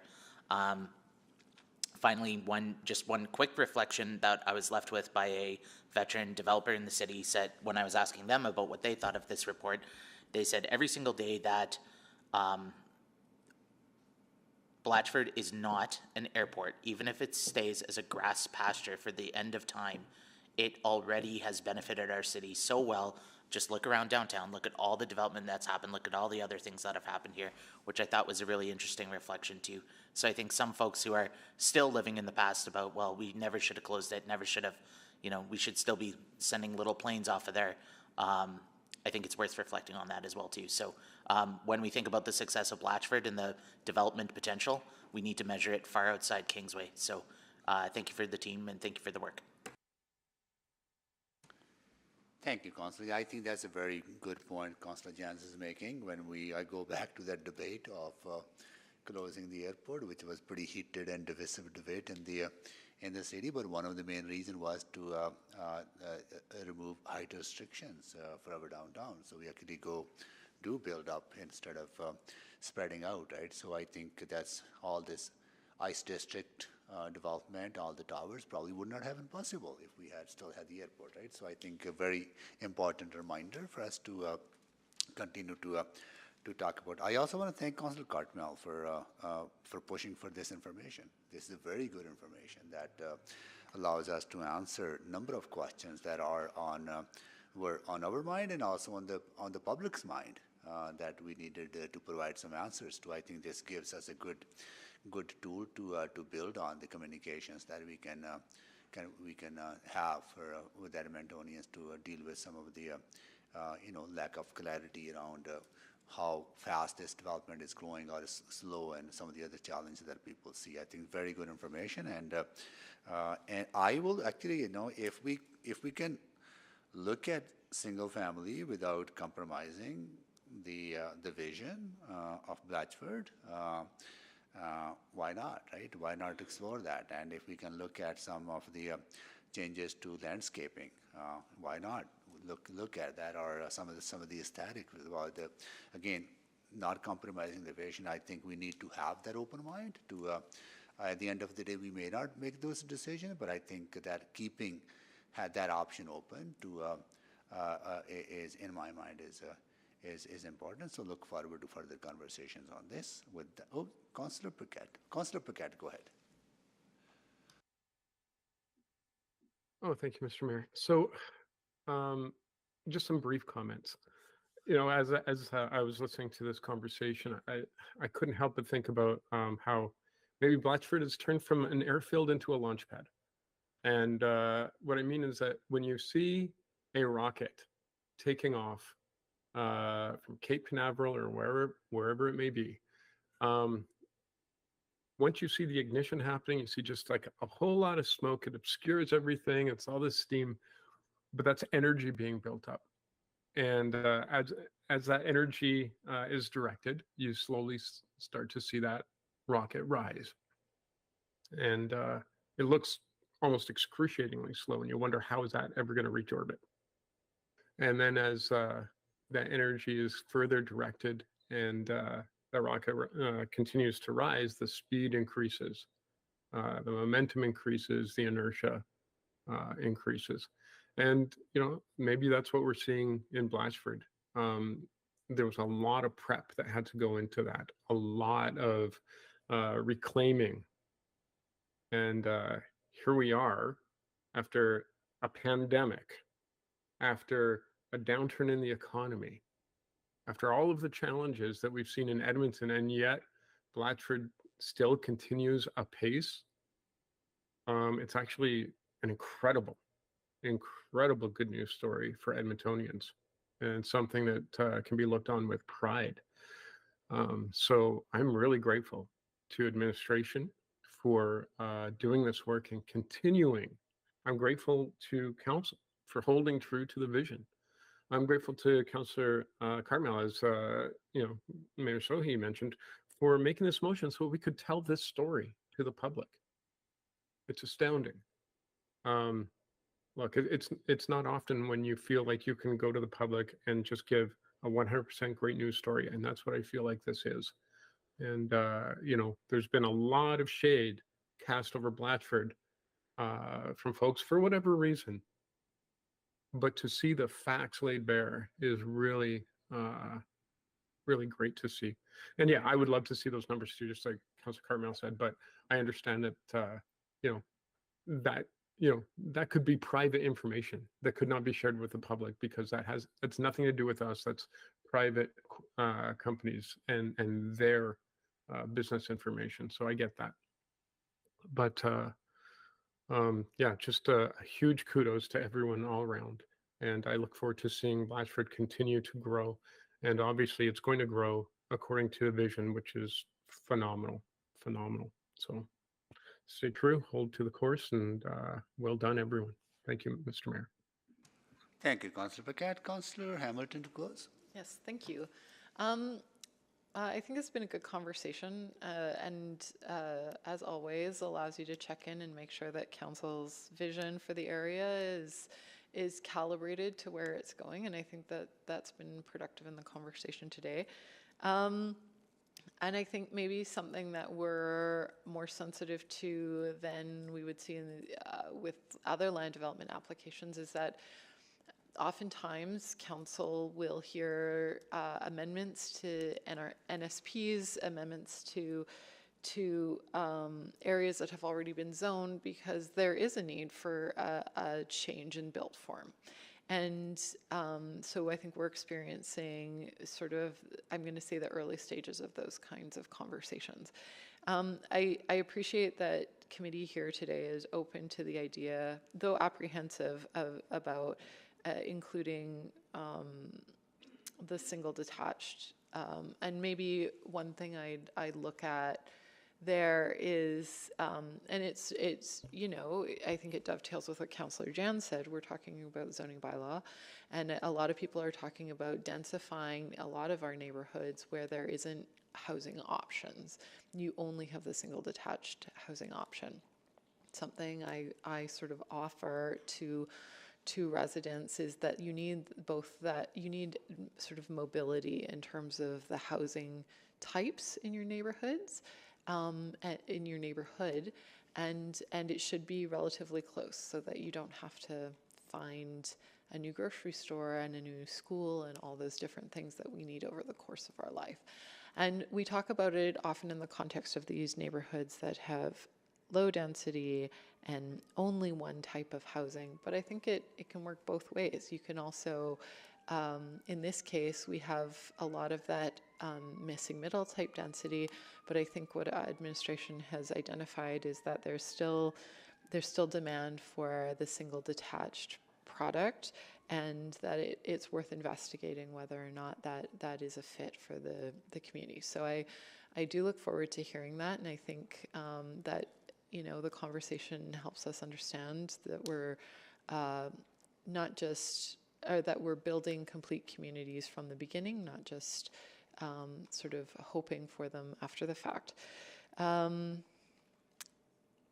So, and I appreciate as well in this discussion that it's I would agree that there's been, I'm going to say, chatter around sort of the larger city over the last even 7 years, as long as I've been on council, about the progress and success of Blatchford. And I think this report focused in on what the pinch points were in terms of accelerating development and what the sort of levers were. And I would say that, you know, reading this, the lens through which I'm looking at this development is how do we get people living here the fastest. The faster we get people living in this area, the more likely we are to build a robust, healthy community. So, and you know, commit to that, those density targets. So that's the lens I'm looking at this through. That's the lens I see administration sort of moving forward on, and look forward to the next iteration of this report. Thank you. Thank you, Councillor Hamilton. So please vote.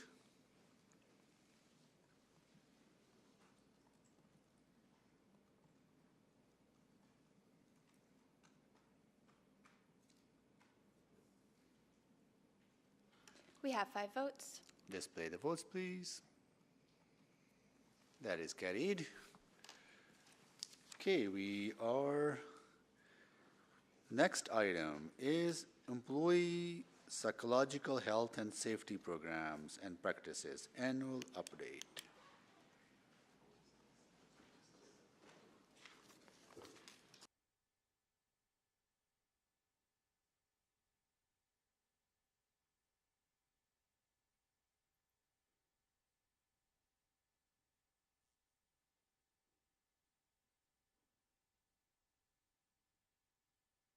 Okay, I understand there's a presentation attached to the report, so I'll go over to administration.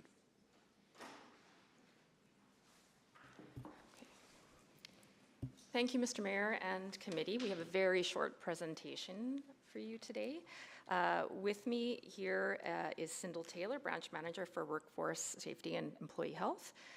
So I'm pleased to provide the 3rd annual update on the city's psychological health and safety programs and practices using the National Standard of Canada for psychological health and safety in the workplace as the benchmark for continuous improvement.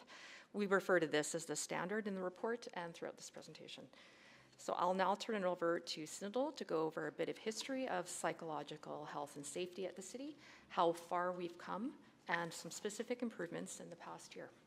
Thanks, Michelle. Before I dive into our update, I wanted to set the stage for how the city has evolved in this space over the last several years. The City of Edmonton's dedication to psychological health and safety stretches back decades. This commitment was born out of a shared belief in caring for and supporting employees, particularly after critical incidents in the workplace.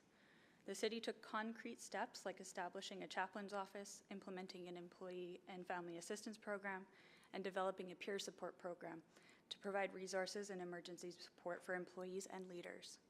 This commitment is an ongoing journey that requires dedication from leaders, collaboration from all areas, and continuous evaluation of mental health and wellness needs and programs. It is aligned with our cultural commitment of safe and reinforced by the city manager's occupational health and safety commitment statement. Occupational health and safety practices have advanced significantly in recent years, with growing emphasis on psychological well-being. The COVID-19 pandemic underscored the importance of prioritizing psychological health and safety. The city has been proactive in expanding its resources and support systems for health and safety, and while recognizing the changing needs of its workforce. As you see in the report and attachments, there are many different undertakings that meet or exceed the standard's 13 psychosocial factors. One more slide, please. Our efforts have been multifaceted with a heightened focus on hybrid work arrangements, diversity and inclusion, and implementing trauma-informed best practices. Today, I want to highlight just a few to demonstrate how they have an impact on employees and leaders at the city. At the Certificate of Recognition, or CORE, Audit Performance Process Leadership Review, which was held in May and June 2023, Representatives from across the organization provided updates on the progression of their core audit action plans to the Employee Health, Safety, Wellness, and Environment Steering Committee. Many business areas spoke to putting focus on psychological safety hazards and controls, including what early interventions and preventative measures could be applied. For example, Community Recreation and Culture launched a Respect for People and Property campaign in response to the hazards their staff and customers were experiencing. Another example is the city continued to increase the number of peer support teams.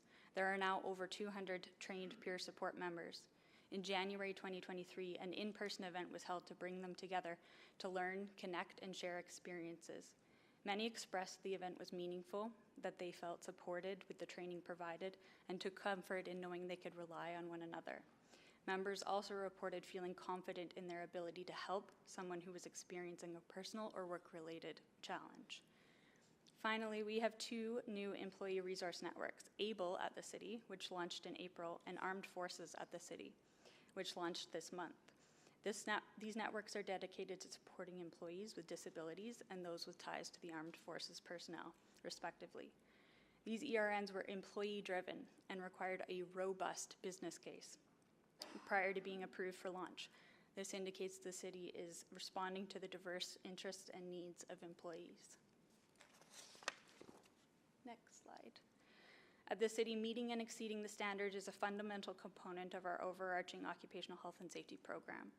This strategic approach allows us to effectively address psychological hazards in the workplace. We leverage a plan, do, check, act methodology to foster continuous improvement, ensuring that we measure and evaluate our progress to support ongoing positive mental health in the workplace.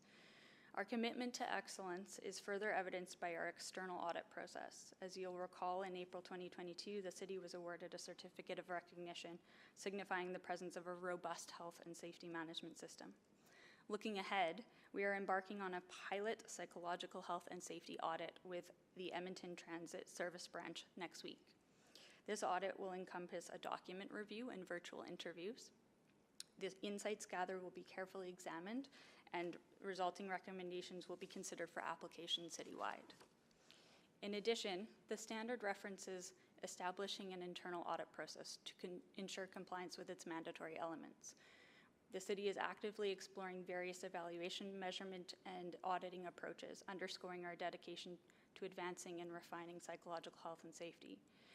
Attachment 2 further highlights the administrative data collected as part of the monitoring of the impact of the city's health and safety programs.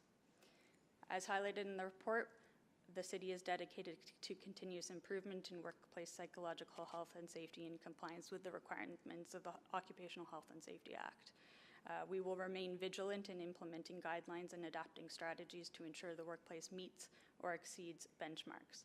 Thank you, and we are happy to answer your questions.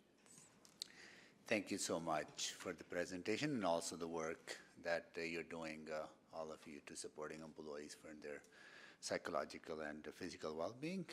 Appreciate all the work. I exempted this, but if council members want to go ahead, committee members want to go ahead and ask questions, please sign up. I'll just wait, or I can start as well. So thank you so much for the report. I am a bit concerned about the voluntary turnover, right? And that is, I understand, a little higher than in the municipal government sector. So do we know why is that happening? I'd have to get back to you, Mr. Mayor, on that question. Yeah, please, if you don't mind, because I just want to understand that better as well. And also on the data collections too and benchmarking, if we kind of segregate that data on based on gender or race, right? Like we, the reason I'm asking that question is, you know, we have these, what do we call them, team leaders, or what is that term? In that support each, no, not the peer support, it's I'm going to look for the term here. The people leaders. People leaders. Great concept, right? Absolutely, very important. But what I want to understand is that our people from racialized backgrounds, people from, say women working in the forest or indigenous, are they getting opportunities to be people leaders within our organization? Are there mentorship opportunities for them to take on that leadership role? Because it's their own psychological well-being as well. If people shouldn't be feeling that are they being kind of held behind because of who they are. That's what maybe you don't have that information. I just want to understand that better. So I think what you're asking, Mr. Mayor, is just how do we segregate our data for people, leaders, and do we do that? So we have that information. Is that what you're asking? Yeah. Yeah. So I think we can provide that to you. I'm not sure I've got that at my fingertips, but we do that and we report regularly to. And also, like just a sense of what opportunities are given to people to grow within the organization and take on that leadership role. Right. Yeah. Okay. And I met with, and this is, I know you touched on some of the work that is being done. I met with ATU 569 operators. One thing that really, I would say, I felt talking to them is that I saw change when I was a bus driver. There was a lot of respect for bus drivers, right? And they have seen that deteriorate over time, particularly coming out of COVID.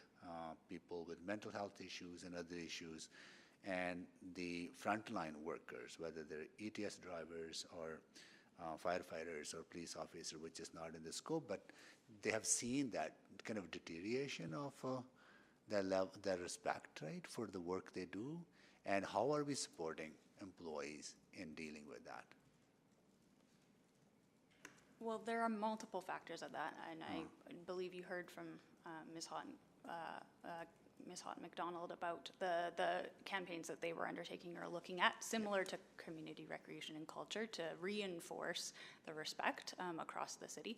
But the other thing I would really want to say is, from a peer support network, it's very important for them to be able to reach out to one another and rely on one another. Sometimes that's just a debrief to say, this is how my day was. This is how I was impacted today, and then they're able to reset and come into the next day, knowing that they've got that support from the people around them, which even this just today was reinforced to me as something that's really important from a psychological perspective. Mm-hmm. So do we have that kind of peer support groups within ETS in different garages, right? Yes, I couldn't tell you the exact number, but there is absolutely a very functioning peer support team in ETS, and I had the opportunity to meet just an amazing individual who makes himself available quite regularly, no matter what garage it is. Okay. Councillor Wright? Are we taking break or? Oh, sure. Let's take a break now. Okay. We'll be back at 3:45.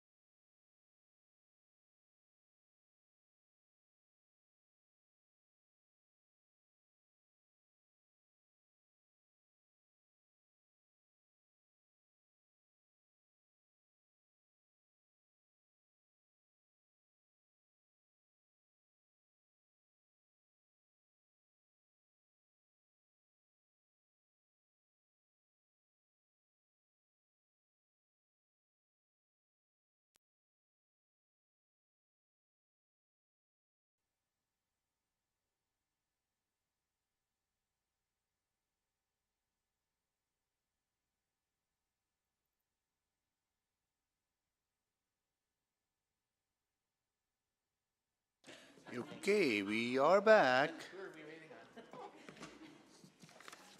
Would like to call this meeting back to order. Do a roll call. Councillor Salvador. Hello. Councillor Hamilton. Hello. Councillor Jans. Good afternoon. Councillor Wright. Good afternoon. And I'll check on other colleagues joining. Councillor Paquette. I'm here. Councillor Knack. Good afternoon. Councillor Rice. Hi, good morning. Oh, good afternoon. Councillor Tang. Hello.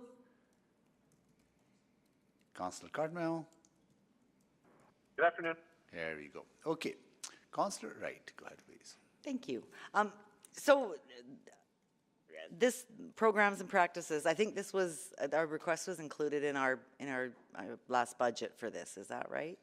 That was taken out? Yes, a unfunded service package for 2 FTEs was included as a response to your motion last year. So but you've managed to be able to sort of work around it and find money in your budget to complete this work? So we were always implementing the standard.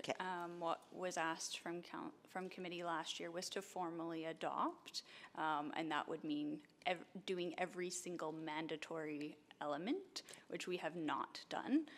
But as we've tried to demonstrate through the report, a lot of great work continues to happen without the specific pieces of the mandatory requirements, which we don't believe are necessary. Okay, so thank you for doing that within existing resources.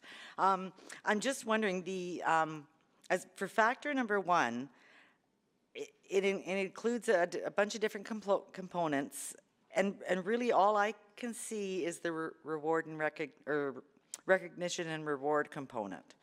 Can you maybe just sort of summarize how the cultural commitment awards and that and the diversity inclusion report relate to the other factors in the organizational culture? Sorry, can you rephrase that? So what you've got listed as sort of actions to address organizational culture relate more to awards and recognition. But there's other factors under organizational culture such as trust, honesty, respect, civility, fairness, psychological and social support. I'm just wondering how you've addressed those with the cultural commitments and diversity. Well, so the cultural commitments are an embodiment of that aspect, but of course this is an annual update. So the basic pieces that we already have in place, respectful workplace policy, addressing our hazards every year and implementing controls. What we did in the report was try to, find the best factor, but we very much said that they overlap. So a lot of the leadership expectations that we were talking about and other factors also apply to this piece as well. Okay, so it wasn't just strictly what you've got bullet form. Okay, no. Awesome, okay. And then I noticed for 2023 you've got, or actually maybe I'll ask, what sort of work groups or work areas have you found that have the most mental health or other types of psychological concerns? So every single work area across the city has mental health concerns and psychological hazards. They're all different. That was part of what I was trying to get at with respect to the leadership event. It was really amazing to actually sit in this room and have leaders across the organization talk about the way that they are addressing those. I would say that the one that comes to mind is the mayor has already highlighted our first responders, but there are people, for example, in my own team who have a compassion fatigue of hearing stories and addressing things over and over again, and so we need to address those psychological hazards as well. Okay, and the 335 nominations, did that come from a cross-section of the city workforce as well? Yes. Okay, so it's being addressed in all aspects. Okay, and then one other thing, where did I have it?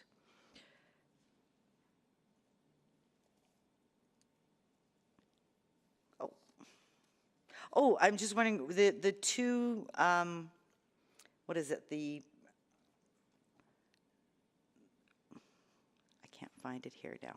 The two new programs that you've started up, I think, was the ABLE. Employee Resource Networks, we call them EARNs, yeah, ABLE at the city and Armed Forces at the city. Okay, and so I guess what percentage of the workforce do those take into account? I don't have the specifics on that. So the aspect of that is it's meant to be allyship. So anybody can be a part of those groups, even if they don't represent one of those groups. Okay. But it's also a voluntary basis, right? So it's an opportunity for people to come together, and specifically ABLE at the city. Just at the D&I extravaganza this month, we heard the lived experiences of 2 employees who say how meaningful it was for them to have that committee and be able to share the supports that they have. Okay. Oh, my time is up. Okay, thank you. Yeah, just to follow up on that, like there are many external factors in our society that impact or have an impact on our employees, right? And they are not work related directly, but there's what happens in our personal lives shows up at work, right? And what happens in society that impact us shows up at work, right? So how do we support employees in those kind of unique circumstances, right? I can use the recent events, but also can use the backlash against the LGBTQ communities, or if some racialized person is being triggered, but it's going on in the society, right? So how do we do we have kind of tailored sports or general sports for that kind of situation? So first of all, I would say that when leadership recognizes those moments, sending out an email or talking to their employees about those kinds of bigger things that happen, it makes a huge difference because those employees feel seen, and that's a really important part of it. Of course, the resource networks are a way for people to be supported by that. The peer support teams, they are a bit more active as things happen, but it's also having the EFAP program available and really supporting that people need to reach out to that, not just in times of red or orange mental health, but doing that regularly, using their benefits regularly. Did you want to add to that? No, I was just, well, and Sindel did mention it, it's how our leaders show up, the people leaders and, the various levels of the organization. And I think how we show up with courage and take a stand to support these communities, I think is important. Okay, good. And my last question is related to our diversity and inclusion framework, which is, what is that? Art of inclusion, right? And and the evaluation of that, and will council get an update on the progress? We will give you an update, Mr. Mayor. Good. All right. Thank you so much. Really, again, thank you so much for all the work you do. I know it's been very tough on all employees coming out of COVID, mental health issues and struggles, and and you talked about frontline workers going through that experience of sometimes losing compassion, right, or having a compassion fatigue. So the more we can support them, the more they'll be able to retain that compassion toward the people they serve. Appreciate that. With that, I will go to Councillor Rice. Go ahead, Councillor Rice. Thank you, Mayor Sohi. Thank you for this work, because the mental health is a significant, important piece in our workplace. And a few days ago, we just celebrated the World Mental Health Day. Today for this report, and then I do have a few questions regarding the report. So in attachment 1, when we talk about the factor for the psychological health and safety in the workplace, one factor is about psychological demands. So do we have the data to demonstrate for this psychological demands is from work stress related, is from work conflict in the interpersonal relationships in the workplace, or those type of demands and from different category? Do we have the data to definition the different demands and under this big category?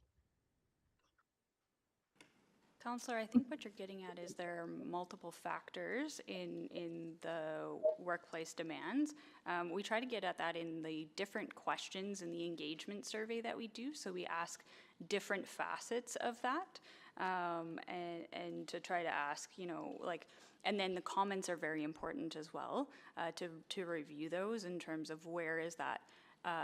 Is it workload demand? Is it conflict? Is it the interactions with your colleagues, or is it interactions with the public? And that is one that comes up very, very commonly, is the interactions with the public. And that's why our Connected City program is so important, to be able to support employees in relation to that.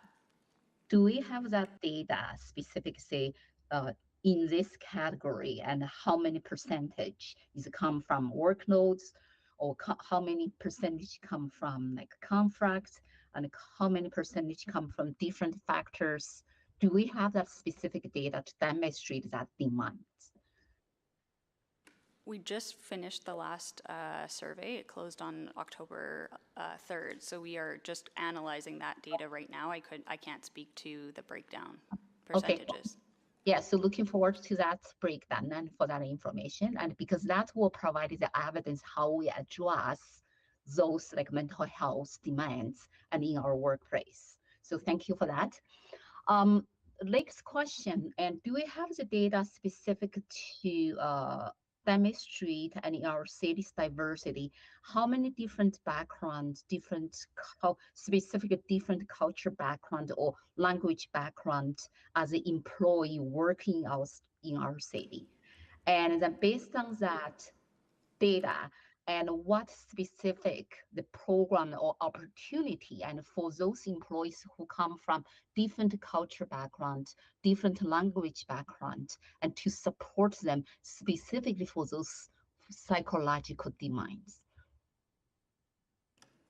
So we do have the breakdown of employee composition on all of those factors, but I think we do have various programs that support employees of various cultures, but I'll send it over to Sindel to answer. Yeah, so we do have that as part of the biennial survey that was done last year. That information is available for at least the people who answered those questions, because not everybody does choose to answer those questions, and I think that's important to highlight. And then in terms of the support, that's part of really arming our leaders with those different ways of looking at things and those conversations that need to happen. So something as simple as the inclusive hiring guide, and thinking about the ways that they are bringing in people and then onboarding them to make sure that they're having conversations right off the start to make sure that the employee feels supported in the way that is best for them, because it's not a cookie cutter approach. Well, and to add to that, so our diversity and inclusion team also sends out to people leaders at various, cultural recognition days, events, so that we are informed of all of those events and those days of recognition, so that we can be prepared to support our employees appropriately. I don't think the answer is really reflect my question, but I will come back to clarify for that for the next round.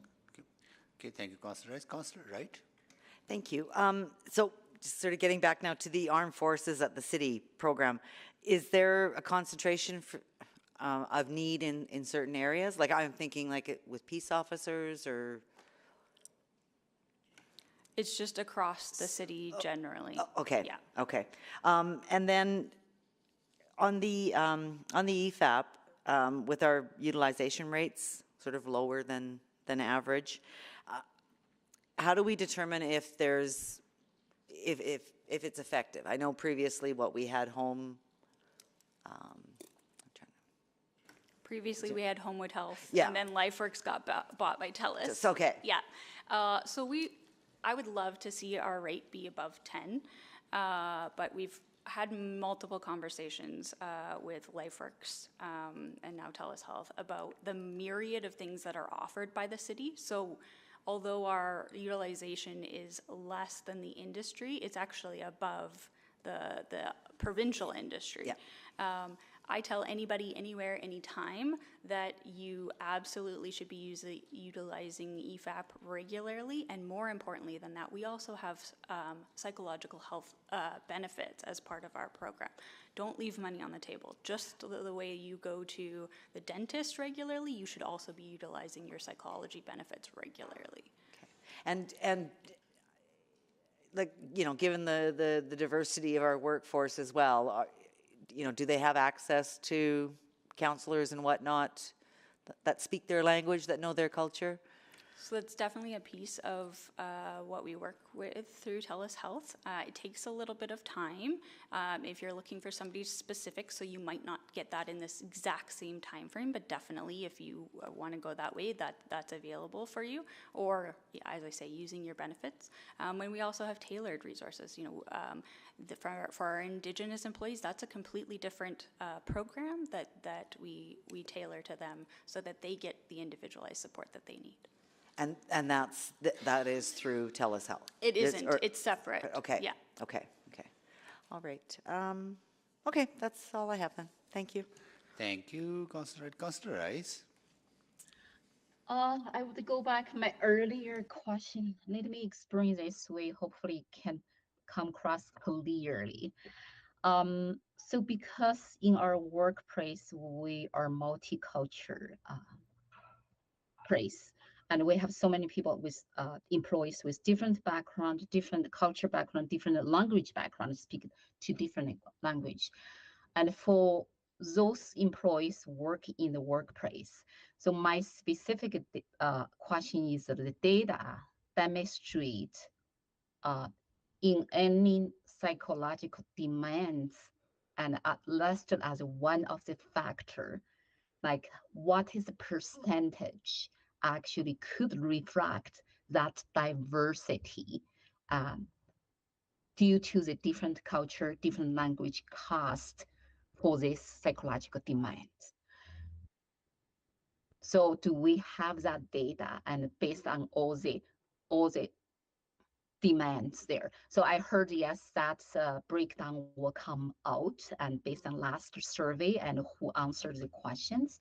So that is number one. So number two questions is about for our program. I really appreciate our city has lots of different program, and try to support different employees with different background. But I do see the lack of the culture sensitivity and to be identified as a big factor to contribute to psychological health and safety. And so that lack of, I saw that gap, and in this factor list, I don't know if there's something could be added or could be explored more. And because it's not about the onboarding process, it's about when employee work in the city. And during this whole working time, how can they have that opportunity, even to talk about their stress and the cost due to the culture shock, talk about their conflict and due to the culture difference, talk about the conflicts due to the language difference, and how to get that support and from the program. And I may miss in the report, but I do think this type of things need to emphasize to really support those groups with a different culture background, with different language background, and to really feel they're respected, be heard, be valued, and in the city. So that's my question. Counselor, I'm going to try to just clarify your first question in terms of the answer, so that those diversity statistics are broken down, and we actually just did provide those to the ERN. So that's in relation to the biennial survey. So we'll follow up with you to make sure you have that information. In relation to your second question, with all of these things, it's an ongoing process. So absolutely, it's really important, and we identify in our behavior zones what is concerning from a diversity and inclusion perspective that people might experience, whether that be microaggressions or other types of demands, and the ways to address those. We've got very, very detailed toolkits and suggestions in and around that as part of our Connected City program as well. And then the other thing I do want to highlight is we've got training and education, and one of them being diversity in ourselves, which we, of course, want to get across the entire corporation.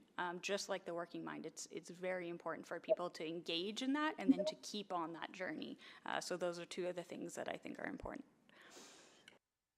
So like if you look at some like inbox email received for the people and send it to the counselors, is there specific talk about some experience in the workplace?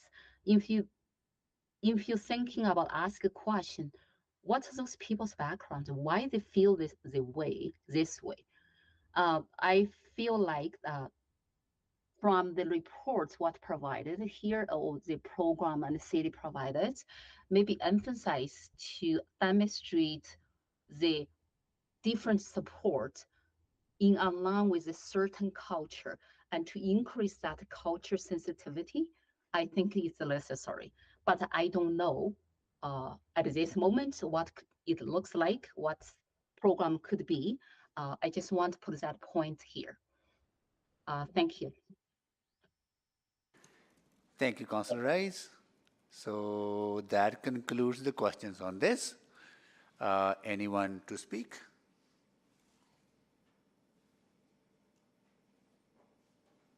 Okay. Quickly, once again, in closing, thank you so much for all the work that is being done and to the team at the back there, right?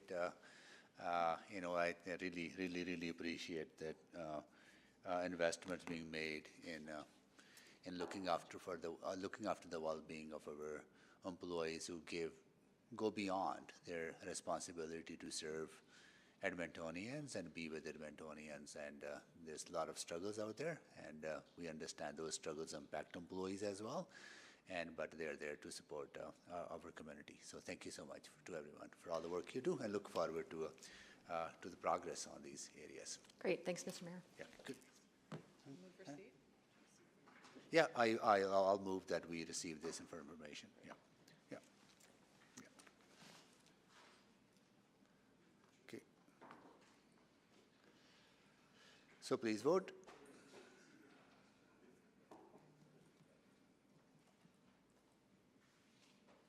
We have all the votes. Display the votes, please. All right, that is carried. Now we are done with the public reports.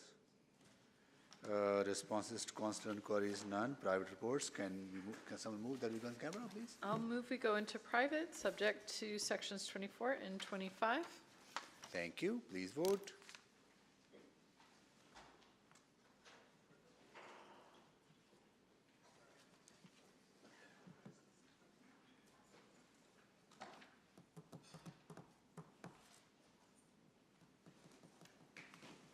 Just waiting for one more. We are good. We have all the votes. Display the votes, please. That is carried.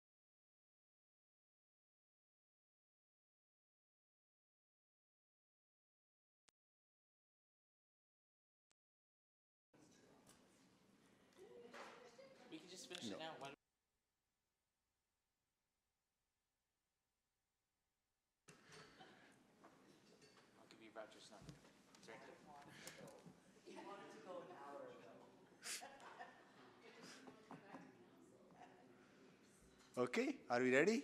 We are back Okay, online. we're going to requisite this item to council. I would be happy to do that. Okay, Councillor. So I recommend that executive committee recommend, no, I want to requisition. Okay, Requisite. done. And second, we need a second vote? Requisition. Okay, requisition. Okay, please, we don't have to vote on requisition. So here you go. This will be dealt with at council. Motions pending. Go ahead. Motions pending. Go ahead. Yeah, yeah.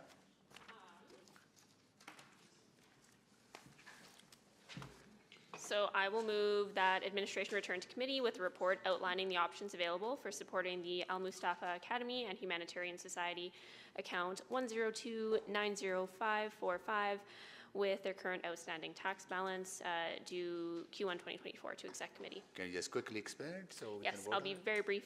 So I'm bringing forward this motion at the request of the Al Mustafa Academy for consideration. In this case, it's my understanding that the school does qualify for tax exemption, but that a clerical error occurred at the time the school was purchased, and a request for property tax exemption was never submitted. They do have the exemption status now, but the prior years have not been dealt with, so the Academy is requesting that we consider options for addressing the taxes owing on those in-between years. And this is not something that can be done administratively, had to be brought forward through a council motion, so here it is. And the motion is not directing any action at this time, simply bringing back some options for consideration. The report will come to us, and then we can debate it. Okay, please vote. Or any questions? Please, see none, please vote. Yes, Madam Clerk. Thank you, Councillor Hamilton.